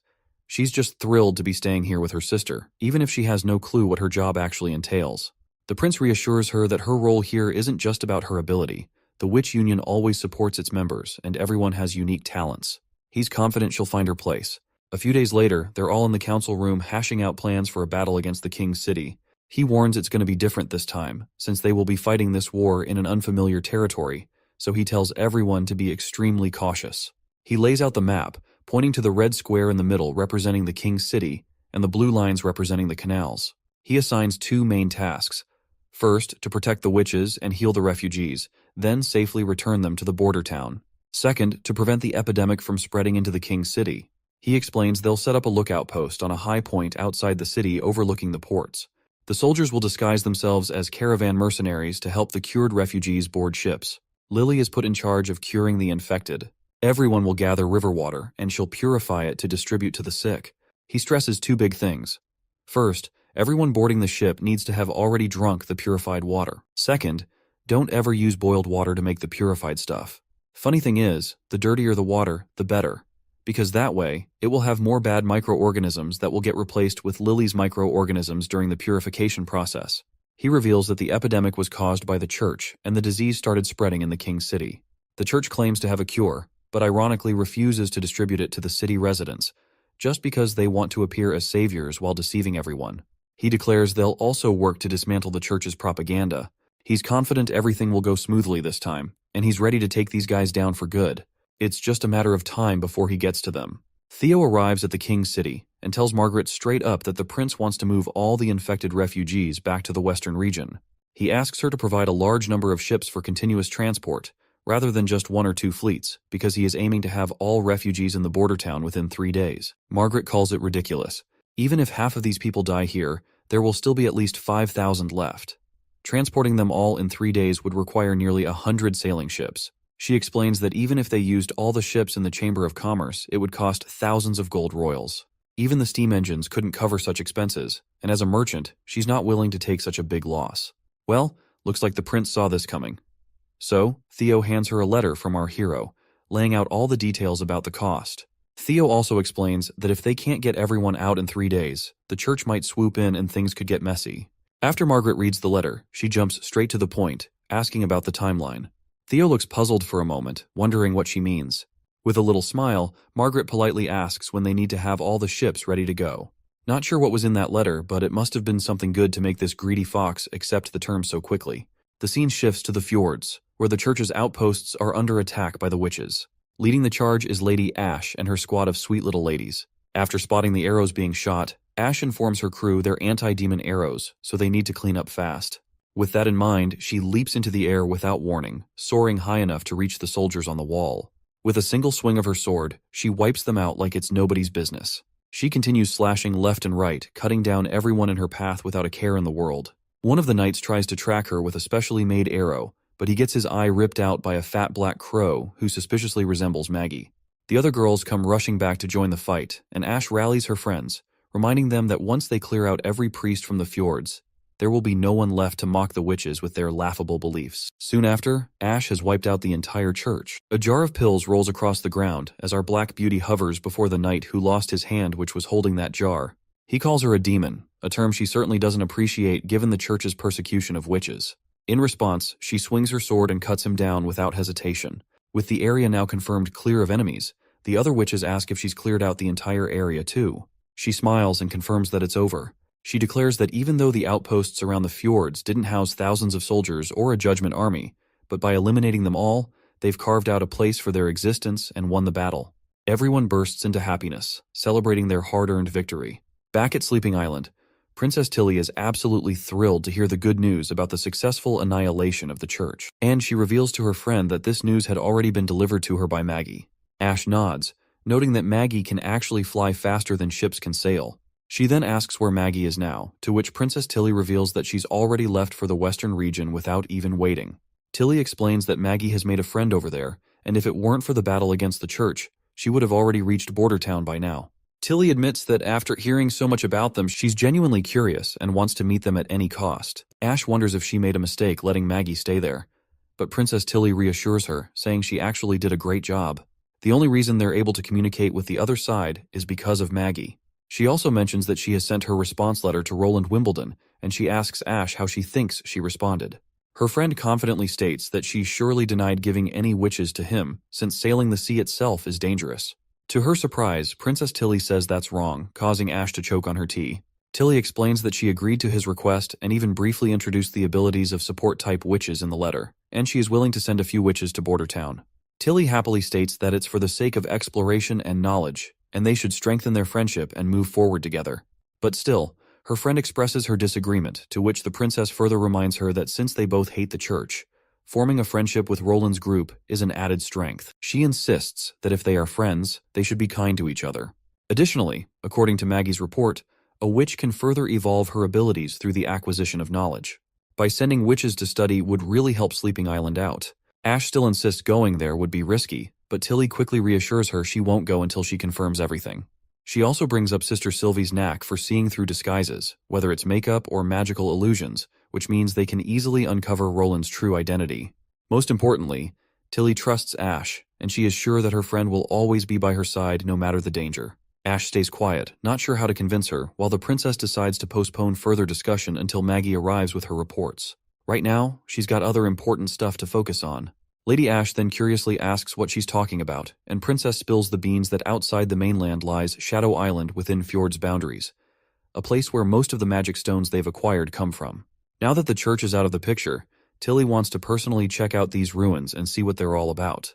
Upon hearing the mention of Shadow Island, her friend then asks if she is talking about the ruins known as the legendary Ghost Red River. If yes, she explains how these ruins vanish and reappear in the sea, with dangerous currents and sea monsters all around, making it super tricky for anyone to get near. She mentions plenty of explorers have bitten the dust on Shadow Island just chasing after this wild phenomenon, so she's not sure how they'll tackle exploring those ruins.